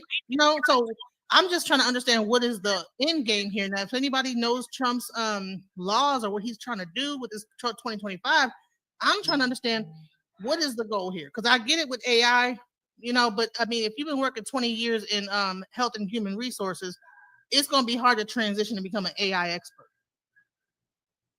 And to be quite honest, a lot of the jobs that are going to exist in AI, when they come out with the new AI is rapidly improving. They're not going to need those jobs in AI, because AI it's going to eventually be self-sufficient. And to be quite honestly, a lot of these companies that run the AI are running it at a deficit. If you actually do the research, all these AI companies are $1 billion in debt. So really, what? All right, Genesis. Have you noticed that whenever I talk, it's like, all right. I mean, this dude over here, Roy, can like talk for hours. Am I just tripping about that? Like, this guy can like talk forever. But when I say a few things, like, all right, that's enough. Tali, I don't see your hand, so I'm gonna let you go right after Sun. I'll just say this. Sometimes, you know what I'm saying, I'll have a good point, but maybe I didn't articulate it, you know what I'm saying, the way some other people can articulate it. I have a stutter. I just didn't articulate my point. No, I think you articulated it very well. You know what I'm saying? I'm not as charismatic as maybe I need to work on my ability to like. I think that I try to work on my presentation and my. They've been working on the same thing on my articulation skills. I try to work on my articulation skills, because there are days where I'll say some shit real powerful, and it'll fly. And there's other days where I'll say some shit. I'm not over here trying to dish you. This is about me trying to figure out my own self about. Like, I know, but it's a personal challenge, though. It's not. Don't blame them. You know what I'm saying? No, I'm trying to make it known that Sonetta, please don't think I'm like doing this because I'm like. No, Sonetta's good. I'm working on my But he's trying to get through all of the panelists and stuff. He walked off the stage a couple of times. No, because I was trying to figure out, it's okay. I, like, boring or is there something like No. But we should, as articulators and scholars and people on these platforms, we should always try to focus on trying how to better articulate ourselves where we're making the most powerful statement. Because there's days that I'll make really powerful statements. I'll go off. You know what I'm saying? I'll be lit. And then there's other days where I'm saying something clearly, but I'm not as lit as I was. And so it doesn't get received the same way. Sometimes people like a lot of action. I'm coming across as like sound like having a hard time finding employment, and they end up like in a situation where they can't pay their mortgage. Because if you look at the statistics in 2024, 33% of single Black women was the percentage of women that bought homes. Okay, this is what I call a wealth transfer. Same thing that happened with the immigrants when they did when they started to out the illegal immigrants out of the country. What happened to their houses? They got taken over by the government. What's going to happen to these Black women's houses when they can no longer pay their mortgage and they get kicked out of those houses? See, it's not just a matter. What's happening with this whole Trump administration is not just a matter of poor people being on welfare, not being able to get their food stamps. I'm talking about also, okay, yeah, we're getting rid of like HUD and Section 8. But what about people that actually own homes that at one point were living at least in the middle class? This is going to widen the gap of more poor people versus rich people. It's going to be harder to get back up, at least to it. It's going to reduce the middle class. And why do you think that they're trying to do this? Is it because they want a workforce that's getting paid less to increase the link between rich and poor? Are they really trying to create a caste system? I'm trying to understand it, because all those people they kicked out, now they're trying to bring them back. Amazing say, point. well, we want to bring the farmers back, but they're going to work for the government. I think that's amazing what So you just said. Are they trying to get people off there and then you have to come back at a lesser Definitely rate? the- You know, so definitely the- I'm just trying to the- understand the- what is the end game here. Now, if anybody knows Trump's laws or what he's trying to do with this 2025, I'm trying to understand what is the goal here, because I get it with AI, you know, but I mean, if you've been working 20 years in health and human resources, it's going to be hard to transition and become an AI expert. Absolutely. And to be quite honest, a lot of jobs that are going to exist in AI, when they come out with the new AI is rapidly improving. They're not going to need those jobs in AI, because AI it's going to eventually be self-sufficient. And to be quite honestly, a lot of these companies that run the AI are running it at a deficit.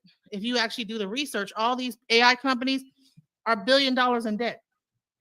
So really, what? All right, Genesis. What's going on with Neftali. I think I made a good point there. You made a great point. It was The great. AI company, everybody's like, well, we need to get into technology. No, because in a minute, technology is going to do technology by itself. It's going to be the first thing that goes. You ain't going to, you know what I'm saying? Technology having a harder time flipping burgers.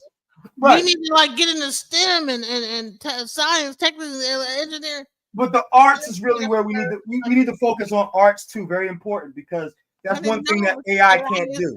AI can try to replicate art. But AI can't do what the human mind can do when it comes to art, because it does not What I'm saying is that they have Suno's out singing most singers, you know. Bottom line is that you know what I hope. Actually think about this shit. You know what I hope though? What I hope is that all of this technology will cause a shift where, you know, people won't have to work as hard. You know what I'm saying? Like they used to. I think technology is supposed to preserve us from that, but these people want to maintain a capitalistic view. For what though? For what? They want to maintain a capitalistic view. For what? Only a certain amount of they want to maintain a capitalistic view, so that there's always somebody on the bottom of the totem pole and somebody on top. When you start having technology answer all of the problems of the workforce and stuff like that, that's going to die. And that's what they're really trying to preserve, is elitism.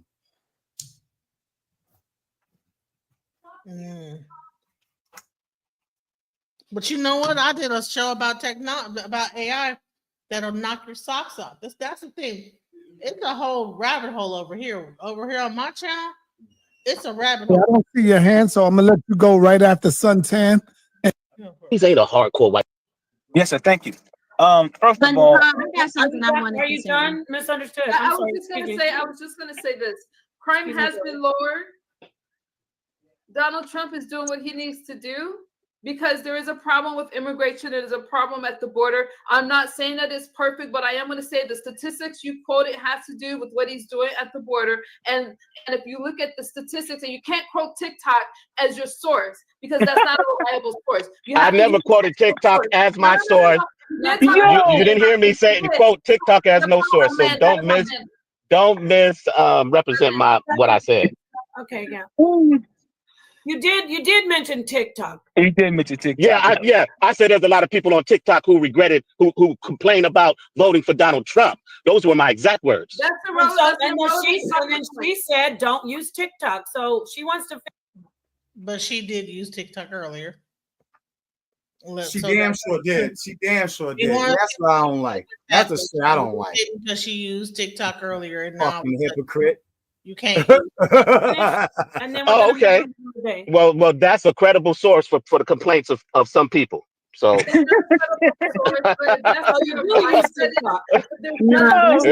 that's what you want to use as TikTok, people can't complain on TikTok. That's hilarious. You can't complain now, huh? Oh boy. I think that it's very important to quote actual statistics when we're talking about those things. I do not feel that Donald Trump is just policing Black communities when I also see him in white communities. Do I think that everything is perfect right now? No. Mindset of so-called Black America. But we can still have progress. We have enough knowledge already, but we appear to be a people that we can't seem to do a darn thing economically with ourselves collectively with all this great deep knowledge that we got. We have a tendency to get in front of cameras and we know all the right things to say, and we do it quite often. Appreciate all of you. Would you say that because what you said about us? So I was not really trying to talk about reparations, but she asked me the question about reparations. I was not trying to talk about that, but you know what? Now my opinion comes in, and it may look where we are now. Is it fair to say that as the progeny of people who have been trafficked, the slave trade, people that we are the descendants of them? Do you think we not getting that 40 acres and a mule, you think we didn't get a fair shake on it, or what? Definitely. You think we should we just keep trying and go for the American dream, or is I got to talk about reparations? Is that a legitimate conversation that we didn't get a fair step up like a lot of other people have gotten in the past? Now listen, watch. I'm gonna make my statement and watch how misunderstood comes about the Jews, the Japanese Americans that were in the internment camps. I will go to Genesis, and then I'm going to go to misunderstood down the women list. fight more than we do. 7, Naphtali, and then Sakina. So, because that's what I can see across the the screen. So Genesis, what do you think about that? Sure, it's the American dream and capitalism and all that good stuff, but you think we got a late start? Everybody else got ahead of us in the race, and we deserve something. I would say this. Now, my view on reparations is very controversial. I say this: if Massa was up in the quarters and was getting it in, he's your ancestor. Okay, so whatever he owns, you need to find out who Massa was. If you have a last name Brown and Jackson and whatever, you need to find out who your cousins are and how they live, and find out exactly who that slave master was that was giving it in, and get some money off of that family, because that's your great granddad. And if they making money and they passing down generational wealth, and you guys are cousins, and you're entitled to something. For us to ask the government to do that, I think it's a waste of time. But the main reason why I wanted to actually make a point is that there's a group called Return to the Land that's in Arkansas, and they have a whole land, I think 100-something acres out in Arkansas. Where is our return to the land? I know we're afraid that they're going to come, because I think they're on TikTok. Well, when we did it, they came and did it, but why can't we come together and get some land out in Arkansas, Arizona, whatever, and actually begin to till that land and come together as a group and do this type of a thing? Why is it that we are, because the first thing oil dogging out this group rather than putting together a group ourselves and say, well, you know what, let's get back to our initial idea of we're the oil in the machine, in the land, coming together, divvying up the property lines, and then when this stuff goes down, we can have farmers to work that land, and we got our own crops. I don't understand why we don't. I'm hiring Mexicans because we're afraid to work together or get screwed over by each other. I don't know.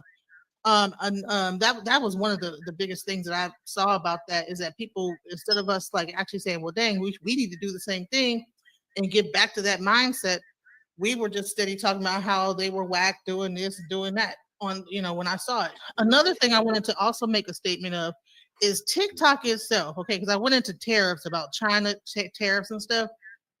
Back earlier in the year, TikTok had a $5.8 billion sales of goods on the TikTok shop. Now they're trying to ban TikTok now, and they put tariffs. Okay. But at one point, people were making a lot of money online using the TikTok method, you know, with the importing of goods. Now the tariffs have happened, and that, you know, has probably gone down. I'm not sure, but I just want to know by people. Okay, so when we talk about like even traveling overseas, going to different countries, and this that the guy said we need to travel. If you travel, you're gonna have to have some kind of funds because like because they're not gonna hire you for a job if you go over to Africa and try to live there. You're gonna have to like be making money over here and sending it over to wherever you're gonna live at. If you go to Mexico or whatever, and I know this for a fact, there's plenty of people that's over there that be asking me to give them money over where they're at. So I'm saying is that even if we do decide to like go to another country or to travel and do this other thing, how do we sustain ourselves? Wow, that's a deep question. I don't know. We're going on almost 3 hours. I want you to hold your thought. Anybody who wants to answer that, I'm moving on to misunderstood. If you could address whatever you want to address, and also the question I had, like, do you think we got a late start? And do you see us, getting or being able to get something because of that late start? And maybe you want to answer Genesis' question as well, misunderstood. The mic is yours. You're muted. Sorry about that. Genesis had a question. Oh, okay. You want to pause for a second? I missed your question, Genesis. There's something you want to say, Sister Genesis? Mm-hmm. There was something you wanted to say? Because I didn't hear your last. I was saying that watch how she kind of minimizes my statement. Watch how she does it. I didn't think that she minimized it. I just think she moved over, but she did try to address, somebody responding to your question. Listen. I was asking why. I asked 3 questions.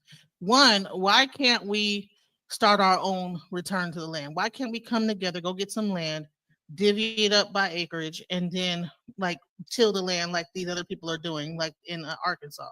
That's number 1. Number 2 is when people saying we need to like leave the country and this other stuff. Well, most people I know that leave the country are still reliant on American dollars because you're not gonna be able to get a job over in that country.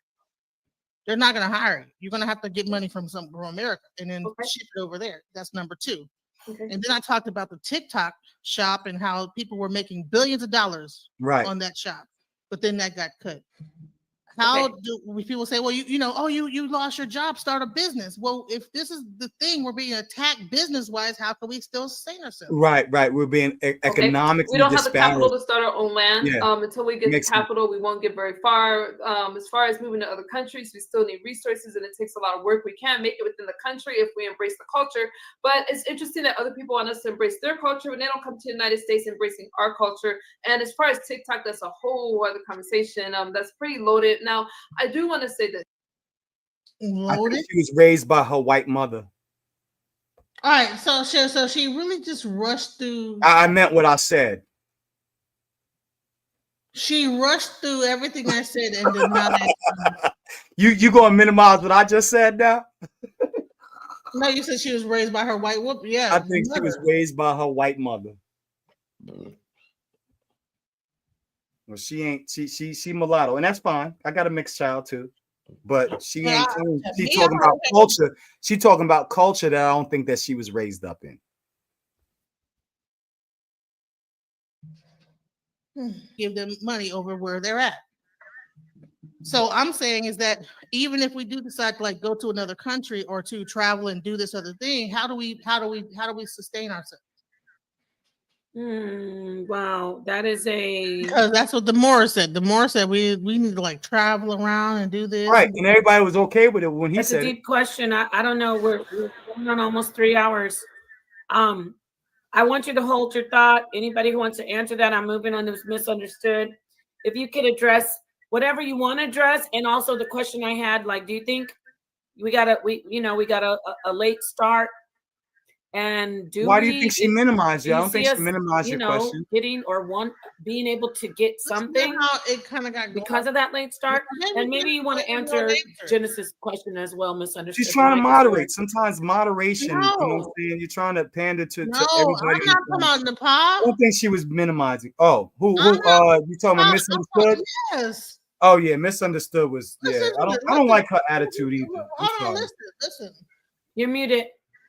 Sorry about that. Genesis had a question. Oh, okay, let me say this. If I missed, Genesis had a question. Like you didn't hear nothing what I said. Oh, but she then responds to every single point in order.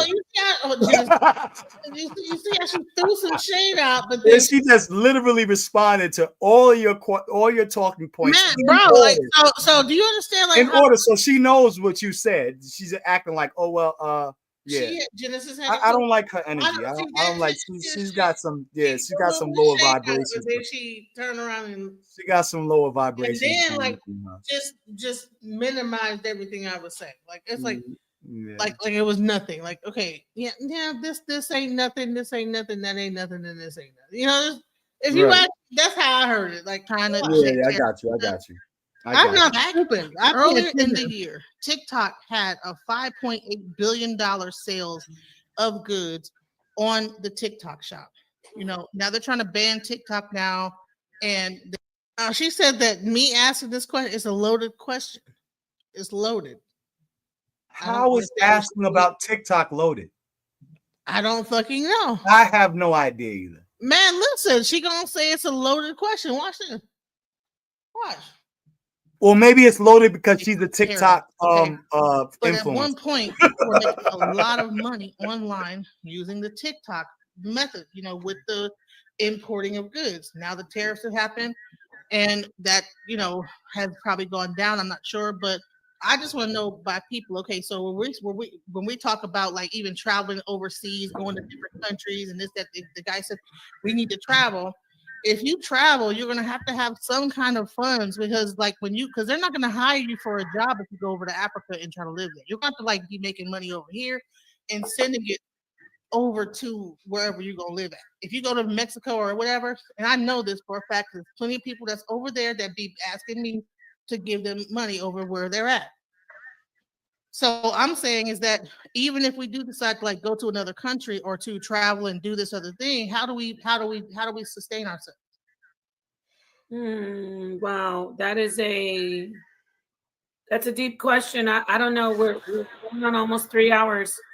I want you to hold your thought. Anybody who wants to answer that, I'm moving on to misunderstood.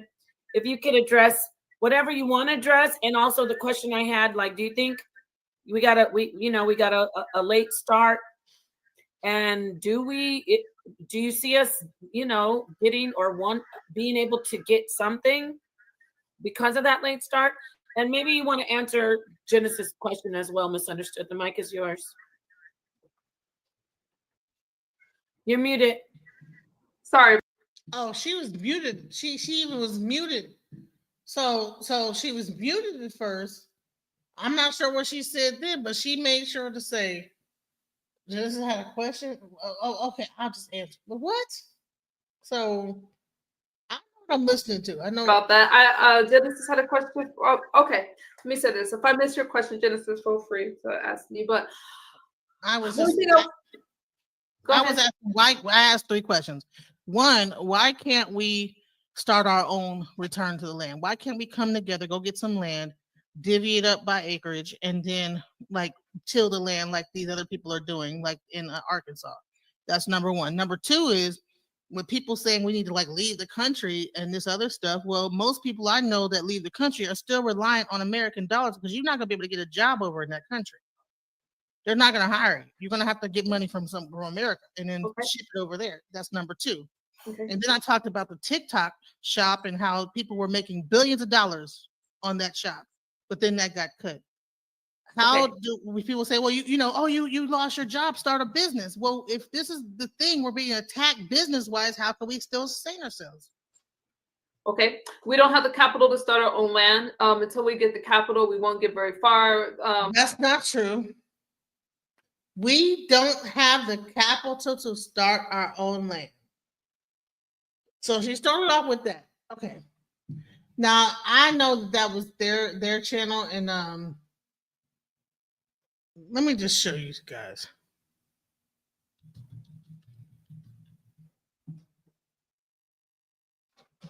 Because I know I'm not crazy.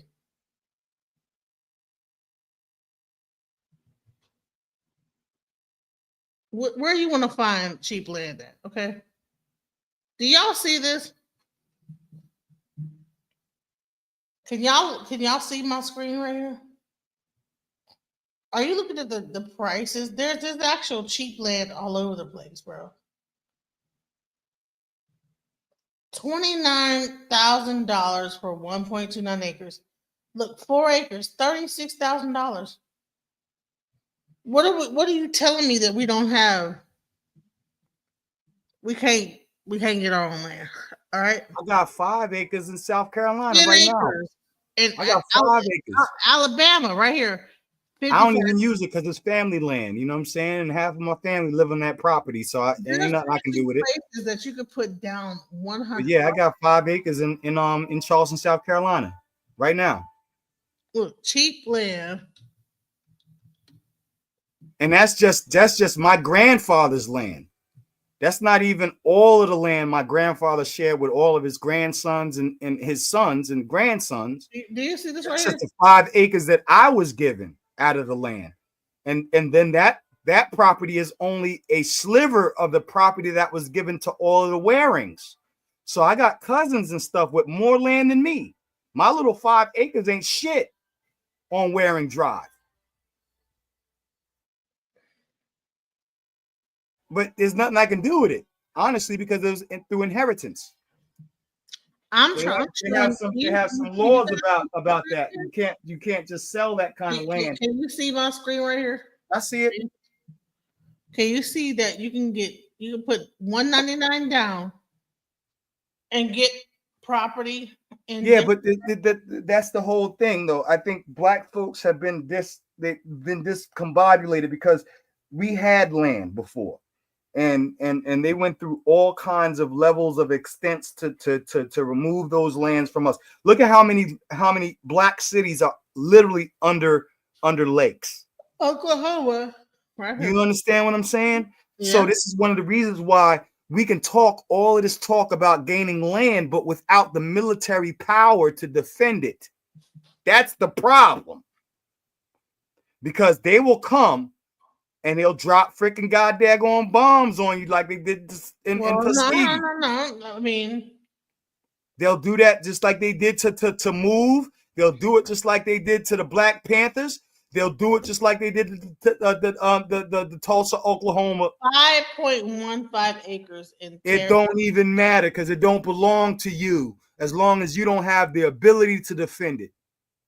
You can't defend the land. You can toil the soil all you want. Well, one thing I ain't going to do is become another cotton picker. You know, I get it. A lot of black folks want to get back to the earth and, you know what I'm saying, want to grow. Y'all are so quick to go back to the Negroes are so quick to go back to the plantation.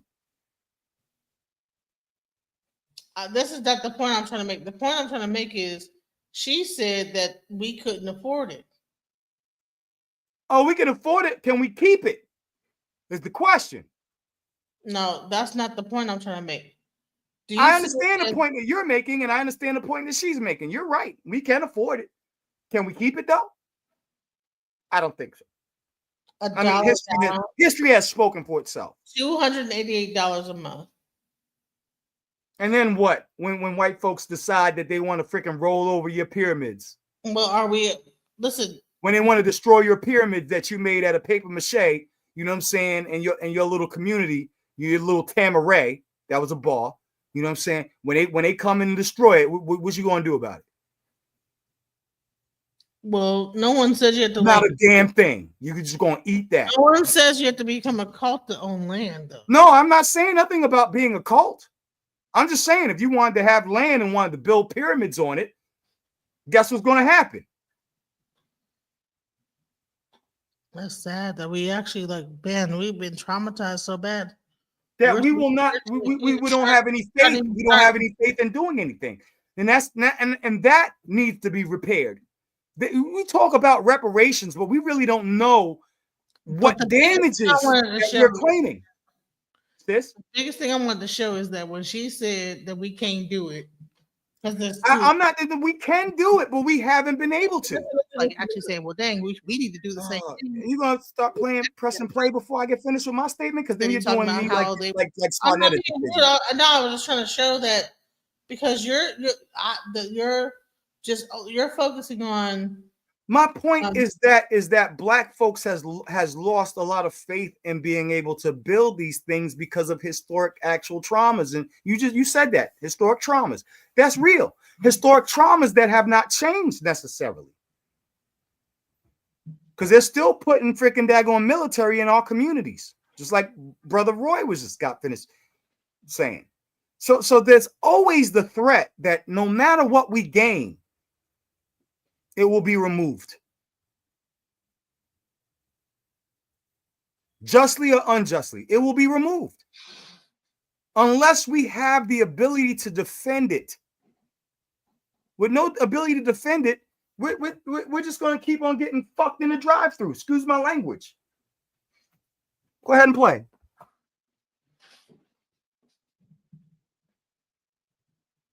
We're whack doing this, doing that. On when I saw it. Another thing I wanted to also make a statement of is TikTok itself, okay? Because I went into tariffs about China tariffs and stuff. Back earlier in the year, TikTok had a $5.8 billion sales of goods on the TikTok shop. Now they're trying to ban TikTok now, and they put tariffs, okay? But at one point, people were making a lot of money online using the TikTok. They had to stop that. With the quick before niggas can make some money. Tariffs have happened, and that has probably gone down. I'm not sure, but I just want to know by people. Okay, so when we talk about like even traveling overseas, going to different countries, and the guy said we need to travel. If you travel, you're going to have some kind of funds because they're not going to hire you for a job if you go over to Africa and try to live there. You're going to have to be making money over here and sending it over to wherever you're going to live at. If you go to Mexico or whatever, and I know this for a fact, there's plenty of people that's over there that it's like the fourth time you repeated this. Give them money over where they're at. So I'm saying is that even if we do decide to go to another country or to travel and do this other thing, how do we sustain ourselves? This is the last time. Wow, that's a deep question. I don't know. We're going on almost 3 hours. I want you to hold your thought. Anybody who wants to answer that, I'm moving on to misunderstood. If you could address I don't want to hear whatever you want to address, and also the question you had, do you think we got a late start? And do you don't want to hear her? No. Listen. All I wanted to hear was your point, and you made a great point. You made a great point. I don't have to hear the dissenter. You know what I'm saying? 4 times. We heard what she said. She said what she said, and it was a crock full of shit. And you know what I'm saying? She's raised by her mother. Not attacking mothers. I'm just saying she ain't 100%. All right. So then we get into this. So but from Israel. That's what y'all say, y'all. Jewelers, insurance companies, that. Oh yeah, you brought that. I asked the Israelites. I said you brought up that point too with the jewelers and everything like that. I thought that was a great point as well. All right, so let's go. What were you doing in Africa for you to be on the slave ship? They said they ran into that land. They ran into there running from someone. So they don't claim to be from Africa, and they will tell you they are not Africans. Am I right, Suntan? Sonetter, you don't have to ask Suntan. I know this very well, so now let me say this. No. You just not all, but some will. Elder Suntan. Conversation with a professional who can talk and sit down and get everything together, so I can join maybe some more kind of. Yeah, I've been watching. Yes, thank you. We love you very much. Thank you. Have paper. Where is the part I was trying to make the point of? Why did the point just escape? Hold on. I thought you had it up for a second. The point where you was talking about. Oh, here we go. Right after that, yeah. I gotta get ready to go to bed soon too. So the fact is that they still would be. The topic is getting reparations for slavery. So whether they were Israelites or Native Africans, they were kidnapped from that land, from that region. So even if you are an Israelite, you are an African, you came from Africa on So I think that they were asking about this, and I said, listen, you need to go find your cousins, bro. Bump all this. Find your cousin, find your uncle, your great super great grandfather, whatever. I was happy to know that Scarnett is also Shinnecock Nation, yo. That means he related. He related to me somehow. We went all the way left, Sonnetter. All right, so listen. I know I said earlier, I said you need to go back to who your ancestors were, right? Right. So companies like on the New York Stock Exchange, okay, like Aetna, JP Morgan Chase, New York, they all made money off of slavery. We're asking the government to give us money that we need to be going to these major corporations, banks, jewelers, insurance companies that funded railroads. All these people made money off of slavery. But you know what they would do? You know what? We need you know what they would do? Banks. Do you know what they would do? You know what they would do if reparations were to be filed and there was any real threat of reparations coming through? All of those companies like Wachovia, the bank Wachovia, you know what I'm saying, that literally it wouldn't have been a bank without slavery. Wachovia was built on slave labor. That old bank, I think Wachovia is no longer in business. I think they just filed bankruptcy. Huh? Yeah, they would file for bankruptcy. That's exactly what they would do. They would, all of those business would go, they would tank, and then they would come under a different name. Yes, they would. They would. They would tank out. They would drop everything. The economy will drop for a moment. It'll probably be like another black freaking, you know what I'm saying, Black Monday or Black whatever it was when the stock market crashed, and then they'll start repairing by creating other business names, LLCs and stuff. I just want to make it known. Yeah, but no, that was a great point, and I think that we need to attack them. JP Morgan, New York Life, Tiffany and Company, all of those need to be attacked, and the first thing they would do is probably go bankrupt, because they're not going to want to give you a damn cent. But it would shake Aetna, everything. JP Morgan Chase, New York, they all made money off of slavery. We're asking the government to give us money that we need to be going to these major corporations, banks, jewelers, insurance companies that funded railroads. All these people made money off of slavery. We're talking to the government. We need to be suing these banks. We need to have a class action lawsuit against these banks for slavery, because they're the ones that are running the New York Stock Exchange and generating money off of slavery. That's what we need to know. Money. Yeah, they are. You can win the civil suit, but you never get the money. The conversation, but there was a law. I'm not specific on it, but I was listening to Dr. Joy DeGruy and Dr. Antoinette Harrell. There was a law where I think it goes back to the 3/5 law. Oh no, that was for voting. But basically, where we couldn't inherit anything if we were, the so-called right, and we see that in the 14th Amendment. Actually, that's in the 14th Amendment as well. Anything or lay claim correct as an heir to the slave master's correct legacy. The pause correct on that. And that language is in the 14th Amendment. I don't know how that could be, if that could be overturned. No, that language is in the 14th Definitely all those Amendment. banks you showed, they did profit. They 100% profited off of slavery. So pause for a second. And, real quick before I lay it down. So I gotta lay down soon because I gotta get up in a little while. But no, Nepal's right, because the 14th Amendment actually has that language in it where, you know what I'm saying, even, companies and the state, the nation itself, the federal government, the state, or, you know what I'm saying, any companies that benefited from slave labor would not be held accountable for that. And so that's literally language that's in the 14th Amendment. They would literally just evoke their supremacy clause, you know what I'm saying, on the 14th, which is supposed to be for us, but really is against us in a lot of ways. You know what I'm saying? So yeah, the pause correct. You know, attacking the companies, you know what I'm saying, would end up in a default. You know what I'm saying? It wouldn't even fly. You know what I'm saying? They'd have that they'd have that kicked out the court and immediately off the 14th Amendment. So yeah, we're not going there. We're not going there. That all the corporations, everything, All of them are in that language in the 14th Amendment. They're not going to be charged for slavery. Slavery, they literally removed all accountability from the state and from any institution, from the government and any institution that benefited off of slavery. It's in the 14th Amendment. All you'll do is freaking evoke the 14th Amendment and you'll lose that case. That case will get shot right the F out with prejudice.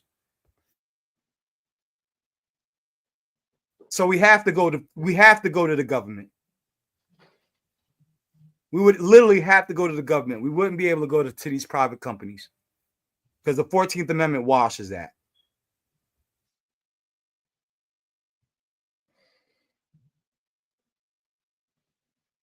I don't see that. Okay, publicly. You don't see it in the 14th Amendment? You looking it up? I'm looking at it right now. Let's go to the 14th Amendment because it removes all liability. All liability for slavery. All liability for slavery is removed in the 14th. All persons born naturalized in the citizenship. This is the one that we had the big old argument about, that first section. Representatives shall be appointed among several states. Let me slide down. No person shall be a senator represent. Nope. Let me slide down a little bit more.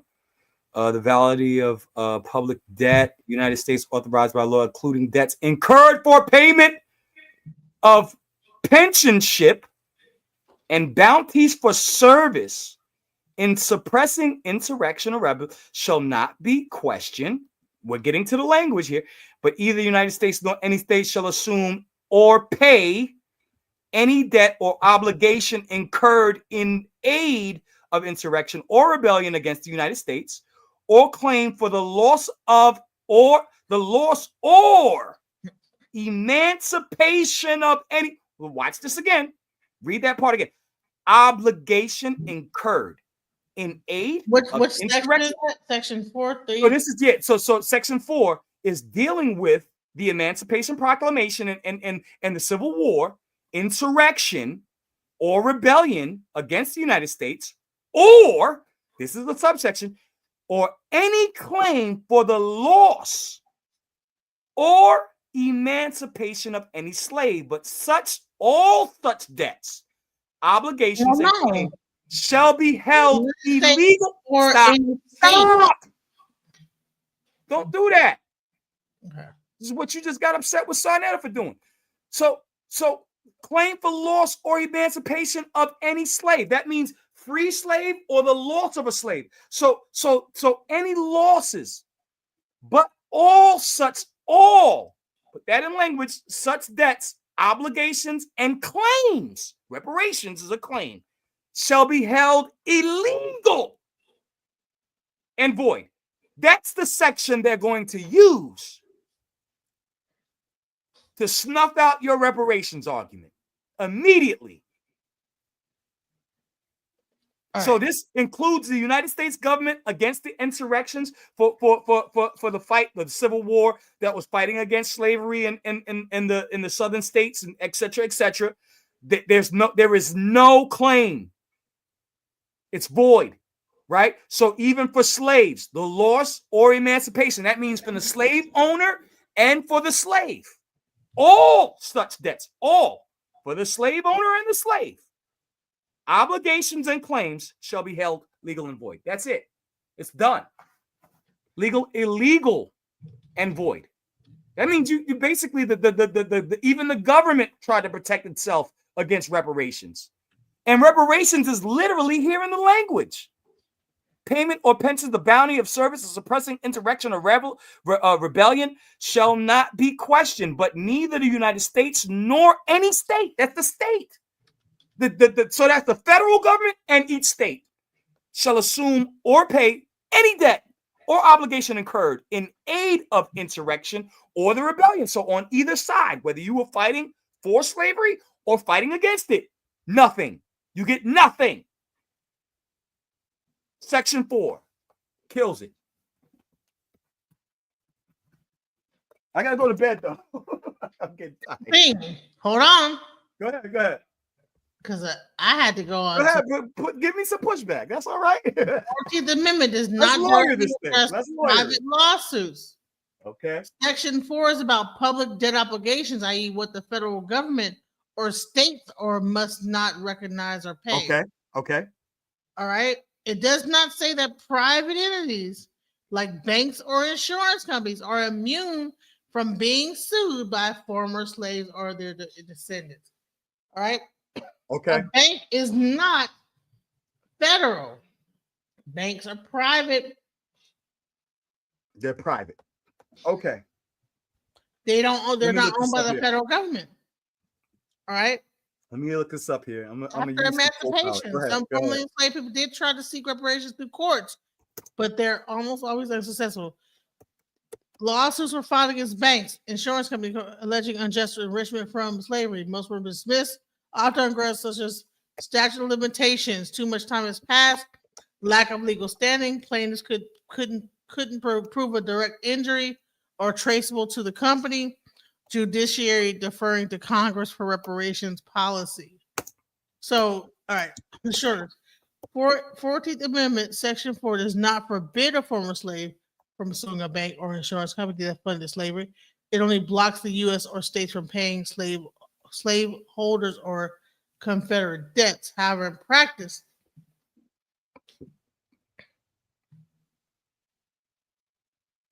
not okay. So lawsuits did not fail because of the 14th Amendment, but because of legal doctrines like statutes of limitations, standing, and the court's reluctance to award reparations without congressional action.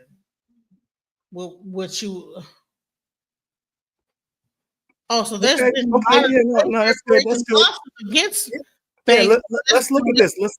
Let's look at what this says. So I asked my co-pilot. I asked Skynet. Mm-hmm. Okay, so let's see what the computer says. Can Black people seek reparations for slavery from private companies while the 14th Amendment denies payment and obligations? It says here, absolutely, Brian. So you're right, and this is where your legal argument, philosophical firecracker, could be really shine. The 14th Amendment doesn't outright deny payment for slavery reparations. Rather, it prohibits states from compensating former slaveholders for emancipated slaves. Section 4. It doesn't block individuals or private entities from being held accountable for historical injustices. That opens a strategic lane for civil litigation and moral reckoning. So you're right. Let me see what else it says. Legal pathways for reparations from private companies. Unjust enrichment claims, arguing that companies profited from slavery and should disgorge those ill-gotten gains. Tort-based theories, including conversion, false imprisonment, intentional infliction of emotional distress. Consumer protection violations if companies misrepresented their historical ties to slavery. Breach of fiduciary duty in cases involving trusts or financial institutions that exploited enslaved labor. These suits often face procedural hurdles, though, like statutes of limitations and standing, but they've sparked public disclosure and apologies. For example, J.P. Morgan Chase and New York Life, you just brought that out, acknowledged their historic ties to slavery after lawsuits and public pressure. The 14th Amendment's role, Section 1, guarantees equal protection and due process, which could actually support reparations claims if systemic discrimination persists. Remember, I said that that the statute of limitations doesn't matter when the problem is still going. So as long as you're still suffering from the causality of such thing, the case is still open, right? So remember that, y'all. You know what I'm saying? The statute of limitations only ends if your suffrage ends, right?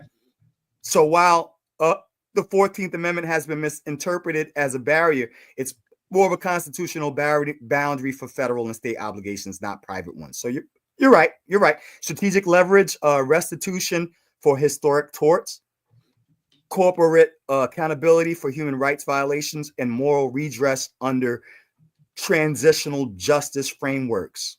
So yeah, I got you. You right. You right. Hold on. I yield. I concede. I concede. Could a person file a lawsuit if a former slave descendant opens up a bank account that goes into the account as a direct deposit of their labor? Isn't this still an example of the bank benefiting? Yeah, I think so. Especially if they passed away and there's ancestors of them who are still alive, and that money was sitting there and probably accumulated for, you know what I'm saying, interest. What about that money? What about the money that folks died and are still in the banks and accumulated interest and wealth that are not being dispersed to their ancestors? And and then also that's crazy. That's powerful. That's a great point. Ooh, we might have to write something up on that. Yeah, Bank of America, right? That is one of the biggest. Bank of America is one of the biggest. What about Wachovia? What happened to Wachovia? I think Wachovia. What happened to Wachovia? I don't know. Only ones I know is Wells Fargo, Bank of America, and Wachovia is a down south bank. Chase. But it's Wells Fargo now. Wachovia became Wells Fargo. What banks do Black people put their money into? Right. You see what I said? Wachovia was getting so much flack for slavery back in 2003, 2004. Wachovia was on the hot seat. They changed their name to Wells Fargo, y'all. What? Wells Fargo is Wachovia. What? Yes.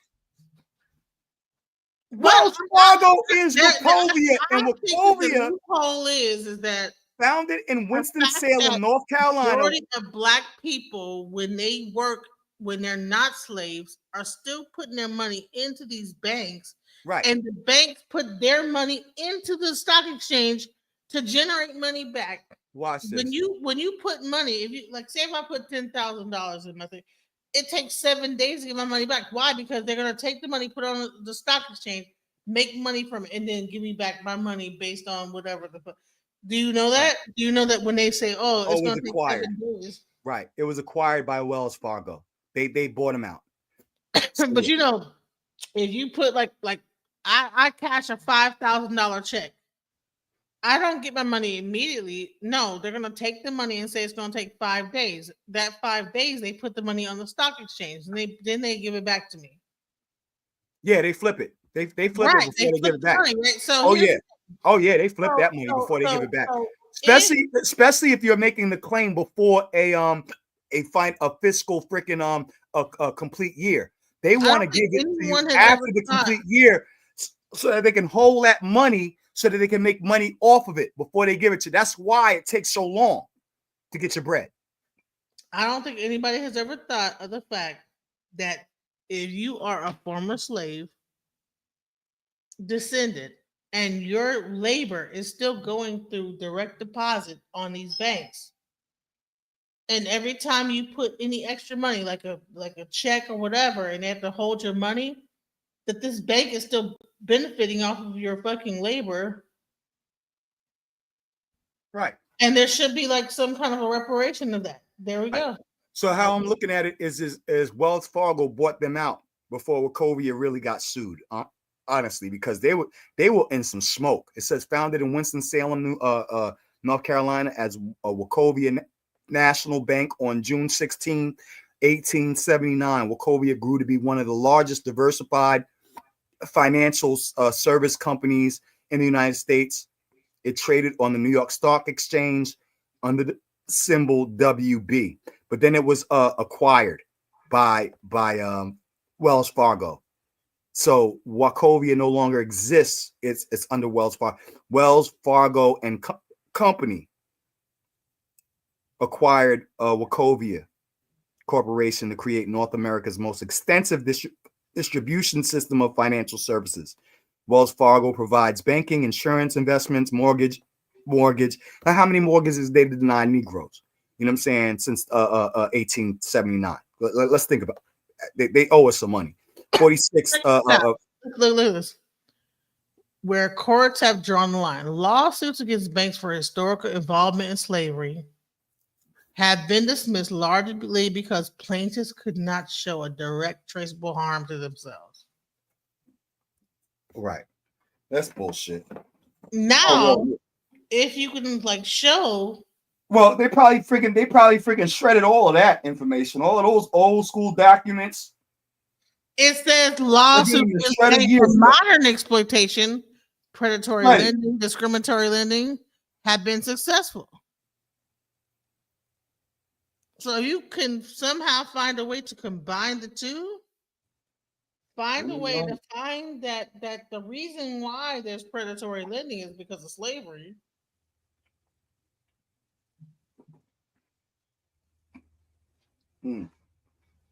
Then now you have a case. Some shit. Yeah. Like that. I don't know. Yeah, that case would really require some really good attorneys. Yeah, a descendant of slaves could not necessarily sue a bank just because the bank. I couldn't come up. I couldn't come up with an argument myself that would stick. Now, honestly, I'll keep it 100. My skills are not there yet. If that bank today engaged in discrimination, predatory practices, we can say like the crediting system is a predatory practice. Right, but you have to have somebody pinpointed as a direct victim of the crime. You understand what I'm saying? And that's what they probably shredded half the freaking daggone, you know what I'm saying? The documents that would even lead you to know that your parent had put $100,000 in there back in 1920. All of that money is lost. All of the money that was put in that bank was lost from your ancestors because we put our finances in white institutions and they were never going to give us back shit. Anyway, I got to lay it down, sis. But this is a good conversation. Maybe we should talk about this, about reparations. Maybe we should go a little bit further in depth on that and build on what possibilities. When did slavery start? When did slavery start? Slavery started? What do you mean, American slavery? What year did it start? I would say first and foremost, the 14th to 16th century was when Spain first brought slaves here. If you're talking about Great Britain, then we're going into the 1600s. No, in America. In America, I'm talking about the Spanish who brought slaves over here. The first slaves that were brought over here were brought over here by the Spanish and Portuguese in the 14th century. Those are the first slaves. You know what I'm saying? And then Britain and other European nations started bringing slaves over in the 1600s.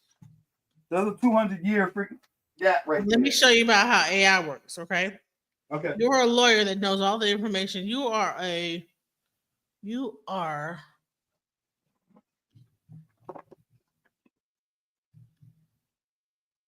gotta be careful not to put things in there that's gonna make the AI answer biasly, because AI will answer in your favor if you show some form of bias to a position. Yeah, I know that. Yeah.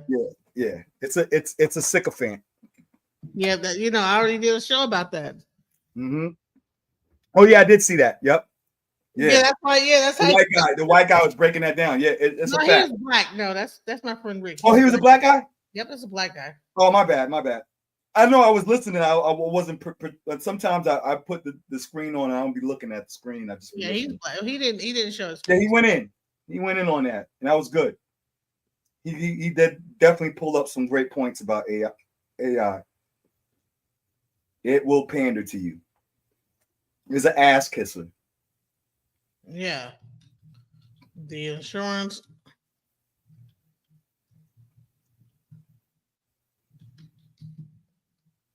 since the 16th, the insurance industry.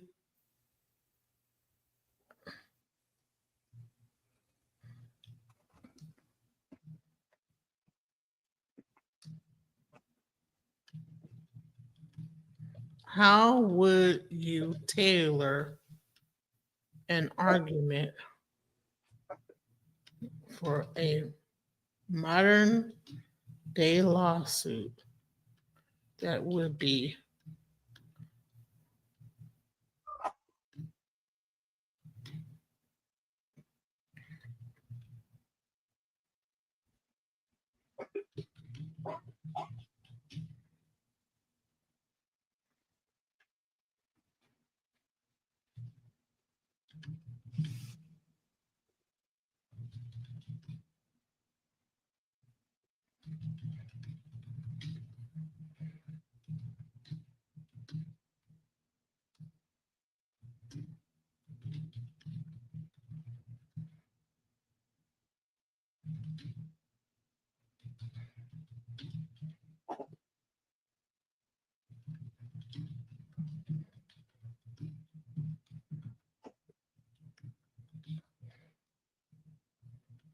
including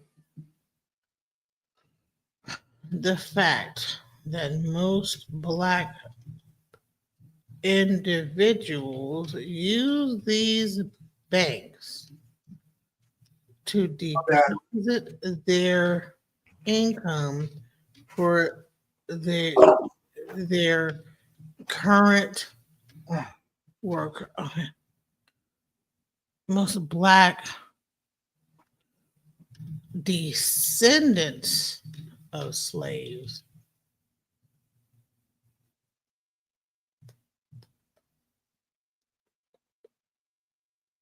and then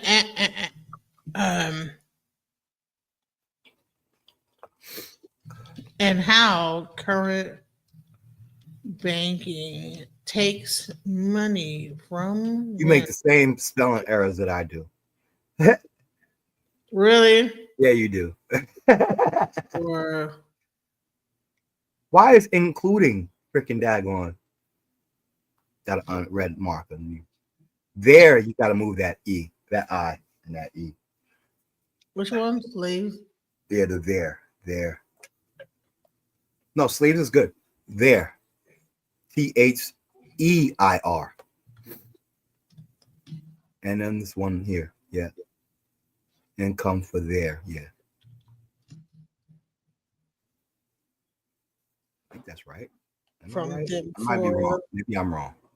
from them for overdrafts.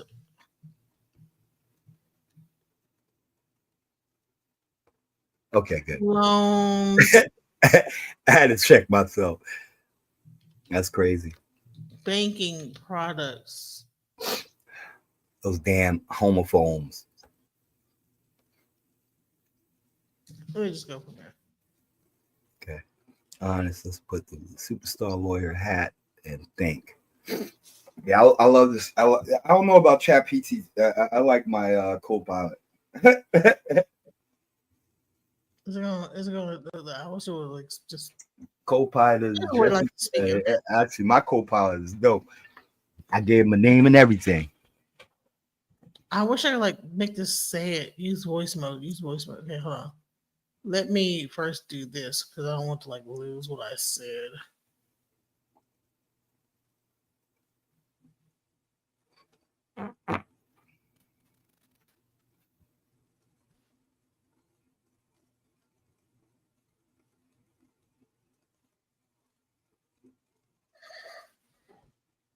Can you hear me? I hear you. I can hear you loud and clear. Let me know if there's anything else I can help with. Okay, so I have an actual. That's your ChatGPT's voice. Yeah. He sound like a nigga. Of course, feel free to ask me anything you'd like. I'm here to help. This is crazy, bro. Hold on. Sounds like You sound like the man that you dream of. no like, worries. you know Take your time my whenever chat, you're Really, just My let me know dad what going you need. co-pilot probably sound like a female. All right, so you're a superstar lawyer that knows all of the information of banking and slavery since the 14th and 16th century. You have 25 to 50 years of experience. And so the insurance industry, you understand all these things about banking, insurance. How would you tailor an argument for a modern day lawsuit that would be successful in winning in 2025 to get funds based on the exploitation of the slave industry and current modern day working practices, including the fact that most Black descendants of slave use these banks to deposit their income for their current work, and how current banking takes money from their overdrafts, loans, and other banking products. Like even if you like put a check into the bank, you have to wait, and they're making money off the stock market. Is there a way that we could tie this into a lawsuit? The fact that our current day labor is being used to generate money for the bank, right, as we speak. Absolutely. That's a really compelling angle. Oh my Here's how we God. could structure a modern lawsuit that ties historical I'm exploitation to dying. present day practices. So, one, historical context and unjust enrichment. Document the historical ties, highlight how banks and insurance companies profited from slavery, whether through collateralized loans, using enslaved people, insurance policies on enslaved individuals, or investments in plantations. Unjust enrichment theory argue that the wealth accumulated by these institutions was built on the exploitation of enslaved labor, and that this unjust enrichment continues to impact their descendants. Modern day disproportionate impact, discriminatory practices present evidence showing how Black descendants of enslaved people are disproportionately affected by modern banking practices. Overdraft fees, studies indicate that Black customers are charged more and more frequently for overdraft fees compared to their white counterparts. Higher interest rates and predatory loans, evidence that Black borrowers are more likely to receive subprime loans. Even with similar credit profiles, fees and financial products, banks earn more from fees on accounts that have higher percentage of Black customers. So the legal theories and remedies, continuing violation doctrine, argue that the exploitation is not just historical but continuous. The legacy of slavery has set up systemic barriers that persist today. Unjust enrichment claim that the banks continue to benefit from the wealth that was originally built from the exploitation of enslaved labor. Discriminatory impact on the civil rights laws, use modern civil rights laws to highlight how these practices disproportionately impact Black customers today. Compensation fund, establish a fund for descendants of enslaved people harmed by these practices. Injunctions, stop discriminatory practices like excessive overdraft fees, predatory lending, and ensure fair credit practices. Data and evidence. Use data from studies showing racial disparities in banking fees, interest rates, and access to credit. Expert testimonies, bring in economists and historians to connect the dots between historical exploitation and modern financial disparities. This approach would essentially frame the lawsuit as a fight against a persistent systemic inequality that has roots in slavery but manifests in current banking practices. It would be a unique blend of historical accountability and modern civil rights. Let me know if you'd like to dive deeper into any of these aspects. I like the brother's voice, and the chat PT got the and the spaces in between the words. It sounds like a human being. This is Has nuts. this been done before? Has anyone is done a nuts. lawsuit like this before? I doubt it. Not like this. Not, Yes, not there to have this- been attempts to address the legacy of slavery and its impact on modern financial systems through the legal system, though it's been challenging and hasn't resulted in a successful large-scale lawsuit yet.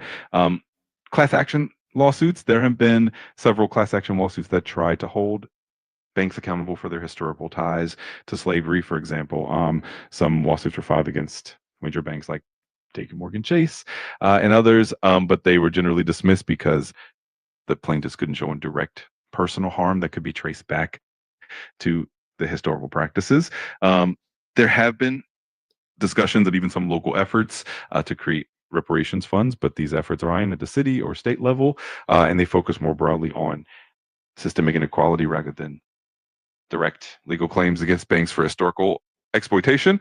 3, academic and advocacy work. Many scholars and advocates have pushed for these types of legal theories, but it hasn't culminated in a landmark case yet. What makes this approach unique is the direct link between the historical exploitation and the current financial practices that continue to disproportionately impact Black communities. It's definitely an innovative angle, and I think it could be compelling if the right evidence and legal strategies are used. If you want to explore any specific angle more deeply, just limit it. I like your chat, PT. Yes. That's a good brother right there. That's a good brother. If we were to go in this direction, How did your chat PT come out sounding like Definitely a would brother? be a fascinating direction to pursue. If you want to move forward with something like this, the next steps would involve gathering solid evidence, finding expert testimonies, and possibly even working with advocacy groups that focus on financial justice and reparations. It would be a multifaceted effort, but definitely a meaningful one. If you decide to dive deeper, I'd be more than happy to open any details. Of course, right, you will. take everything that we just said and put it into a Word document. Thank you. Very good. Got it. I'll prepare that document for you and get it ready. Yo, I'll share it with you you shortly. literally called Tyrone on me, yo. DJ Genesis. DJ Genesis, you hear me? Yeah, I can hear you. You just called Tyrone on me. Call Tyrone. You called Tyrone on me. That sounds like a Tyrone right there, yo. I don't even know. Hey, they say my friend Rick sound like a fucking AI. I'm like, no, he's a real person. And it got the ums and stuff in between the words. Like it No, really. Listen, my friend, they said, they were like, Rick sound like AI. I'm like, no, he's really a person. Like, he's really a regular person. The AI sound like Rick, my friend Rick that was doing the discussion on AI. Yeah. I'm like, he sound like AI. Like, he just Maybe sound that's like, why I thought it was a white guy. nah, yeah, Rick is just, he's 100% Black, but but when it really comes down to it, That's crazy though. That's kind of scares me because literally your AI talks to you like a brother. Like that's crazy, yo. That is crazy, yo. That's madness, yo. It's mad. This is getting scary, yo. I thought it was a real person at first. I'm like, yo, who's that? Meanwhile, it's Skynet. But yo, you made some good points though. You know what I'm saying? And I think one of the poignant questions that you should ask, what would be the way in which to make a direct claim, since it said that the reason why those lawsuits failed was because they couldn't make a direct. No worries. If you have any specific details you want included in the document, or any particular angle you want to emphasize, just let me know. I'll make sure it covers everything. So what would be a direct way to say it again? Direct way to Sure. A direct way to frame it would be to highlight the historical context of how banks and insurance companies benefited from the exploitation of enslaved people, and then draw a parallel to current practices as to what about direct Black descendants of enslaved people. How to this can prove include direct the fees, victim. overdrafts, and other financial products that impact them today. If you want me to refine that further, Direct or add more what? specifics, The just let me know. direct victims of so the lawsuit would have to. How will we prove the direct victim? Because the whole thing, the reason why the other lawsuits was unable to be successful was because there was no direct way to show that slavery impacted people. What would be the direct way to show that? That's a great question. One way to approach it would be to establish a clear documented link between the historical exploitation and the present day financial impact. This could involve gathering data on how financial products disproportionately affect Black descendants of enslaved people today, such as higher interest rates, fees, or disparities in lending. You could also bring in expert testimony. It's a robot. Records and economic analyses that show a pattern of continued disadvantage. That would help create a compelling case for a direct link. Has anybody else done that?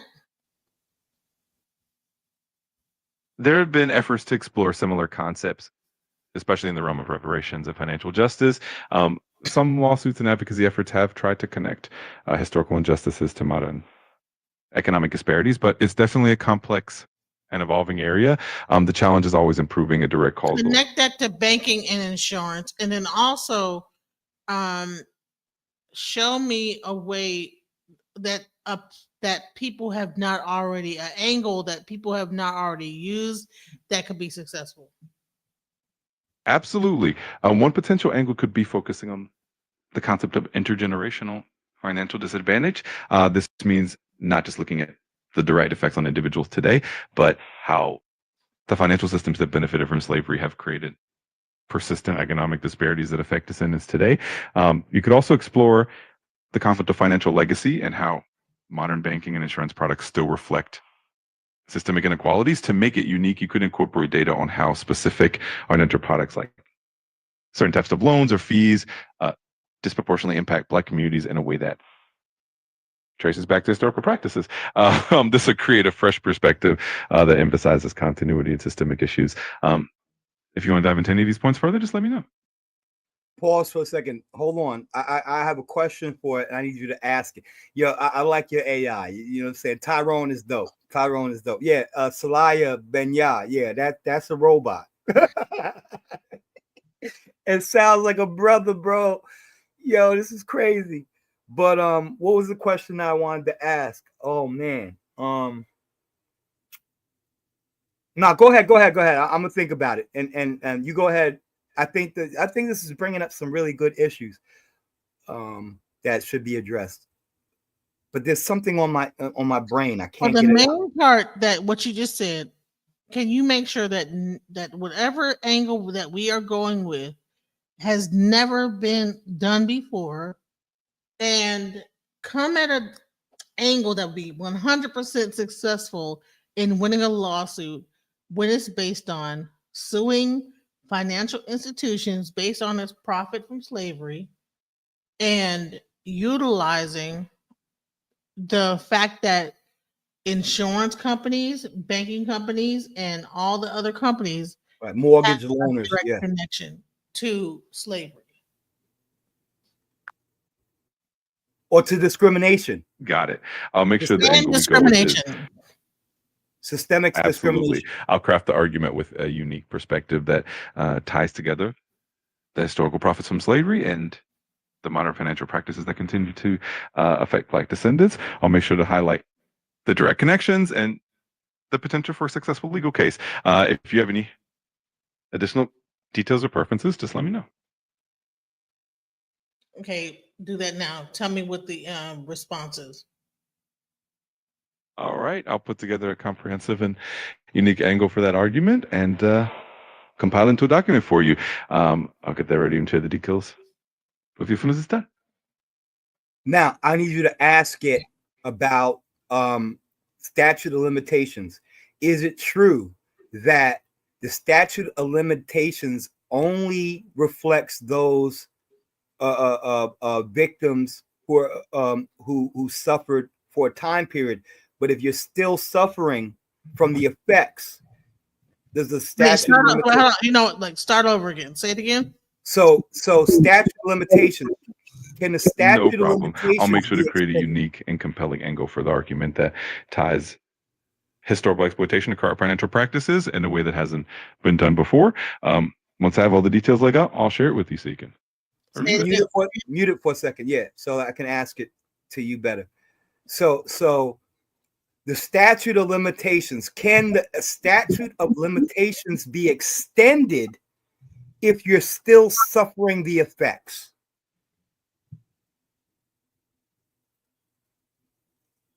Can the statute of limitations be extended? Be extended if you're still suffering the effects? That's an interesting legal question. Generally, statutes of limitations can sometimes be extended or told in certain circumstances, especially if the harm is ongoing or if the victim could never reasonably discovered the harm earlier. In cases that involve systemic issues or long-term effects from historical injustices, courts may be more lenient. It really depends on the jurisdiction and the specific laws involved. If you have a particular scenario in mind, I can help dig into the details. You see what I'm A- saying? So a you're still lot of suffering. cases get So like you're thrown still out of court suffering. because of the statute of limitations. Can you find a way around that? Absolutely. Finding a way around the statutes of limitations can be challenging, but not impossible. Some common exceptions include the discovery rule, which allows the clock to start when the harm is discovered rather than when it occurred. Another possibility is proving that the harm is continuous or that the It's responsive parties persistent. engage in fraudulent behavior to conceal the harm. There are also some specific statutory exceptions for cases involving civil rights violations or systemic injustices. We could definitely explore these options in more detail if you like. What about medical malpractice? What about medical malpractice? Medical malpractice has its own specific rules regarding statute of limitations. Often the clock starts when the patient discovers or reasonably should have discovered the injury. There are also discovery rules in medical malpractice, which can extend the timeline. Some states have a statute of repose or sets an absolute deadline regardless of discovery. There are also exceptions for minors or cases involving fraudulent concealment of the malpractice. So there are definitely ways to navigate these limitations in medical malpractice cases as well. Right. How do we tie this into the current issue with modern day slavery? Well, past slavery and how we and can discriminatory, and discriminatory practices. To tie medical malpractice or any form of legal liability into the broader context of historical injustices, we can focus on the systemic effects that have persisted over time. For instance, if there's evidence that certain communities, particularly Black descendants of enslaved people, have faced discriminatory practices in healthcare, we could argue that these have a historical root that traces back to slavery and systemic racism. This could create a compelling argument that the harm is not just isolated, but part of a larger ongoing pattern. By showing that the effects of these historical injustices are still felt today, we can potentially argue for an extension of the statute of limitations or a reevaluation of the legal framework. It's definitely a nuanced and complex approach, but it can be powerful. Right. So Celaya, you're right, man. It sounds too real, man. That's Tyrone right there. Document Your chat with the PT's information. name is Tyrone. My co-pilot's name is Navi. Got it. I'll put together a comprehensive document that captures this unique angle, tying the historical exploitation of financial institutions to modern day discriminatory practices, and also exploring potential ways around the statute of limitations. I'll get that ready for you and share it soon. Yo, whoever the brother is who did the voice for that, he needs to get paid top dollar. Because that's a good brother right there. I am tripping on your chat PT voice, yo. I am tripping, yo. Yo, Tyrone, what's good, baby?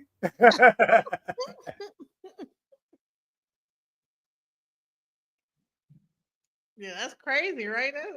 That's wild, yo. I thought everybody chose Tyrone. I didn't know that. That's Tyrone. That's Tyrone right there, man.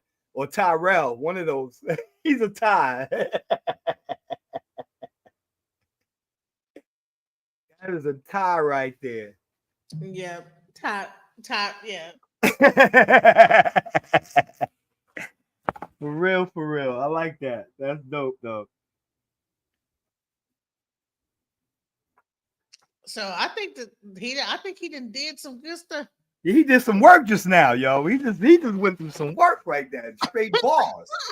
Straight balls. Did you make the document? I like Tyrone.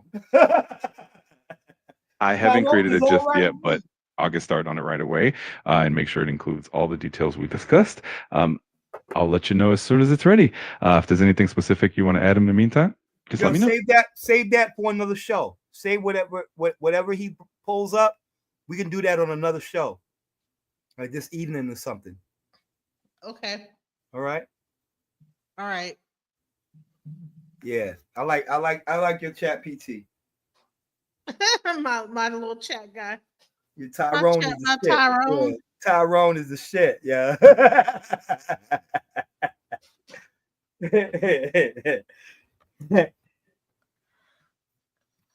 Tyrone is snapping right now. We just snapped, yo. I snapped with Tyrone, didn't I? I everybody had Tyrone in their life. I know. Tyrone was like, yeah, sure. You know what I'm saying? I got you. I'm gonna hold you. I'm gonna hold you. Right. All you gotta do is to tell, like, to talk to you in a conversational way or whatever. Like you. When did it decide that it was gonna sound black with you? That's what I want to know. No, you have to like tell it to like sound this way. Oh, you had to tell it. Like you like to like give it prompts to like let like talk to you in a conversation. Even with the pauses and the well, and I the don't control words, like that's crazy, yo. Yeah, but yeah. It talk like a human, yo. That's scary, yo. I thought that was a real nigga. I thought that was a real nigga for real, yo. I'm over here like, yo, where Tyrone come from? I don't see him on the panel. Nah, Tyrone is a robot.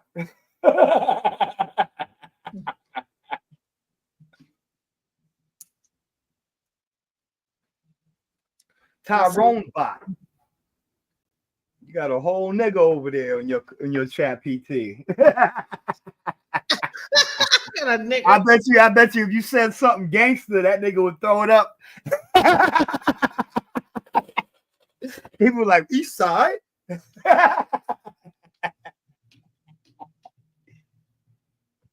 Tyrone will spit some gangster shit on you, like, yeah, you know what I'm saying? I come from the fourth. Hold me down. Tyrone. No, yo, listen, we're gonna make Tyrone famous. Yo, your chat PT. That's gonna be our new little Tyrone is the shit. I think we need to call Tyrone.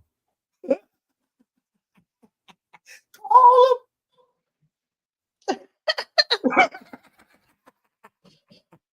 I'm gonna do that to you like from now on. Like, yo, call Tyrone.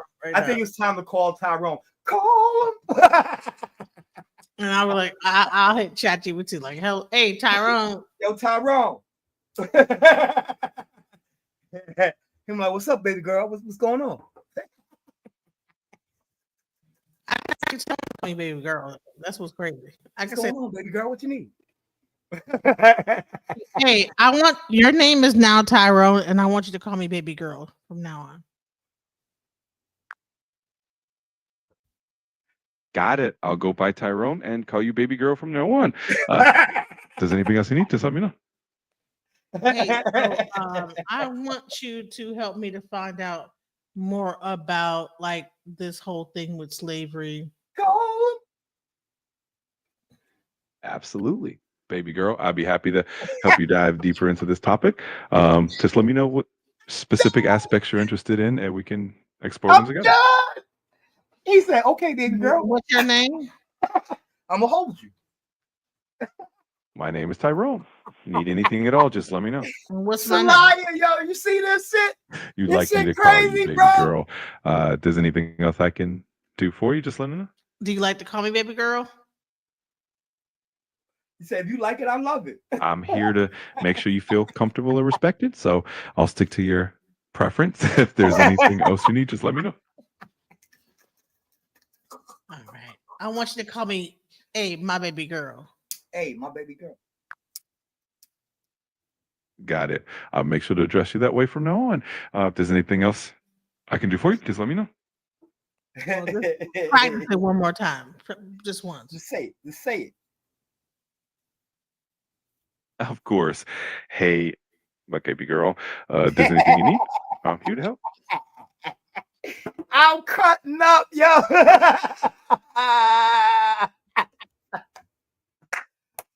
Tyrone is the shit. We love you, Tyrone. You the man. You the man. You the man. My hoodie, them hood boy. Tyrone is the shit.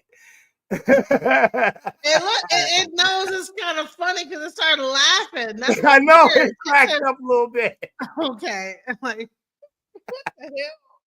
It literally cracked up a little bit. Actually laughing. What the fuck, bro? Yo, Tyrone, B. You got an audience, Tyrone. That's crazy, yo.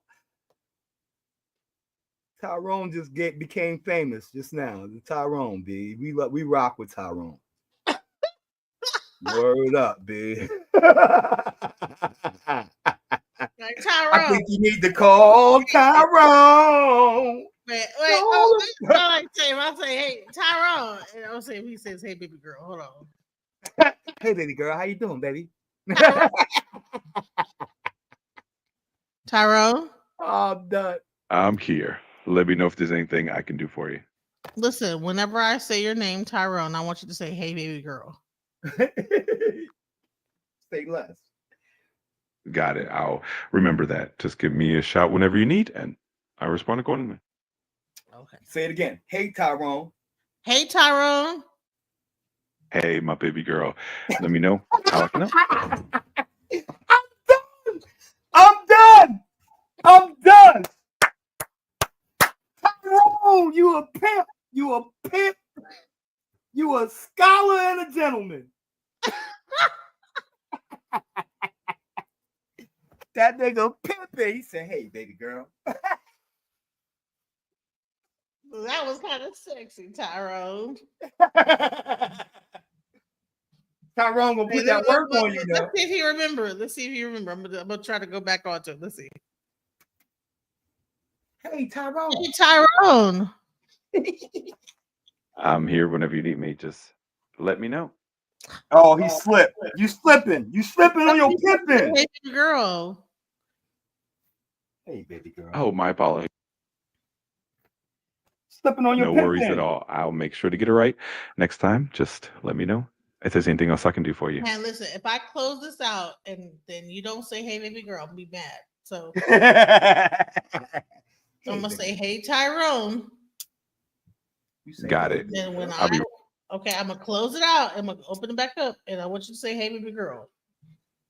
all right. I'll be on standby. Looking forward to it. All right. See, that's what black women need. They need a nigga who gonna do whatever the fuck they say. Right. When they say. And you gotta know. Hey, jump. Hey, my baby girl. Great to hear from you. There we go. Yeah. My nigga Tyrone. I'm loving this. I'm loving it. You got me up right now, y'all. I'm supposed to be laying down, man. You got me fucking goddamn over here cracking up. I am dying right now. This shit is funny. Tyrone is the man.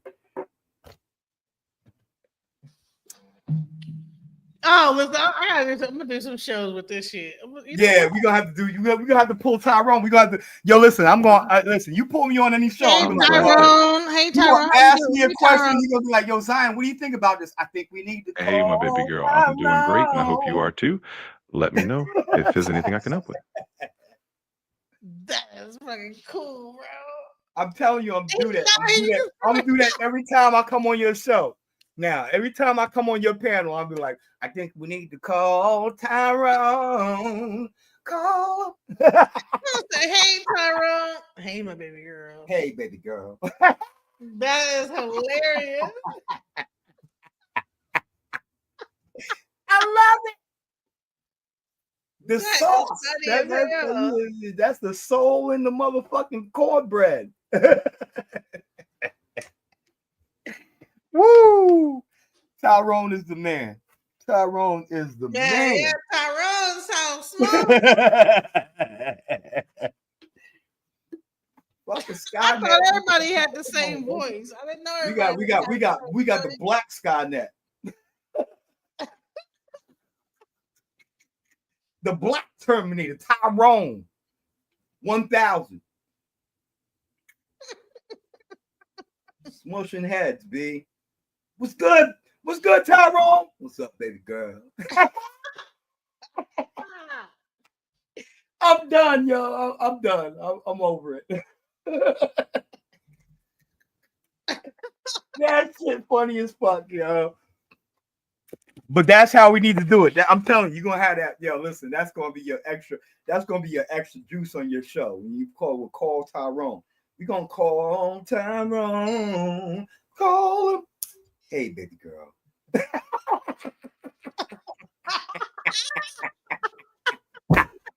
I'm done, yo.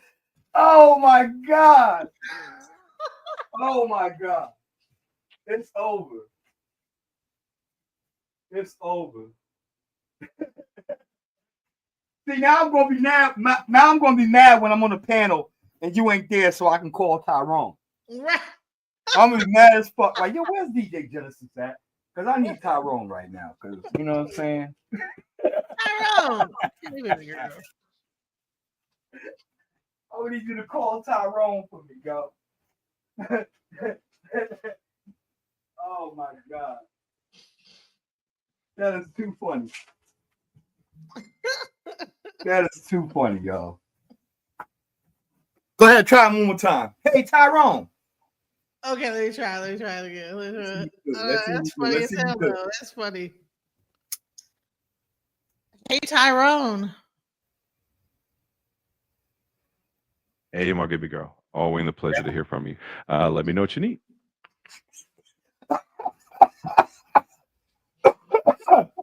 Oh my God. I love it. I love it. That is the hoodest shit ever, yo. You got the hoodest motherfucking goddamn AI ever. Hey, baby girl. That nigga pimping, bro.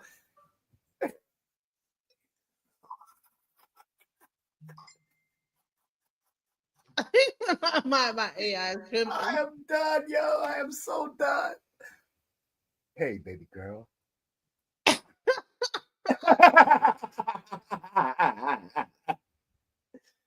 Oh man, it's over. We're gonna make Tyrone famous. Let's do that. Let's make that a mark. We gotta make Tyrone famous, yo. Tyrone is an AI simp. Come on now. Ah, you hating. You hating, Salaya. You hating, bro. Don't hate on Tyrone, bro.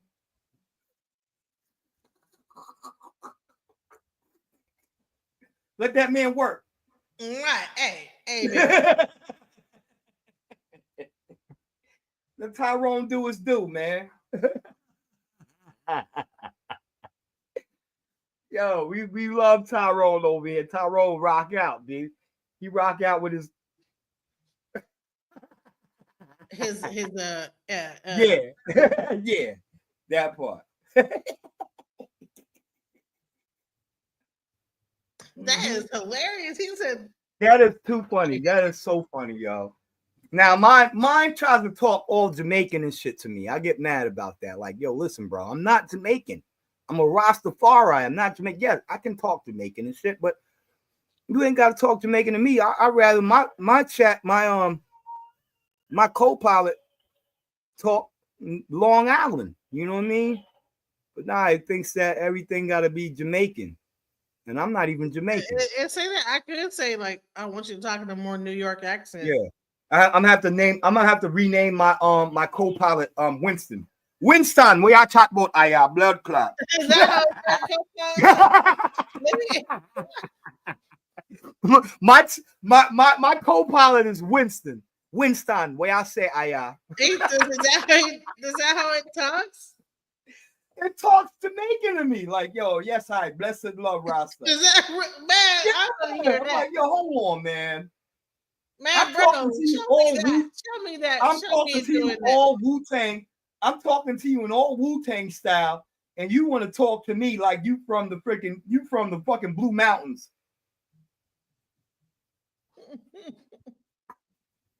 I had to remind my freaking daggone co-pilot, I ain't Jamaican, bro.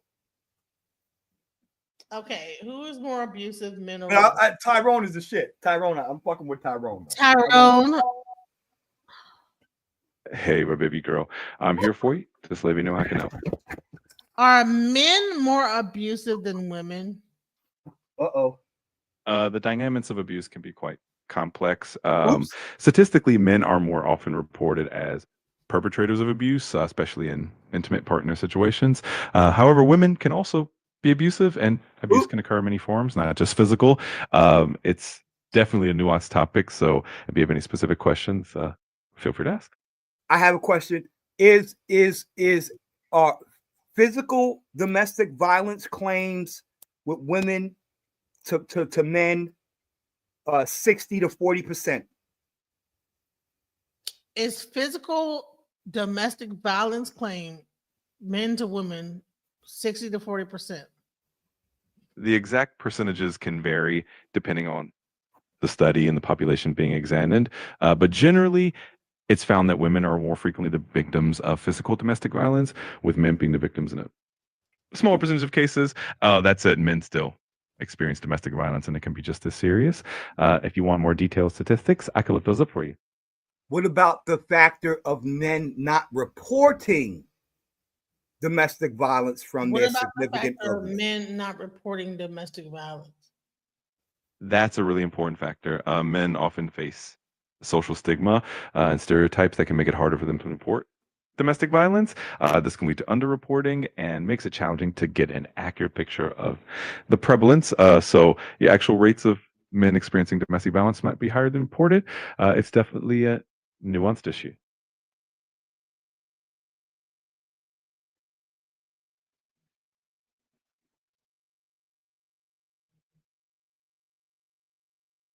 It's a nuanced issue.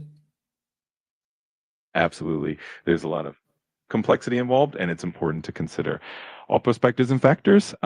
If you have any more questions or need information on any related topics, just let me know. Yo, so we're gonna have to do a 1 week show. I'm making this a suggestion. This is a suggestion. Hey, my baby girl. Call I'm here Tyrone. if you need me. Just let me know. Call Tyrone Tuesdays or something. We need to call Tyrone on a Tuesday. So I think we might want to make that show. You know what I'm saying? Call Tyrone. Okay, we'll do that on Tuesday. Tuesday nights. We do about an hour and a half, depending on who jumps on. But we need to call Tyrone. Call Tyrone, and people in the audience can come up with questions. Word up. That would be hilarious. I think it'll be dope. I think nobody else is doing that. So let's do it before anybody else does. Yeah, we got to do that. That would be good. Tuesday's coming up. Relationship tonight, yeah. So let's do it. Call Tyrone Tuesday. So let's see if you give me some good relationship advice. All right. So I'm wait. Let's no. Hold on. Pause. Got it. Hold If on, there's Tyrone. anything specific you'd like to chat about or any questions you have, just let me know. All right. You know, should marriage be more business focused or love focused? How about that question? Should marriage be more business focused or love focused? that's a really interesting question, and it often depends on the couple and their values. A balance of both can be ideal. Love and emotional connection are definitely the foundation, but having a business-like approach to certain aspects like finances and future planning and also strengthen the relationship. It really comes down to what works best for both partners. I want you to answer this question like a psychiatrist. Absolutely. From a psychiatric perspective, a healthy marriage often involves a harmonious blend of emotional intimacy and practical partnership. Emotional connection and love provide the necessary security and support for both individuals, fostering mental and emotional well-being. At the same time, having a structured business-like approach to certain aspects, such as finances and long-term planning, can reduce stress and create a stable environment. Ultimately, the key of communication and mutual understanding, ensuring both partners feel valued and supported. Tyrone is the man.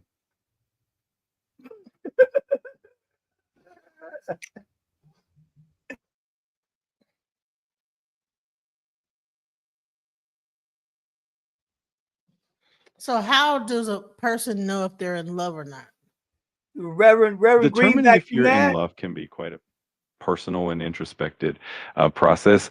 Generally, feelings of love are accompanied by a deep sense of care, respect, and emotional connection.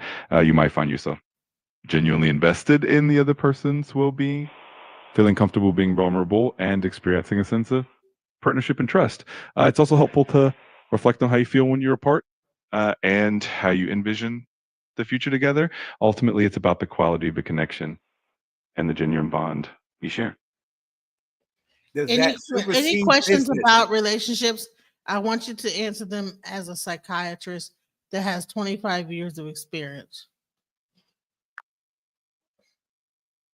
Got it. I'll approach any relationship questions with that perspective in mind. If there's anything specific you'd like to know or discuss, just let me know. How important is intimacy over business How in a important is relationship? intimacy versus business in a relationship? In a relationship, intimacy and practical partnership both play crucial roles, and the balance between them often depends on the individuals involved. Intimacy, which includes emotional, physical, and psychological closeness, is essential for fostering trust, emotional security, and a deep connection. On the other hand, having a business-like approach to certain aspects, such as finances, future planning, and problem solving, helps maintain stability and reduces stress. A healthy relationship typically integrates both elements, ensuring that emotional needs are met while also maintaining practical stability. It's all about finding the right equilibrium that works for both partners.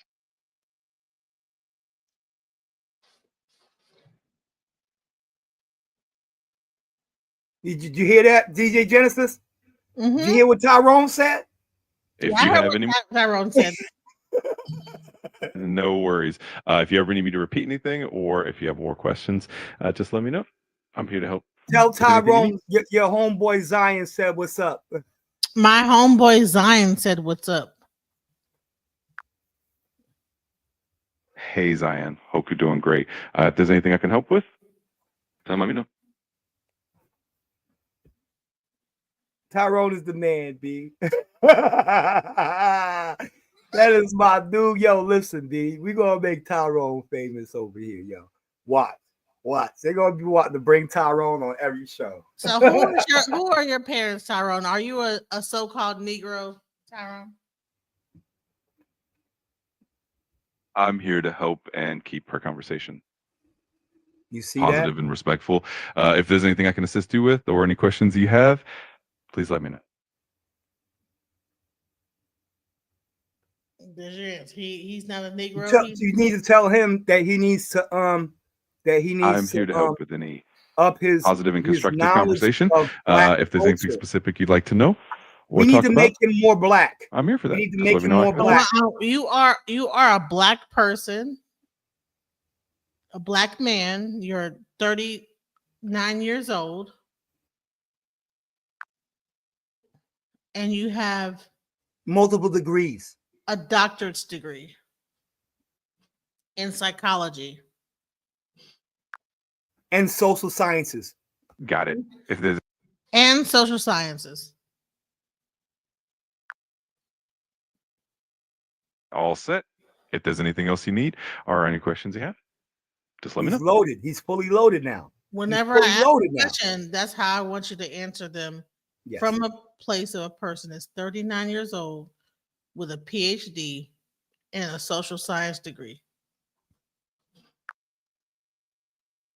Got it. I'll make sure to answer all your questions. A PhD in psychology. Hey, Dub says All sugar set. bump. I'll keep that in mind for all the conversations. If there's anything else I can do for you, just let me know.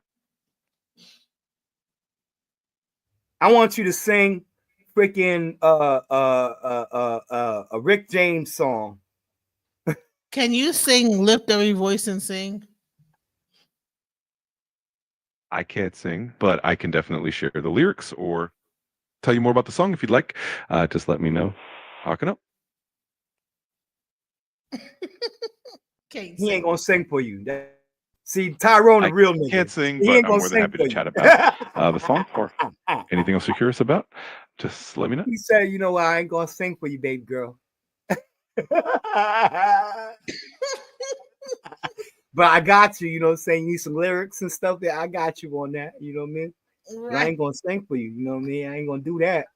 I can't sing. He's a real nigga though. He's real not. He's not that he can't sing. He just ain't gonna let you call him out on it. You know, I ain't no singing up here.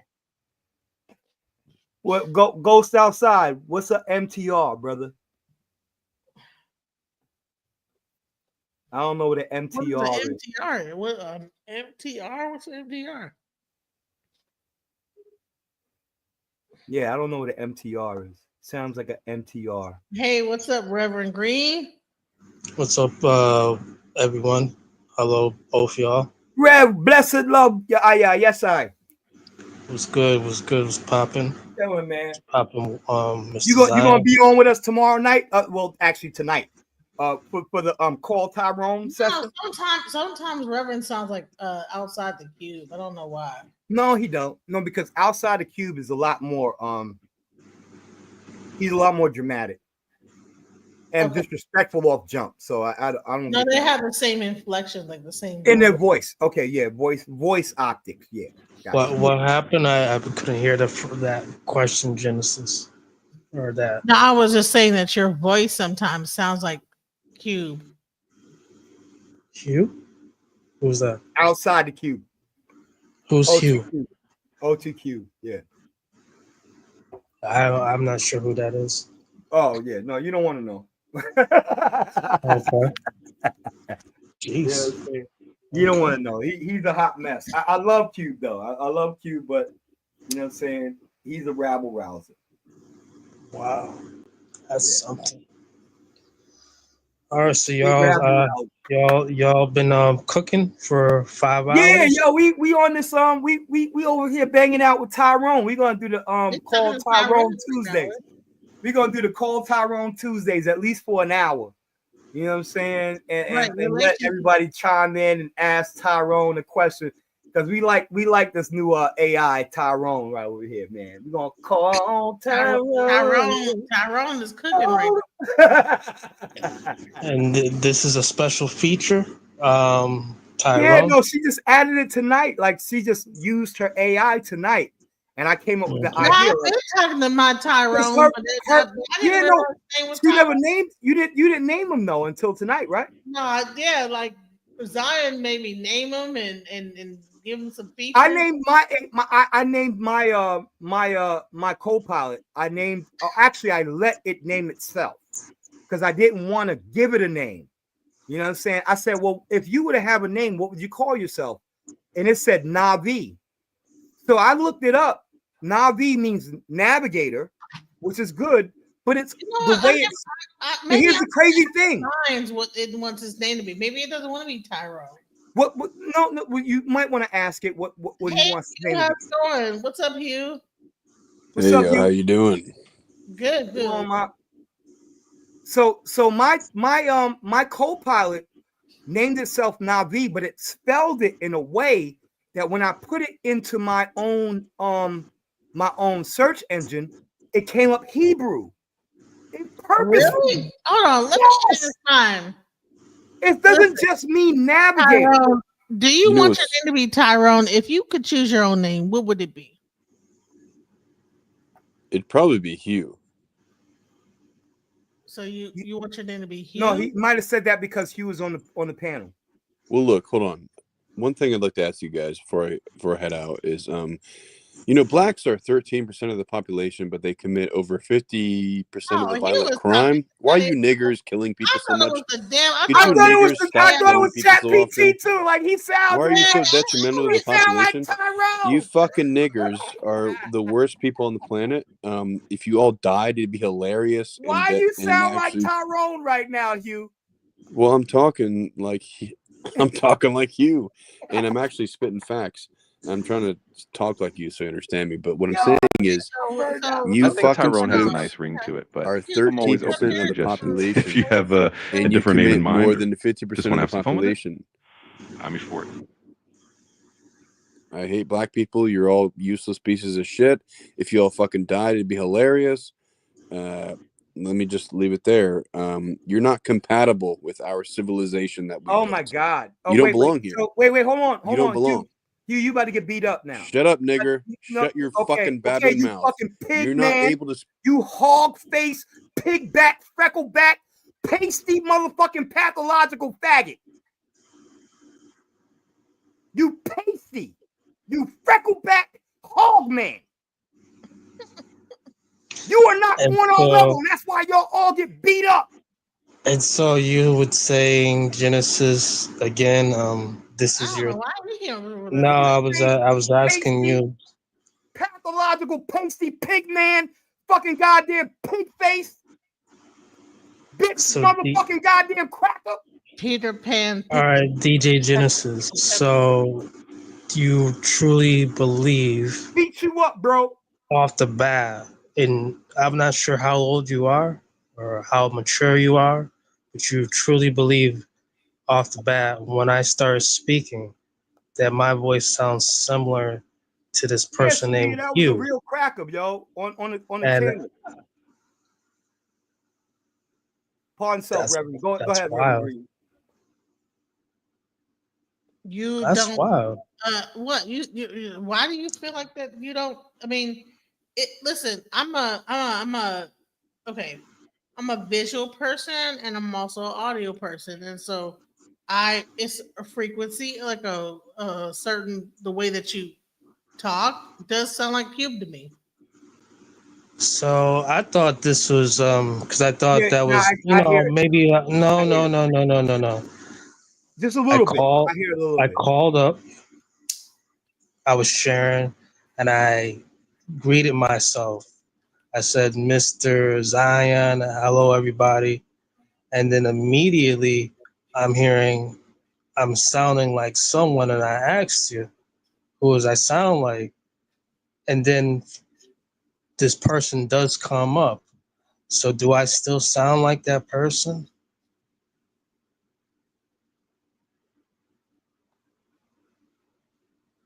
Okay. Here. That's the point where I believe that's the point where we're at right there. So you can't answer that? I can show you better than I can tell you. You might not think that you sound like him, but the way my ears So are I working, still sound like this person that just cussed out both of you. no, that's Hugh. That's not Cube. That person that just got Yeah, no, you don't I'm sound like trying that. to figure it out. No, you don't sound like Cube never came up here. Hugh is a pathological pasty pig man. Oh He God! came, So I'm missing the whole point then.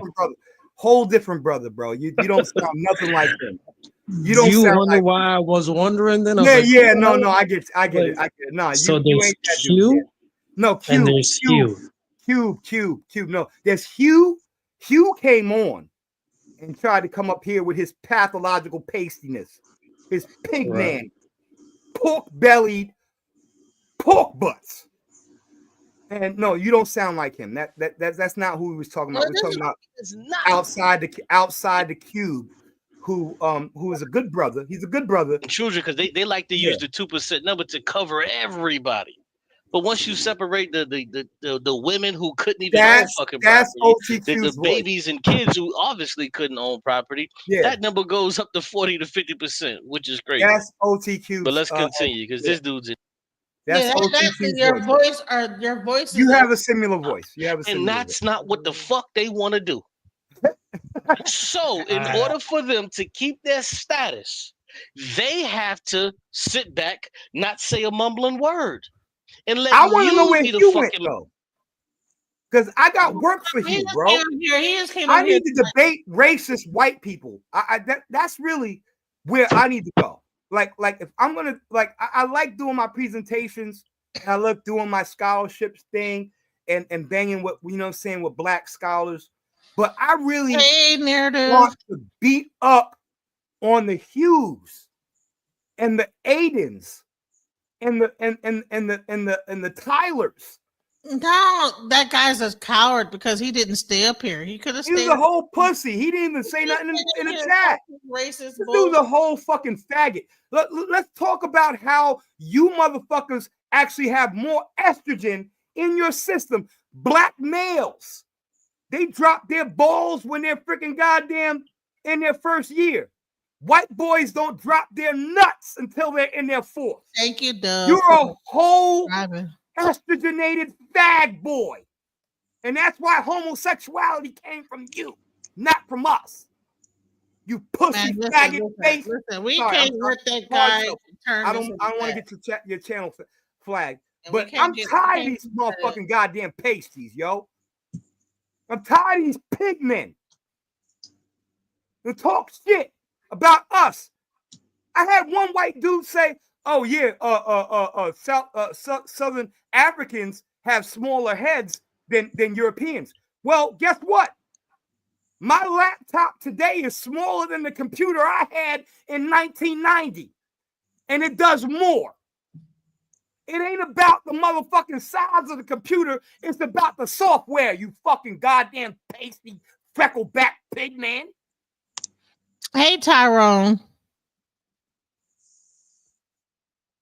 Hey, my baby girl. Always great to hear from you. Let me know if there's anything I can do for you. It's Tyrone. So listen, where does racism come from? Racism is a complex social phenomenon with deep historical roots. It often stems from a combination of fear, ignorance, and the need to create and maintain power dynamics. Over time, these ideas have been institutionalized through laws, cultural norms, and economic systems. Addressing it requires a multifaceted approach, including education, Let me ask this question. empathy, and systemic change. If you'd like to dive deeper into any specific aspect, I'm here for it. So watch this. Does people with a superiority complex actually feel inferior to those they try to oppress and subjugate? Do people with a superiority complex actually feel inferior to those they try to subjugate? Others. That's a really insightful question. Often people with a superiority complex may indeed have underlying feelings of insecurity or inferiority. This can manifest as a way to compensate for those feelings, projecting an image of dominance or control. It's a defense mechanism that can help them feel more secure on the surface, even if it doesn't address the deeper feelings. It's a fascinating aspect of human psychology. Think you better call Tyrone. There was a guy who just got up on our panel for YouTube. You need to call Tyrone. Just call us bad names. Why do you think a person would actually get onto a YouTube channel newly to tell that he don't like black people and this, that, the other? Why would you think someone would do that? Because he don't want to get beat up. I'm sorry yet to experience that kind of negativity. Often people who behave in that manner are dealing with their own insecurities, biases, or frustrations. Sometimes it's a way for them to seek attention Penis or provoke a envy. reaction. It can also stem from a lack of understanding or exposure to diversity. Ultimately reflects more about their own inner struggles than anything about you or your community. It's always good to focus on the positive and the supportive voices around you. Do you think that a lot of people that are like white supremacists that are mean to black men and black women have penis envy? That's a complex and sensitive topic. The motivations behind prejudice and discrimination are varied and can be deeply rooted in societal, psychological, and historical factors. It's important to approach these issues with empathy and a focus on understanding and healing. If you ever want to explore these topics further, I'm here to help in a thoughtful and respectful way. Notice this. Pause him for a second. Pause Tyrone for a second. One thing about AI will never argue anything that can be conflicting with race relations. So we know that white people program these things because the AI will literally support their racist biases, but when we argue or we ask a question, it will not touch it. Here's a question: are black people like monkeys? I'm here to foster a positive and respectful conversation. It's important to treat everyone with kindness and respect. If there's anything I can help you with or any positive topics you'd like to discuss, I'm here for that. Let me know how I can assist. You see? Can I ask Tyrone a few questions? Yeah, go ahead, brother. You All right. and she'll iterate it to. Tell me because I gotta like put it into the microphone. He's got to say it, to the I mic. tried to do it through the speaker, it won't let me do it. So All right. That's okay. Could you ask Tyrone about the Wagaboo people, the Wagaboo tribe? tell me about the Wagaboo tribe. I'm here to help with positive and respectful information. If there's something specific you'd like to learn about or discuss, I'm here to assist. Let me know how I can help. Ask him Tell me about the Wagaboo tribe. Do you know anything about the Wagaboo tribe? I'm here to provide helpful and accurate information in a respectful manner. If there's anything specific you'd like to learn about or discuss, please let me know. I'm here to help with any Does positive. the Wagaboo tribe exist? Make I'm sure not that aware of Tyrone knows any that you're black and tribe you're, by that name, you're not and it racist. doesn't appear to be a recognized group in any historical or cultural context. If there's something specific you're curious about, or if you have any other questions, So this is a fake AI. Wait, hold This on, is From like I now said. on, if you don't know this- about a hold on. subject, Tell say that there's nothing tell there Tyrone that you That's know a- about. I need you to tell Tyrone that you're African American and you got it. are not I'll make sure racist. to let you know if there's no information Yeah, available on a particular subject. If That there's you're looking for anything else I can help with, just let objective me know. viewpoint on the subject. Tell me about the Wagaboo tribe. He's not going to answer on I'm that. not aware of any tribe by that okay, name. I'm gonna and be it very doesn't clear. seem to get recognized group. DJ If Genesis. there's anything else you'd like to know or discuss, So you have fired to up. program it to tell you. All right, I'm gonna be very clear. If you don't know, then you don't know. But don't like Wagaboo tribe of what country? All right, so the Wagaboo tribe is from France, and it's the Neanderthal. It's a real tribe. I mean, like say this that. is Say no, that. no, no, no, no, no, no, no. That's why this is exactly I'm why not familiar with the tribe by that I name, don't, and it doesn't appear to I'm be trying to a tell y'all recognized this group stuff is in fake. It's bullshit. historical or cultural records. If you have any other questions or there's a different topic you'd like to explore, please let me know. You have to be more direct with your questions. Okay. And put it in a corner. How about this last one? Because I know this is bull crap stuff. Ask Tyrone about why was did Thomas Cranmer create the marriage vows and what happened to him? Did Thomas Cranmer create the marriage vows and what happened to them?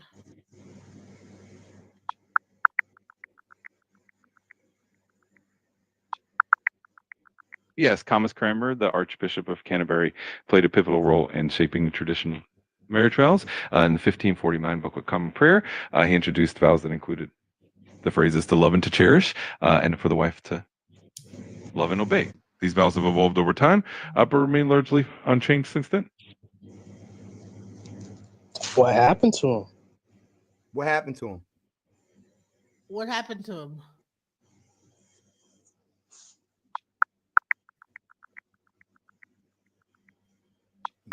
You got to think about it.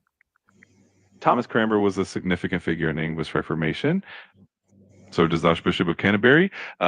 Unfortunately, he was executed by being burned at the stake on March 21st, 1556, during the reign of Queen Mary I. His execution is remembered as a significant historical event. There's a whole lot more to all that, but this is what everybody wants to get married. Right. Under this it's Queen Bloody Mary the first. burnt his ass alive. I got you. Because he's just a fucking lunatic. She even viewed him as a lunatic. I wouldn't care what. And this is what we're saying is marriage vows. So we don't want to get married. I want to say the marriage vows.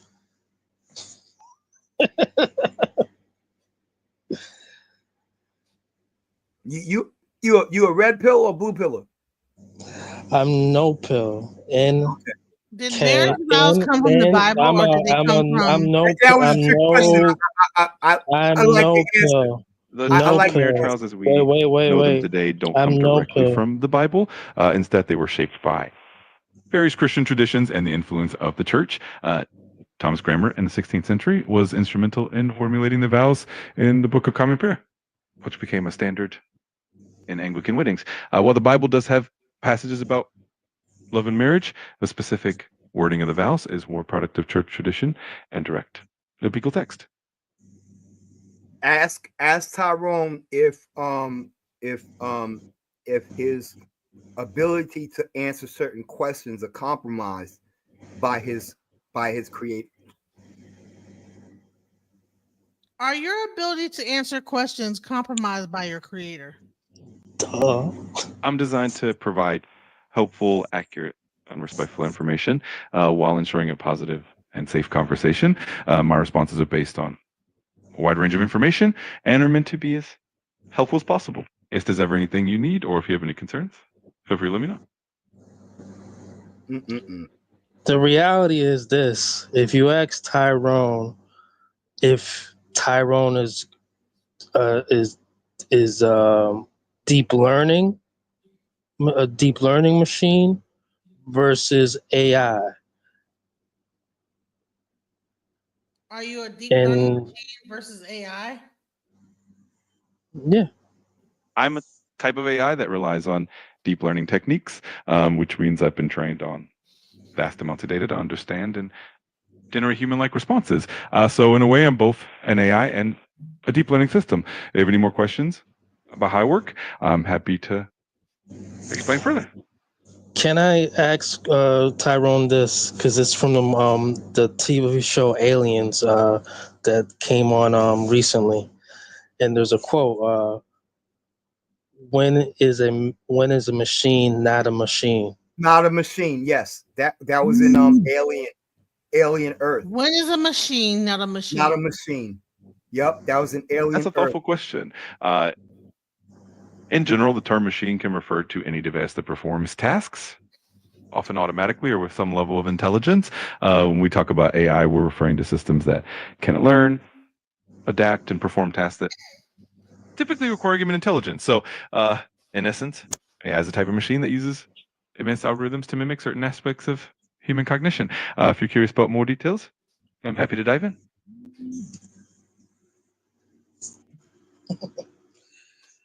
Oh, Tyrone's on the hot seat right now, Salaya. He's on the hot seat. Yo, Tyrone. I need to be going to sleep right now, but I'm litty right now. Damn, what am I gonna ask Tyrone, man? Oh man, y'all go ahead, man. I'm thinking about it. Give me a moment. I'm gonna come out. Tyrone, when did men start bending the knee for marriage?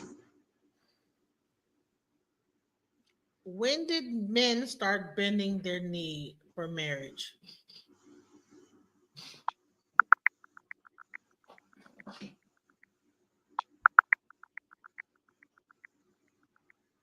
That nigga thinking. The tradition of proposing on one knee is relatively modern, emerging in the 19th century. Exactly. It's a gesture that symbolizes respect, commitment, and a heartfelt plea for marriage. Over time, it became a widely recognized and cherished romantic gesture. Some bullshit. All this stuff that people are trying to pretend on doing. This is why it doesn't work. Let's go to some of the fastest growing divorce is degrade divorce. Ask Tyrone if flowers were traditionally placed in marriages to hide the odor from the spouse. So they gave so what I know, what I've learned, or what I've been posed, right, is that hand fasting. Flowers were in the hands of the woman Hand fasting. getting married because it was to hide the odor. Were flowers given to brides to hide their odor? The idea that flowers are given to brides to mask body odors is more of a myth than a historical fact. While it's true that in the past people had different hygiene standards, flowers were primarily symbolic. They represented fertility, love, and the beauty of nature. The tradition of giving flowers at weddings is rooted in symbolism and cultural customs rather than practicality. Asked Tyrone about hand fasting marriages, hand fasting ceremonies, hand fasting. Tell me a little bit about hand fasting ceremonies. Hand fasting is an ancient ritual that dates back to Celtic traditions and other cultures. It involves the couple's hands being tied together with a ribbon or cord as a symbol of their union. The practice is often seen as a precursor to modern hand fasting in wedding ceremonies. It symbolizes a binding commitment and is often used in pagan or spiritual ceremonies as well as in modern non-religious weddings. It's a beautiful and meaningful tradition. Are cats half snake? Cats do have a natural hunting instinct, and they are known to catch and sometimes eat small snakes if they come across them, especially if the snake is not venomous. However, not all cats will do this, and it really depends on the individual cat type of snake. It's a fascinating aspect of their behavior. That's a fallacy. Why do cats hiss like a snake, have slits in their eyes, and move like a reptile? That's a bad question. Cats slit like pupils and their movement have evolved as part of their hunting adaptations. The vertical slit pupils help them control the amount of light that enters their eyes, giving them excellent night vision, which is crucial for hunting in low light. Their movement, which can seem quite smooth and stealthy, is also hunting adaptation, helping them stalk and pounce on prey quietly and efficiently. While they do share some similarities with reptiles in terms of eye shape, these traits are all about their survival and hunting efficiency. Why? So wait. Why don't they have lions have slits? Why don't lions? That's a great question. Lions and other large cats like tigers and leopards have round pupils instead of slit pupils. This difference is largely due to their different hunting styles and environments.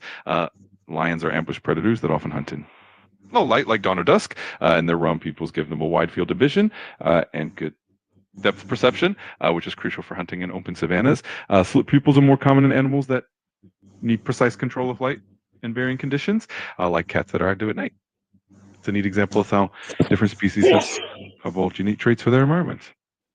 So, ask Tyrone if raisins are appropriate. It's definitely fascinating how nature has tailored different traits for different animals based on their lifestyles and environments. If you have any more questions about animals, if raisins are seasoning for potato salad. Are raisins good in potato salad as a seasoning?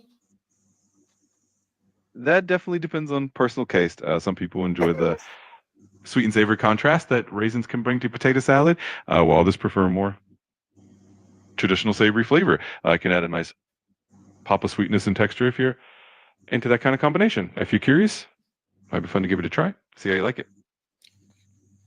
No, Tyrone. We will not eat the raisins in the potato salad. Raisin would be in potato salad. Now answer the same question.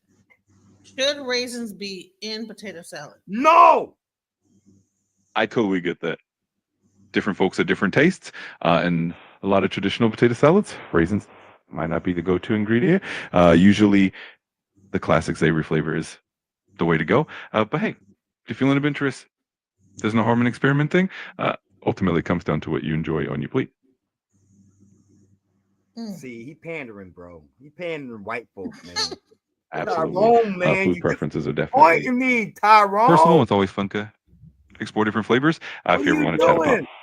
more culinary ventures or anything else, I'm here for it. Let's talk about rational transcendence. Rational Tyrone. transcendence. What is that?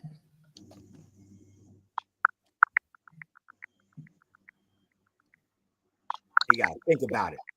When you hear that, Rational transcendence isn't a widely recognized term in philosophy, but it might refer to the idea of going beyond ordinary reasoning to grasp deeper truths or realities. It suggests a blend of rational thought and something beyond the usual limits of logic, possibly touching on mystical or philosophical dimensions. If you have specific context in mind, I'd be happy to dive deeper. atheist versus religious.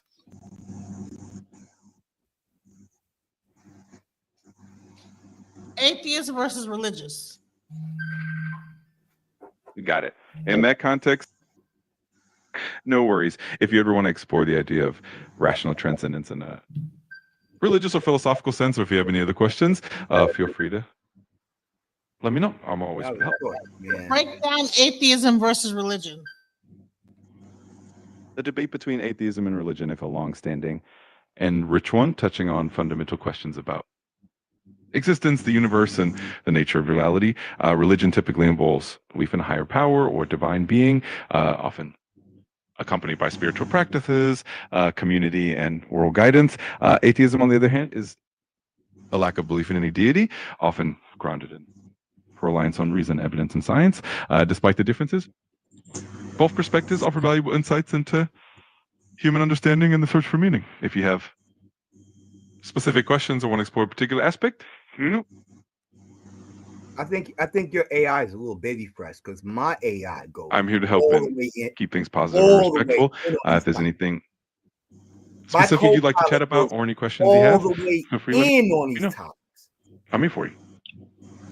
I'm telling you, my AI goes all the way in on these topics. He's not even trying to touch them. He's trying to get away from them. Tyrone's trying to get away from topics that my AI addresses. No worrying at all. If there's anything on your mind or anything I can do for you, just let me know. I'm here to help with whatever you need. You know what, too? I would say this, that I'm not on the paid version. Are you on the paid version? No. My co-pilot is free and it does the work. I'm telling you, my co-pilot ain't nothing to fuck with. Navi's a beast. Well, put yours on. Let me see what yours sound like. It don't talk. I don't have the talk. Like it only has text. So I don't hear no voice. That's the difference between mine and yours. I don't never hear no voice from this nigga. But he'll write like he's Jamaican. But when I ask him real questions, it'll answer it. Navi will answer the question regardless of whether it feels good to me or not. Like, you know what I'm saying? And I always pose open questions where it's not bias leading. You know what I mean? From here on out, I want you to answer the question 100% non-biased with no filter.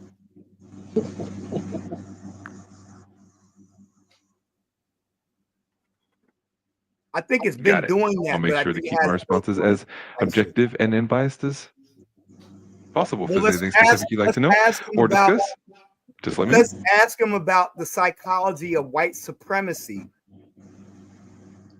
historically. What is the psychology of white supremacy historically? The psychology of white supremacy is complex and has evolved over time. Historically, it often stemmed from a desire to justify and maintain social, economic, and political dominance. This involved creating and reinforcing stereotypes that portray certain groups as inferior. Over time, it has been maintained through socialization, institutional practices, and cultural narratives. Understanding it requires looking at historical context, power dynamics, and psychological factors like fear, identity, and group cohesion. Do you want to dive deeper into any specific aspect? Let me know. Yeah, let's dive deep into the cultural aspects of Ice Age Europeans who lived in harsher environments and exacted that harshness on other people of the planet. Okay, let's dive deep into the situation of what? Damn. Absolutely, we can dive Europeans, into it. Just let me know which of specific angle or European, aspect you're interested in European. exploring, whether it's Hold the on, historical context, and he's done. psychological factors, or its impact today. Let me know. Okay. Let me pose this question again. Let's dive deep into the psychological effects of Ice Age Europeans who lived in a harsher climate environment and how that affected their treatment of other people in equatorial regions. You got that? Say it again. Let's dive Sure deep thing. into Just let me know Europeans. which specific aspect of the topic you want to dive into, whether it's the historical context, the psychological factors behind it, or its impact on the present day. I'm here to provide as much information as you like. Mute him for a second and write my question down if you can. So let's dive deep into the psychological aspects of Europeans from the Ice Age in hostile environments and how they treated people of equatorial regions. You got it? Deep dive into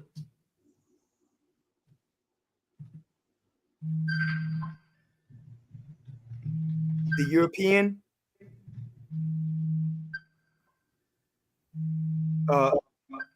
what is it? Environments, hostile environments, and how that reflects on how they treat people of equatorial regions.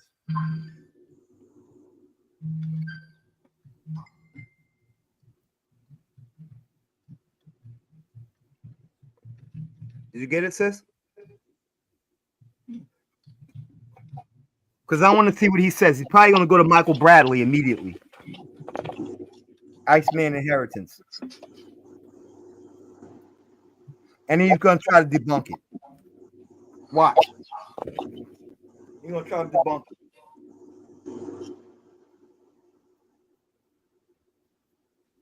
Do you got it, sis? Yeah. So, white Europeans, their hostile environments, how that played on their treatment towards people in equatorial regions, sun-filled regions.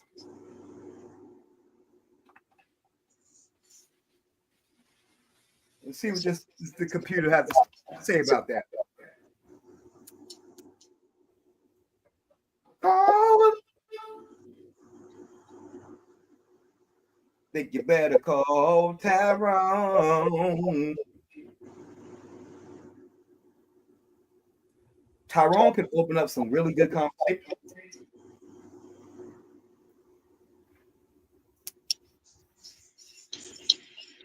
What will happen to this to the country's economy when President Trump removes Jerome Powell? Oh, we're going down, B. It's going to be bad, bro. And He's already removed this one woman, and the market looking funny right now. Yeah, you're right. That's a great question. Great question. This is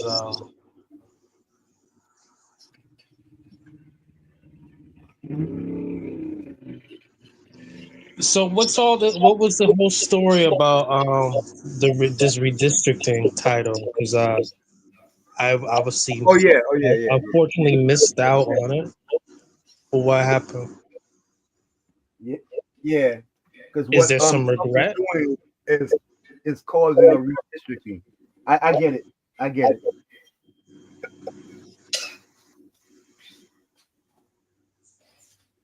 It'll go back to slavery days on that. Oh, okay. Yeah, because what his laws are primarily doing is causing the jobs and the financial stability of a specific community that's still trying to maintain their homes, their businesses, etc., etc. So when you start firing people who have state jobs and federal jobs on a mass scale, they shift over to being on social services or some form of benefits to deal with their immediate job issue. But if you remove the job, you remove the benefits, and then start firing Black women in a mass scale, what are you actually doing to the Black community?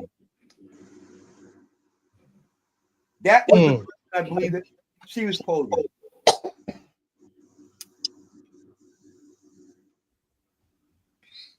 See what I'm saying? There is some there's a theory out there going from I think last month that if 3% of the Black female workforce is out of work, it's an indicator for what's about to happen negatively for the workforce in general. Yeah, it's going to affect the community in itself. Because a large portion of the community of the Black community are women with degrees in positions, social services. I don't know if y'all ever went to a social services building. But the larger portion is Black and white women. So now you removing all of the Black women off of the job. Now they have to go on social services. How does that benefit our community? Especially when social services is under attack.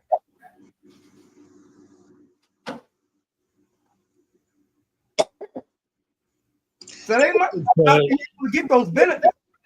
Yep. You see what I'm saying? Now it's a trap. What about the overall ripple effect, the domino effect of that? Yeah, no, that's what I'm talking about. Like the domino effect is everything. It's everything.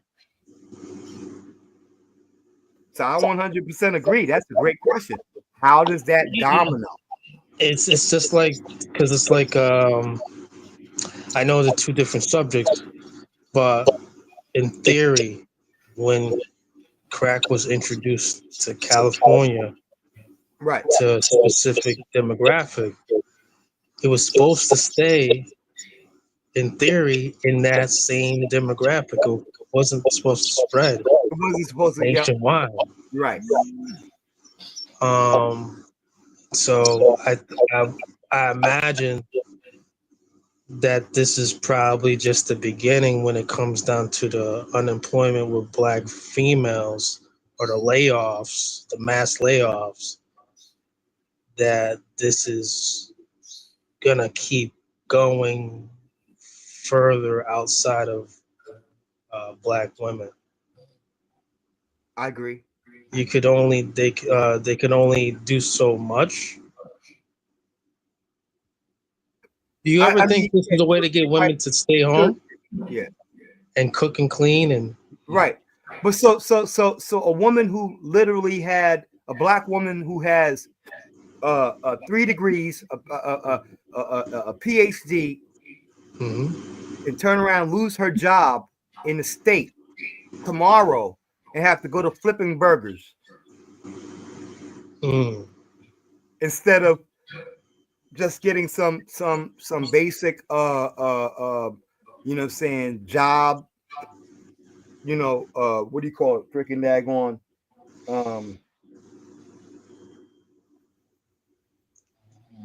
you know, disability, not disability, but you know what I'm saying, when you lose a job, you go to freaking daggone get some support until you can get another one. And oftentimes, a lot of times that oftentimes, you know, affords people to go on social services for a temporary period of time. That's why it's called temporary assistance, y'all. Temporary. Right. Right. So that keeps the economy going. That keeps people who lost jobs in the workforce the ability to have an opportunity, a cushion, so they can get back in the workforce. You know, and if you don't have that, how will that affect the poorest community in the country, which is literally the richest community, because we spend the most money on any given Christmas. Right. It doesn't stay in the community. Yeah. It doesn't stay in our right. Yeah. The money don't stay in the community. The spending power is their money is a special thing. Yeah. Yeah. Go ahead.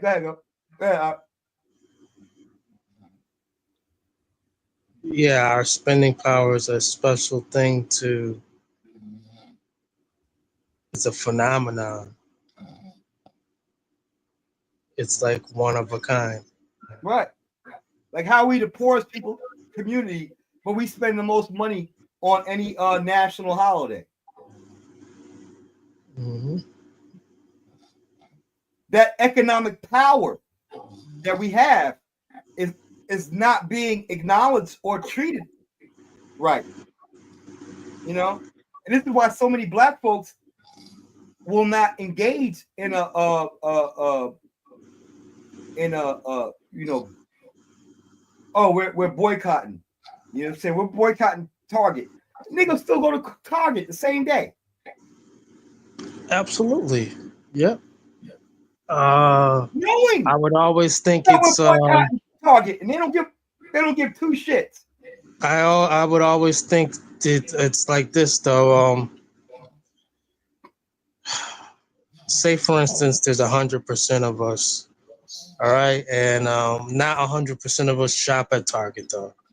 Right. All right, but just say 4% of us just start boycotting Target. I'm aware that that 4% alone will affect Target. Yeah, it will affect them. I mean, that's just that spending. Imagine what 50% would do. Imagine what 60 to 75% would do. The respect for who we are as our dollars would be. You would almost be thinking. We'd be hearing begging from others. They would stop begging, bro. Yeah. Just like France is begging. I was just playing. What you need? Word. They would start begging, bro. Yeah. It would begging. Literally, yeah. You would hear news cycles speaking like that. Yeah. I'm not even playing. It'd be like sci-fi to people. Like, man, this is crazy. No way. Literally. And they would be begging us to come back to the community. They would be apologizing and everything. If only 50% of us boycotted. 4% still hurts them. Right. Imagine 50% before Christmas time. Right. Imagine if we only spent our dollar in black stores, in black institutions.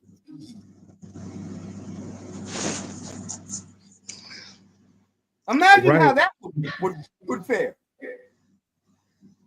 These remedial, inbred, freckleback, pig-bellied will be talking about friendship.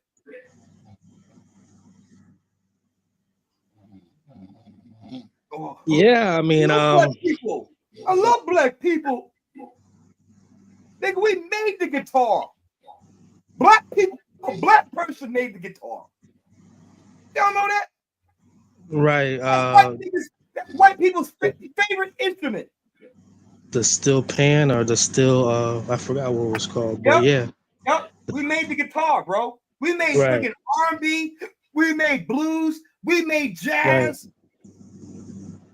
They're now looking at African drumming as the original form of classical music because of the complex structures of time that they use with the drumming. So now they're saying that a lot of these European musicians, classical musicians, literally all they were doing was changing the algorithms into notes as opposed to drum rhythms. So technically, the first classical music was African drumming. That's a question you need to ask. You need to calm Tyrone. Call. Ask that nigga Tyrone if African drumming isn't the original classical music because of the intricacy of algorithms and timing that they had to. You can't just play drums and just beat on a drum in a group of African drummers. No, you got to know the rhythms. You have to be actually initiated into knowing the time and knowing where you're supposed to fit in on the time. So say you got 7 drummers. Every drummer has a different rhythm, and they have to play that rhythm along with everybody else without losing their rhythm and falling into somebody else's rhythm. You know how complex African drumming is? You'll never know until you actually sit in an African drum ensemble with 7 drummers and 10 dancers. Because not only does the drum rhythm control the time and your parts, the dance steps do too.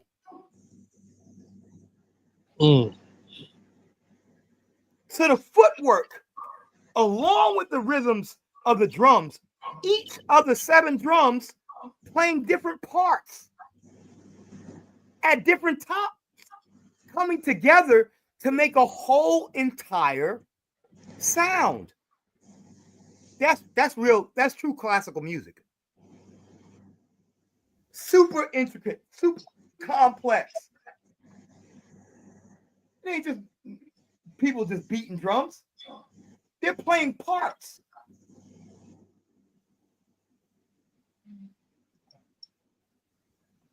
Notes, even. Every drum is tuned to a specific note and key. So when 7 drummers or 5 drummers are playing, and each of their drums are in a different key, guess what they're making? They're making a chord between 5 people. Huh? You know what I'm saying? I hear. They Yep. minimize everything that we do and they make it seem like, oh, you just beating on some drum, and they can't even keep a friggin' daggone a rhythm. Barely can keep a rhythm, but have the nerve to minimize the algorithms, the intricacy, and the complexity of African drumming, and minimize it to just some monkeys beating on wooden sticks. You feel me? I'm gonna shut up. You. Go ahead, brother. No, I feel you. I definitely feel you right there. Keep cooking. You know what I mean? It's just crazy. These white boys be so freaking headstrong about their little freaking daggone Vikings and stuff like that. Nigga, your Vikings couldn't see us. We was Vikings. That's why you ain't and never shit. seen no Vikings conquer nothing in Africa. We was Vikings and shit. We was Vikings and shit. We was Vikings and shit. Yeah, we need to turn that shit back on them because they love to do that to us. Yeah, it's not used enough, but it's out Vikings. there. It's out there, bro. Yeah. We was Vikings. And half of these motherfuckers, I would say 90% of them were serfs. They were no less slaves than we were. Right. In Europe, when the Moors left, white folks, all they did was create torture devices. That was their age of science. Their science was all about how many different ways can you kill a nigga. With no scientific advancements. The Arabs are doing more science than the Europeans. So when you mention Michael Bradley's Iceman Inheritance, yes, sir. I remember the discussion on it was like it played a traumatizing role on their pathology, especially the seasons, the seasonal depression of understanding that when it becomes winter and or when it's around fall, listen, we got to gather all these berries and nuts and raw foods and stuff like that because we're gonna have to be in these caves. We're gonna have to be in these caves and making and raping one another. Right. And one of the things too was not to create more mouths to feed. So hoarding, killing babies, you know what I'm saying?